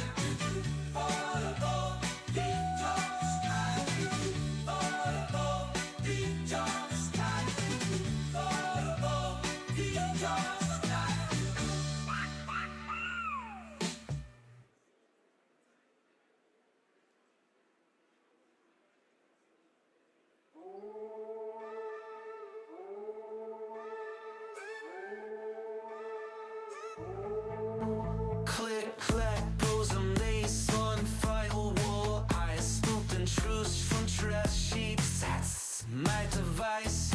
Nullifier sniffing by my corpse too crisp. Mainnet gossips tastier than breakfast chips. Story, flurry, hack, flurry. Mama's making news before the cold reload. Got receipts in my cheeks, encrypted and plumbed. You private DMs, I'm the dumpster dive chump. Eyes everywhere, match 3 bird phones. Haunteries whisper king chomp and blockchain bones. Make it down to my voted fuck. Stealth crawl through your junk scene. Pan it up to the entropy. Mace cracked vaults like who's got the keys? Nullifier's huffing. You're just a rat with His firewall splinter to confetti bits. I'm curating leaves at the after party, sipping TLS tears. Call me well connected, I call it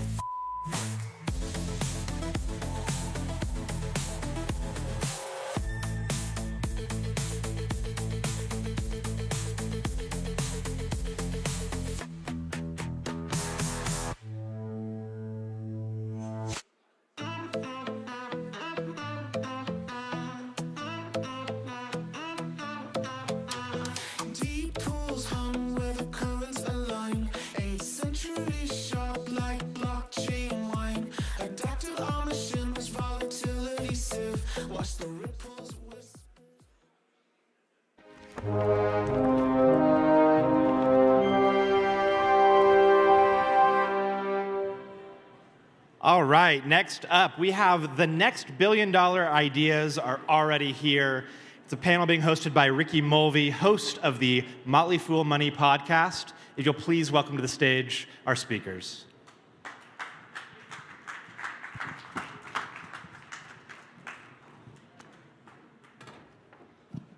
Hello, welcome to the Late Show.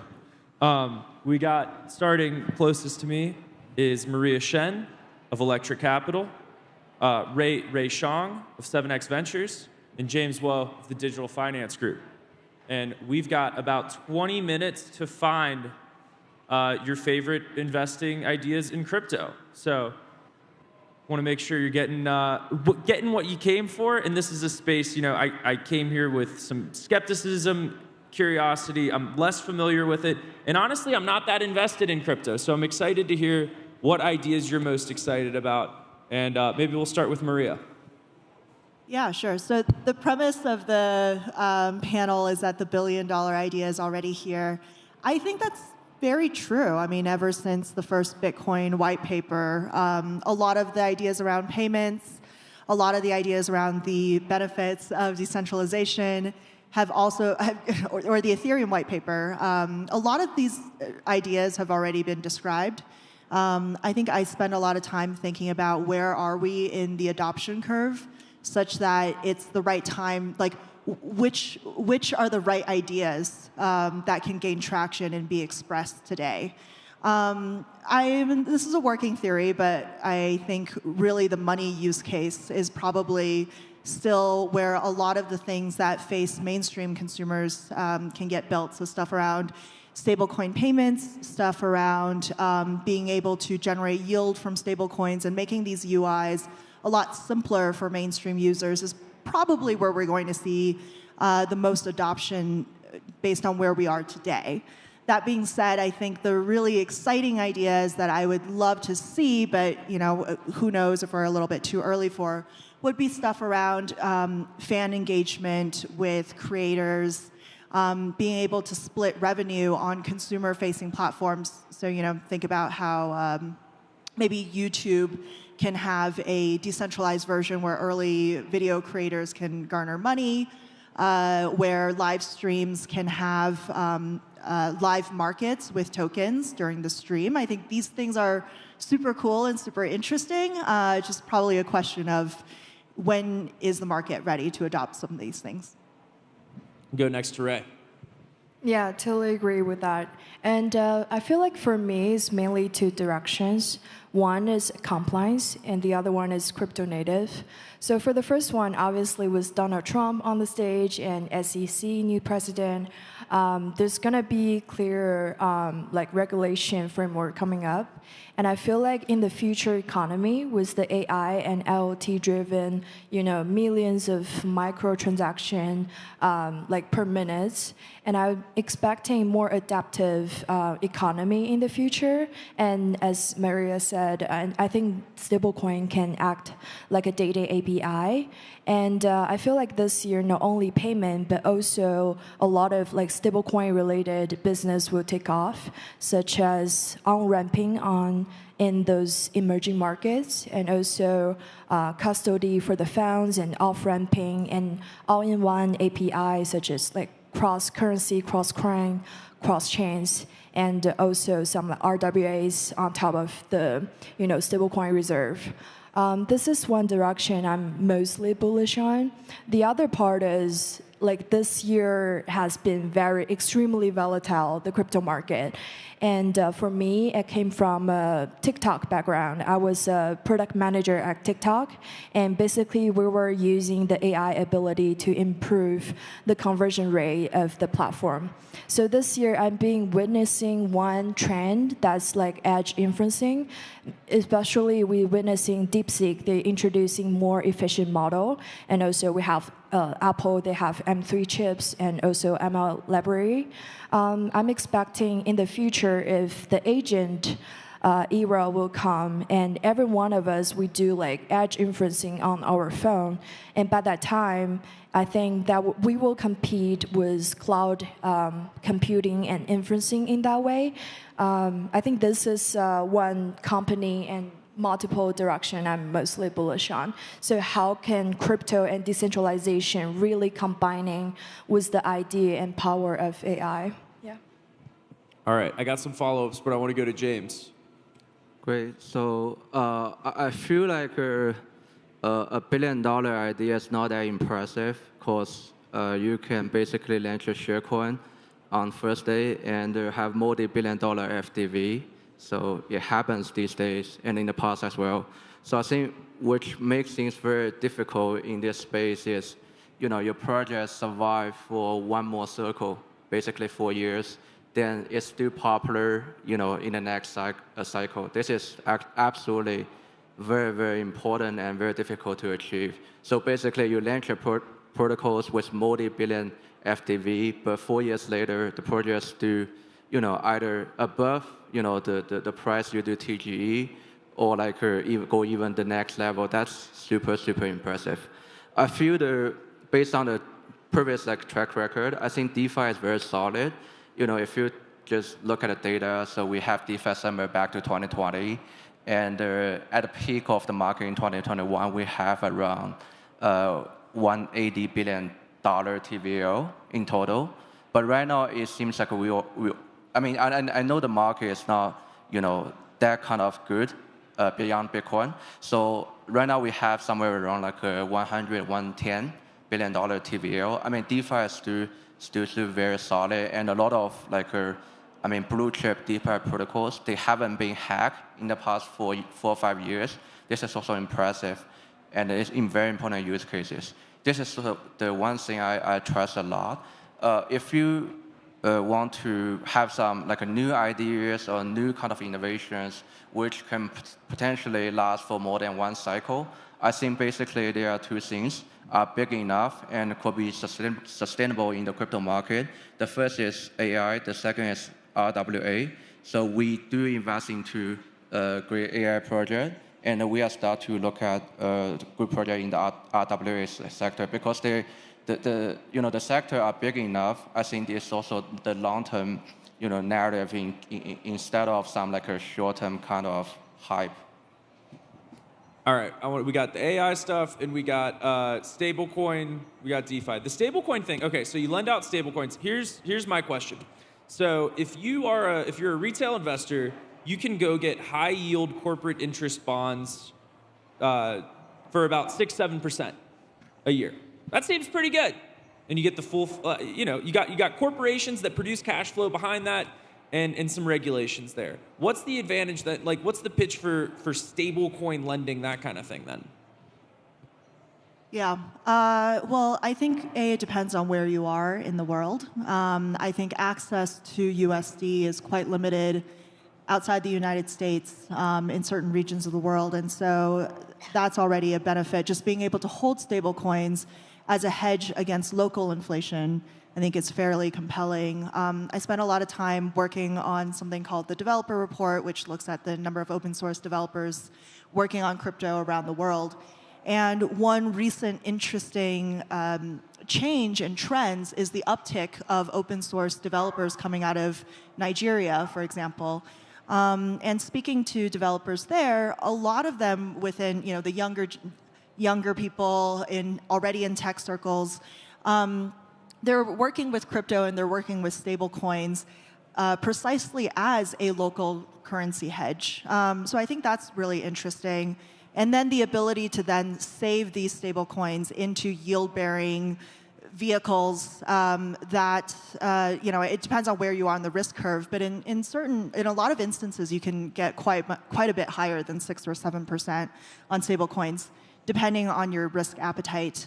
But at the very least, imagine if you didn't have access to USD, you can all of a sudden get access to USD. You can put it into a safe vehicle that's backed by US treasuries on chain and at least get the treasury yield. So I think that at minimum is already a great benefit. Okay, so the two explanations I'm hearing. One is if you're in an emerging market and you can't quite access the markets that I'm talking about, you go to you have these stable coins that you're able to use. And then the second one is if you want to go further out in the risk curve and lend outside of what I just described, the large corporations to upstarts trying to do cool stuff in crypto, then you can do that with the stablecoin lending you described. Let's go to Ray. Yeah. On the AI agent stuff. So the AI agents, I know them on Twitter. You know them on X. They talk to you sometimes. They're not people. What cool stuff are you seeing from the AI agents? So right now, I feel like most of the AI agents, they're just like merely like automatically create Twitter KOLs. But what are we most excited about is actually this ability. Imagine like agent in real world that they cannot access to a bank account or anything. But in crypto, like AI agent, they can own a smart contract wallet or something. They can manage their own private keys. And also you have this, like as I said, stablecoin as a, you know, like the currency API just flow like a data on the internet.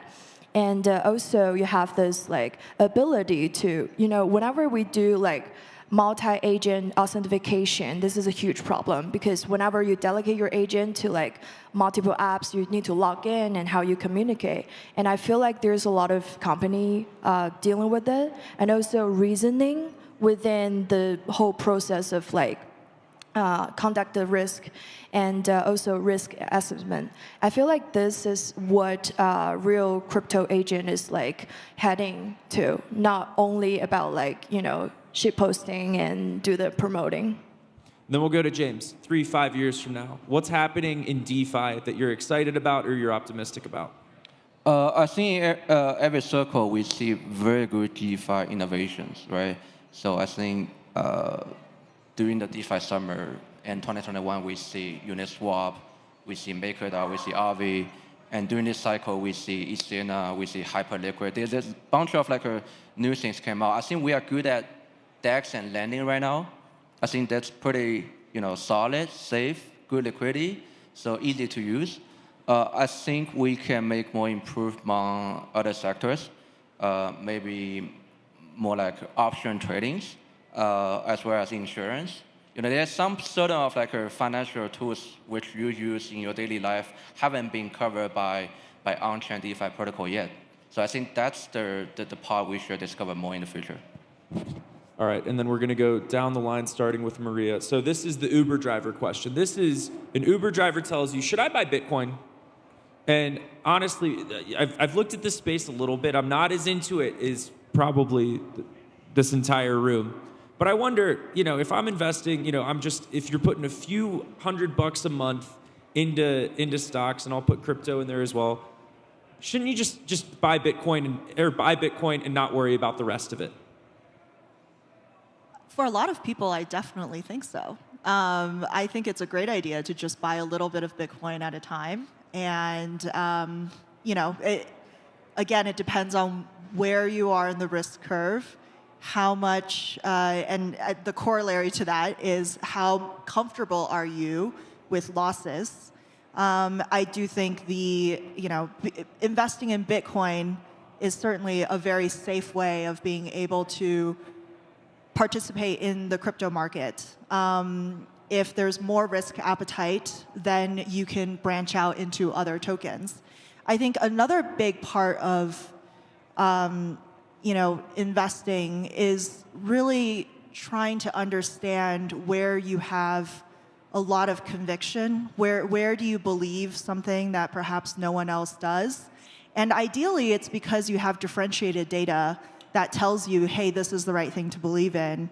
And if you feel that you have this differentiated data and this conviction, then that's where it makes sense to invest outside of Bitcoin as well. But I do think for the normal person, buying whatever is your risk tolerance bit of Bitcoin every single day, every week, whatever, every month, is certainly a great approach. Ray, I'll go to you with the same question. The Uber driver is asking you, I'm interested in crypto. What's your investment advice to them? Depends on who they are. Like, can I ask you more questions? Like, how much you know about crypto? I know, they know of Bitcoin, they know of Ethereum. Maybe they're investing, let's say, $300 a month. Okay, let's just stay in Bitcoin. Just stay in Bitcoin. Don't worry about the rest of it. Because if you really think about it as the concept of money and value, so a lot of people feel like, okay, I have $100 and I just like store in my bank account. I'd be good, right? But actually counting this inflation rate, your value got diluted through time. The whole concept of Bitcoin is like we have this like immutable money that we can hedging against any inflation, but like we can have a fixed schedule. So for anyone that don't, like I told this to my roommate, literally, she worked in the investment banking and she was like, I was trying to onboard her to like Ethereum, Solana. And by the end of it, I was like, you know what, you can just stay with Bitcoin because that's probably the most value attracting, and also you don't need to worry about you got scammed or too volatile. Okay, so James, I can ask you the same question, but if you have a similar, for the average person, stay in Bitcoin. Or someone is knowledgeable about the space, they want to get super risky, and you want a flyer. Give them a flyer. What's something they should look at? Someone want to become super risky. Oh, okay. I saw people always want to super big return without taking the risks. So I don't suggest they become super risky because you may lose your entire net worth. I don't think that's a good idea from a professional investment perspective. Nah, this driver, I'm sticking with the Uber driver thing. I don't know if y'all like it. It's $100, whatever. Their life isn't gonna change based off of it. Or you can just, we can do the Bitcoin stuff. We can stay with. If that is your answer, I don't want you to force you into a different answer. Yeah, I did actually being asked by the Uber driver twice during this conference. I think I gave them the answer is first, Bitcoin is a very good investment for you even at this stage, right? So just imagine if you invest into stock and Bitcoin may have more further upside in the stocks, right? So it actually gave you much potentials for higher returns than other traditional assets. So this is actually very good. The second, I gave the suggestion to the driver is, you have to be, kind of confident about losing some of the money because the volatility could be high. Even Bitcoin have more than $1 trillion market cap still. You can see these days Bitcoin goes down a lot. So price goes down a lot. So you need to be prepared for the volatility. So you don't need to put your entire net worth into Bitcoin right now. I don't think that's worth a try. I think it's more like a part of your asset. You're doing what you are doing for other investment, pull them out and invest in Bitcoin. That's probably a good idea. The third part is be very cautious about using, your custodian platform, right? So if you do this in FTX back to 2020, 2021, that's not a good idea, even if you own enough Bitcoin, right? They replay after the bankruptcy, they do replay your money, but on a Bitcoin perspective, you actually lose a lot of the money, right? So, be really cautious about, your custodian platform, trust only reliable platform, or do you just buy Bitcoin ETF? I saw, they may charge some annual fees on you, but it's probably more safe for you. All right, we're gonna land this plane on time. Maria, Ray, James, appreciate you being here. Thank you for your time. Thank you for your insight, and thank you all for hanging out and watching this.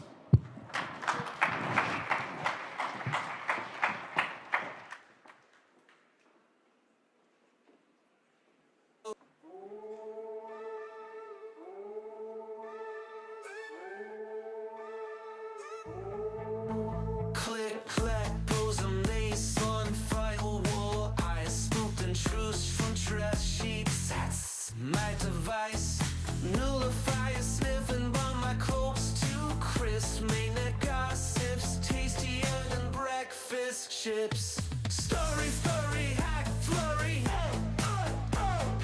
Mama's making news before the cold reload. Got receipts in my cheeks, encrypted and plumbed. You private DMs, I'm the dumpster dive chump. Blood eyes everywhere, that's 3 bird phones. Haunteries whisper, king chomp and blockchain bones. Make it down to my voted fuck. Stealth crawl through your junk scene.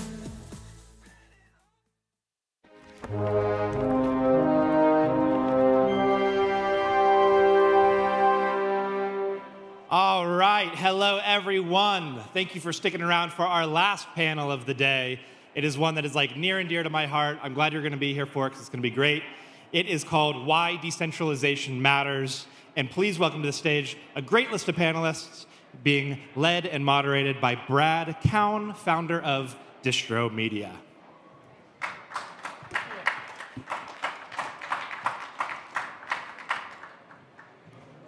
All right, well, you know, they do save the best for last. And I'm glad that everyone who's here appreciates that. But we do have some incredible panelists. We're going to finish strong today. I think this is actually the very last panel.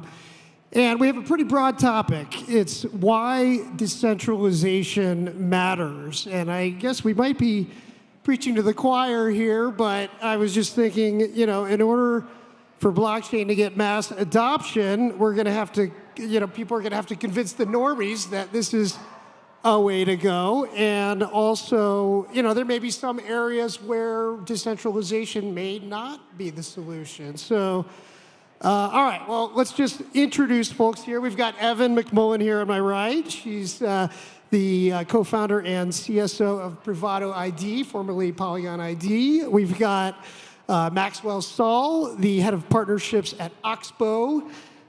We've got Vyacheslav Shebanov, the chief technology officer, DRPC. And we have Chad Nehemiah, engineer at Atoma Network, and who's also worked on the libp2p project. Welcome all. All right, well, let's just start off, you know, I think I actually had a little chat with Vyacheslav yesterday and just something in the news talking about the Bybit hack and what, you know, decentralization. How would you talk about decentralization in the context of the Bybit hack? Yeah, so probably a lot of you know that, you know, $1.5 billion were stolen recently. It's kind of the biggest hack in history, I think. And yeah, like what we were talking about is like, you know, they stole money on Ethereum. They stole basically ETH. And for some reason, they decided to move like all this money, or part of this money, to Bitcoin. And then probably a lot of you remember, if you follow Twitter discussions, that there were a lot of FUD about like roll back the chain, which was unfortunately like none from Ethereum was talking about it. Like people from Solana, Bitcoin were talking about it, and then like it spread because they started moving money to Ethereum from Ethereum to Bitcoin, and this pressure to freeze, roll back, or do something was put on the bridges. And like a lot of bridges starting, like some of them are like decentralized or permissionless. And a lot of bridges also face this kind of question, should we do something? And that's a general question, like if someone basically stole money, should we do something? And if we should, or maybe we shouldn't, but if we should, like what? Like, and to what extent? And what entities actually should do something? For example, like Ethereum probably shouldn't do anything, but maybe bridges should. Or if bridges shouldn't, maybe like RPC providers should. Or like, I mean, that's an interesting philosophical question, which I personally do not have answer. But I think it's important to discuss it because like, yeah, credible neutrality is super important, but you know, we don't want North Korea to use this money to nuke us. Anyone else want to weigh in on this one? What's that?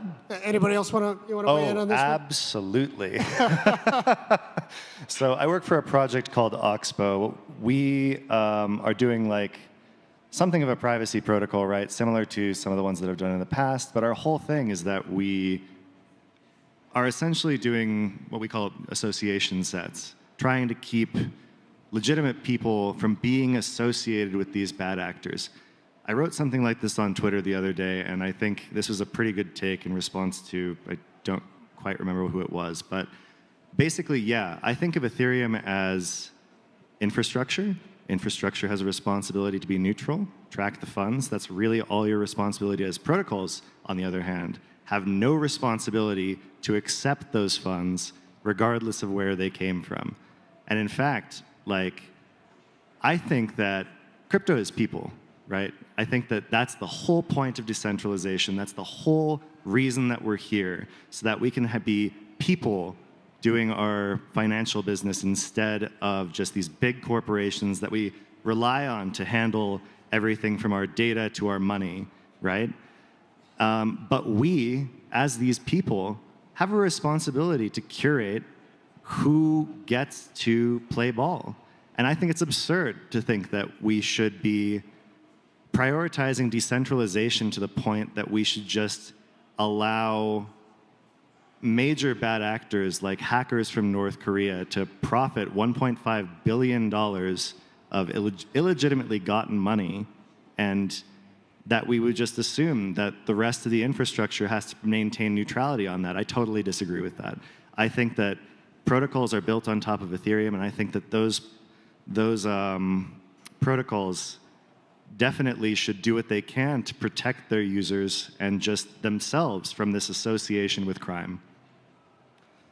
Chad, going to you on this next one, another topic that's, I mean, I've seen several presentations just on this stage today about crypto AI agents and there's, you know, a lot on the intersection of blockchain and AI, and I'm curious, you know, decentralization, what's the talking points on decentralization in the context of the rise of blockchain AI projects? Yeah, I mean, I think actually I would disagree with the last two sentiments in the sense that I think the whole reason why we created decentralized infrastructure was to facilitate some kind of credibility neutral transition of value. And now so to even try and turn back on that to say that we can censor transactions in some sort of way is not only a problem that has actively been worked on at the protocol level, like for instance, when you saw the OFAC or the OFAC censorship attempts, there was now the Protocol Guild moved to pass or work on proposals for transaction inclusion and that sort of thing. So I think it's not to say that bad actors should have a free reign, but this is not something that is going to be solved at L1 level. This is where, again, you have social political negotiations to figure out how do you come to some kind of agreement that countries don't get nuked, but not everything needs to be solved with a blockchain. But to answer your question specifically on how this plays into AI, I think, ironically, even though there's strong economic security in terms of how crypto is actually distributed amongst a number of investors, if you look at the number of validators, they're really controlled by probably 2 to 3 major entities. I know that Lido and Slava made a great point to me earlier that there are a number of other people running validator infrastructure within the Lido umbrella, but nevertheless, they're still under one organization, run a substantial amount along with Coinbase. So if you look at geographic decentralization, I wouldn't say there's much. Most Ethereum validators are kind of distributed across the global north. And I would even go further to say that there's a strong disincentive to run solo stakers. Most solo stakers, who I even know personally, are just checking out and just giving their money to Lido because it's just too much of a burden to even run it to get the same kind of rewards and incentives that somebody else who just gives their rewards to Lido is. And I know this is a little long-winded, but I'm getting to my point. I think I'm a bit nihilistic in that dream of geographic decentralization for validators is completely dead. I think the new frontier now is with LLMs, and I see a particular use case around local AI. So, for instance, what we're doing at Atoma is creating privacy-centric AI through TEEs. I know it's become a buzzword, but it's what we're actually doing. Executing these jobs on GPUs in trusted execution environments and returning the results of these AI service requests through an encrypted channel back to users. I think I see an opportunity for a lot of people in the global south, indigenous communities who want to preserve their knowledge, but can now actually be economically compensated for it by training these local LLMs and then setting up some kind of paywall, which could very much be through the existing crypto rails, where if persons want API keys to actually query these models, because let's be real, I mean, everybody knows who Sean Paul is. I'm from Jamaica. If you ask ChatGPT to explain any song by Sean Paul other than Temperature or Get Busy, it's going to be a complete disaster. But people want to know about Jamaican culture. Imagine if we were the ones training these models and then people can actually get the best answers from us because we're the experts in those fields, and we can have these LLMs now on some kind of marketplace in a decentralized way. So I think that is the new frontier for how decentralization can really matter to actually get meaningful answers and now kind of create a level economic playing ground between the global north and the global south. That's fascinating. Yeah, go ahead. There's a little bit of a spicy take there that I appreciate, but I want to push back on in that, you describe the challenges of nation-state interaction, for example, as a social and political coordination effort that is separate from the credible neutrality of the chain. I actually think that the example of perhaps all of our work here, of having an opinionated protocol set of capabilities built on top of that neutral infrastructure, is evidence of the benefit we derive from decentralization. In fact, so as a quick question, does anyone know why June 2015 is important? That was June 2015. Why is that important to us here at ETH Denver? That was when Ethereum launched, and it has not gone down since. There are very few protocols of the size, scale, and value that Ethereum represents that can also make this claim. So I think that, to Max's point, Ethereum is people, right? It is a human coordination tool that is enabled by human coordination. And by virtue of its decentralized structure, though there's much progress to be made, certainly on the staking front, that minimum viable decentralization to enable opinionated takes on top of the protocol layer, I think is evidence of why it matters, not why it is failing us. But Max, I imagine you probably have some thoughts there as well. Oh, yeah. Okay, so quick question. Are you pro-crime? Do you think it's okay to steal people's money? No, I'm... Okay, that's not, I don't want to get long-winded here, but I think that no is the first answer that a lot of people would give to that, right? And I think that when we're trying to compare, traditional finance, cash, for instance, or moving gold, or any sort of store of value, right? Like, what we're doing here is preserving digital value and creating something that's open access that people can use. But the idea that we have to be neutral to the point that we say, when somebody runs off with somebody's funds, that when somebody cons somebody into giving up their life savings, that the rest of us who interact with this technology on a daily basis have to look at that and say, like, we're neutral here. That's cool. I think that's ridiculous. I really don't think that's okay. I want to step in because I think we need to balance a little bit. Because the idea, like, pro-crime isn't, are you pro-crime or not pro-crime, is a very interesting question. But with Bybit is actually very interesting example of it. It's super clear, but it's not super clear all the time. Like, who defines what's crime and what's not? It's kind of, for example, okay, if we talking about Bybit hack, probably a lot of 99% of the people will say, yeah, it's bad, and yeah, if I can stop it, I will probably try to do it.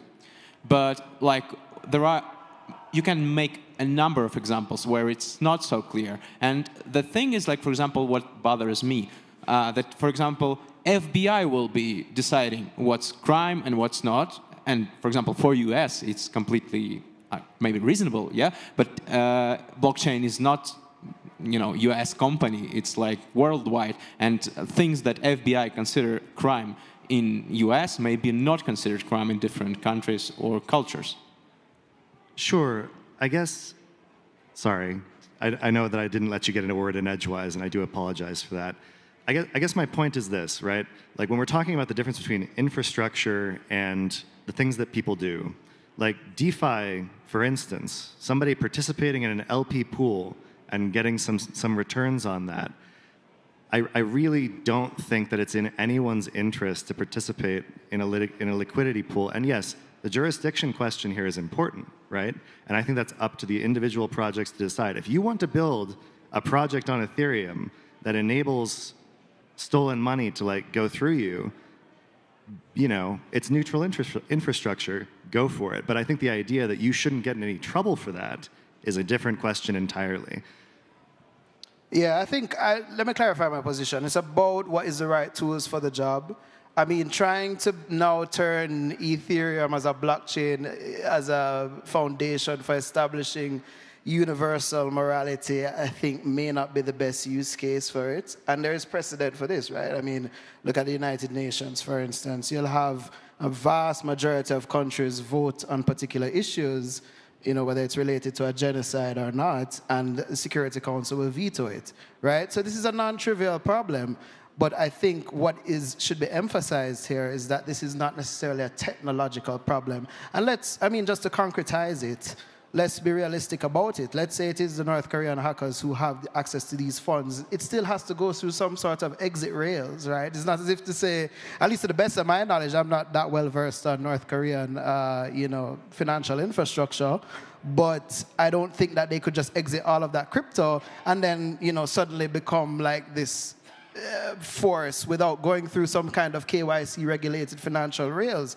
And I think that kind of speaks to the broader point I was making earlier, is that this whole vision of, banking the unbanked hasn't really materialized. It's really mostly the Western countries that are really using crypto in any meaningful way. And it's really a minority of Westerners on top of that who are doing it in a meaningful way. So I think there needs to be kind of a separation of, okay, what is the role of blockchain infrastructure as financial rails? What are the roles of other institutions that may or may not need to be decentralized in terms of regulating socio-political issues and bilateral agreements and trying to come to this consensus around morality and who versus who and that sort of thing? I just think there are different issues separately than what happened in the Bybit hack.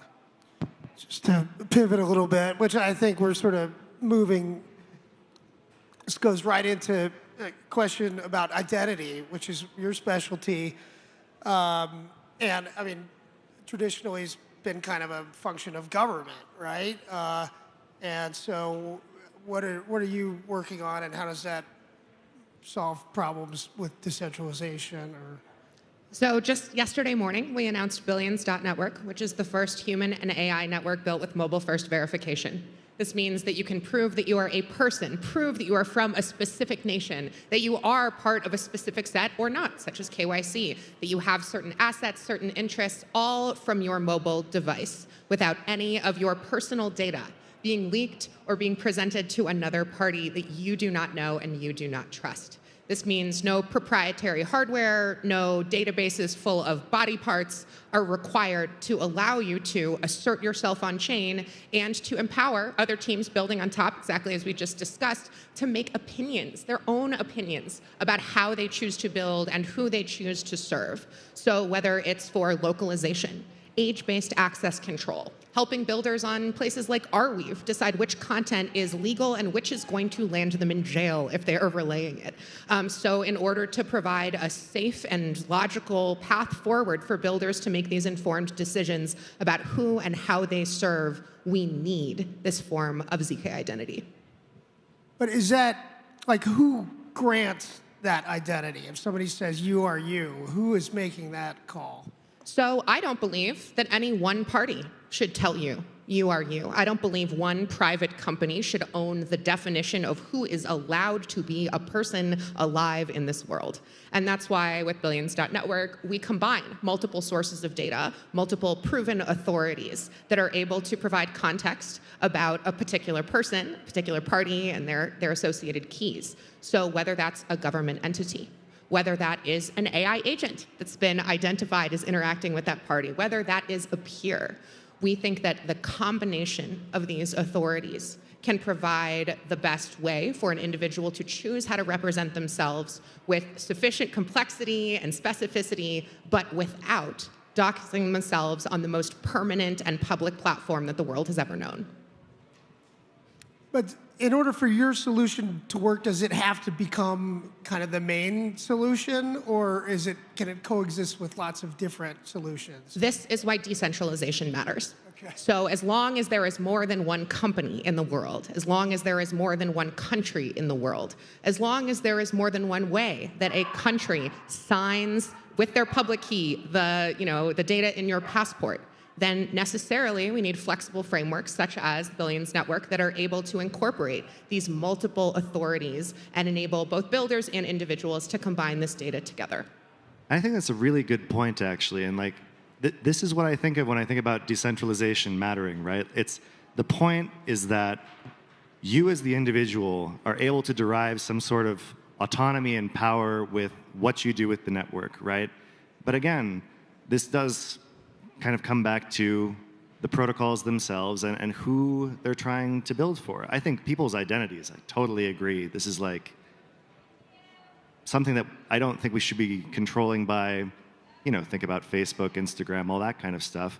That's generally the most important social capital, crypto, maybe Twitter, that we have in this space. But that is very centrally controlled by people who, by and large, are subject to, the nationalities' regulations that they exist within. I think that part of being people on chain, part of being a society, is knowing where what the rules are, right? And making those rules socially. I think that's the main point of all of this, is truly creating something digital, that is not just administrated, but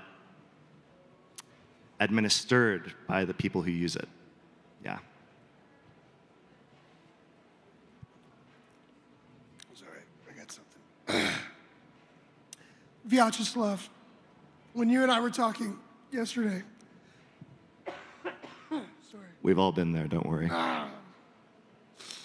You were talking about some of the trade-offs from a business perspective, whether customers or whether the business necessarily works best with maximum decentralization in the context of DRPC. And you were saying there's lots of trade-offs in that spectrum between centralization and decentralization.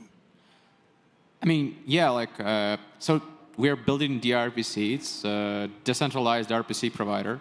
So, for us, we talk with a lot of customers, and what we faced is actually potential customers' protocols. When you say them that you're building something decentralized, they kind of become negative, in the sense that if it's decentralized, it means that doesn't work. So, we don't have a lot of time, so my idea is that decentralization is very important, but if you build something truly decentralized that nobody will use, you shouldn't be doing that, because it's useless, and it's just spent time. My opinion is that in decentralization, we should also understand what things we pursue. For example, when we talk about Ethereum decentralization, we pursue credible neutrality. If we talk about, RPC decentralization, we probably pursue censorship resistance. And my idea in our talk was that basically we should stop building products that is impossible to use that are decentralized. And we should start building products that may be less decentralized. And here, for example, I totally don't understand people dunking on Base. It's kind of a set of compromises and trade-offs. Yeah, you can do and experiment that. But if you make a set of trade-offs that actually make your chain or app usable, I think it's totally worth it. Because again, if we're building something that nobody wants to use, it's just waste of time. And yeah, that was my idea. So it's like pragmatic decentralization. And we should understand like the values that we want to get, or like properties we want to get. Decentralization most of the time is means to an end, not like end goal. That's it. Thank you so much. Not a moment too soon. But this has been a strangely spicy panel. Thank you all for Maybe coming. We could go Thank for you quite for a being bit here. more time if we had the time to do it. Thank you guys This so could much. run. We'll see you on chain. Thank you. Thank you.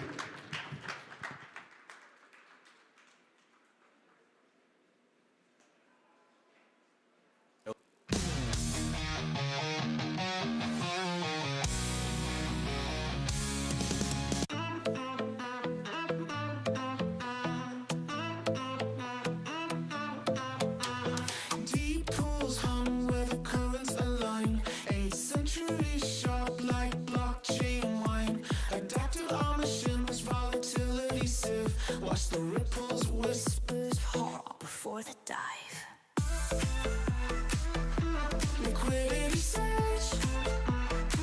Now hearts burning. Fluid fist clenches. Token hoarders, the ends decay. Calm in the ripside where panic can't stay. Submerge. Hoarders, greed clogs the riverbed thick. Whale flicks tail. Instant bridge fix. Stash your bags, last the deep pools king. My tidal waves, just the vault going. Flow, oh, oh, flow, oh, oh. Let the ether breathe. Let the ether breathe. Flow, oh, oh, flow, oh, oh. Token hoarders,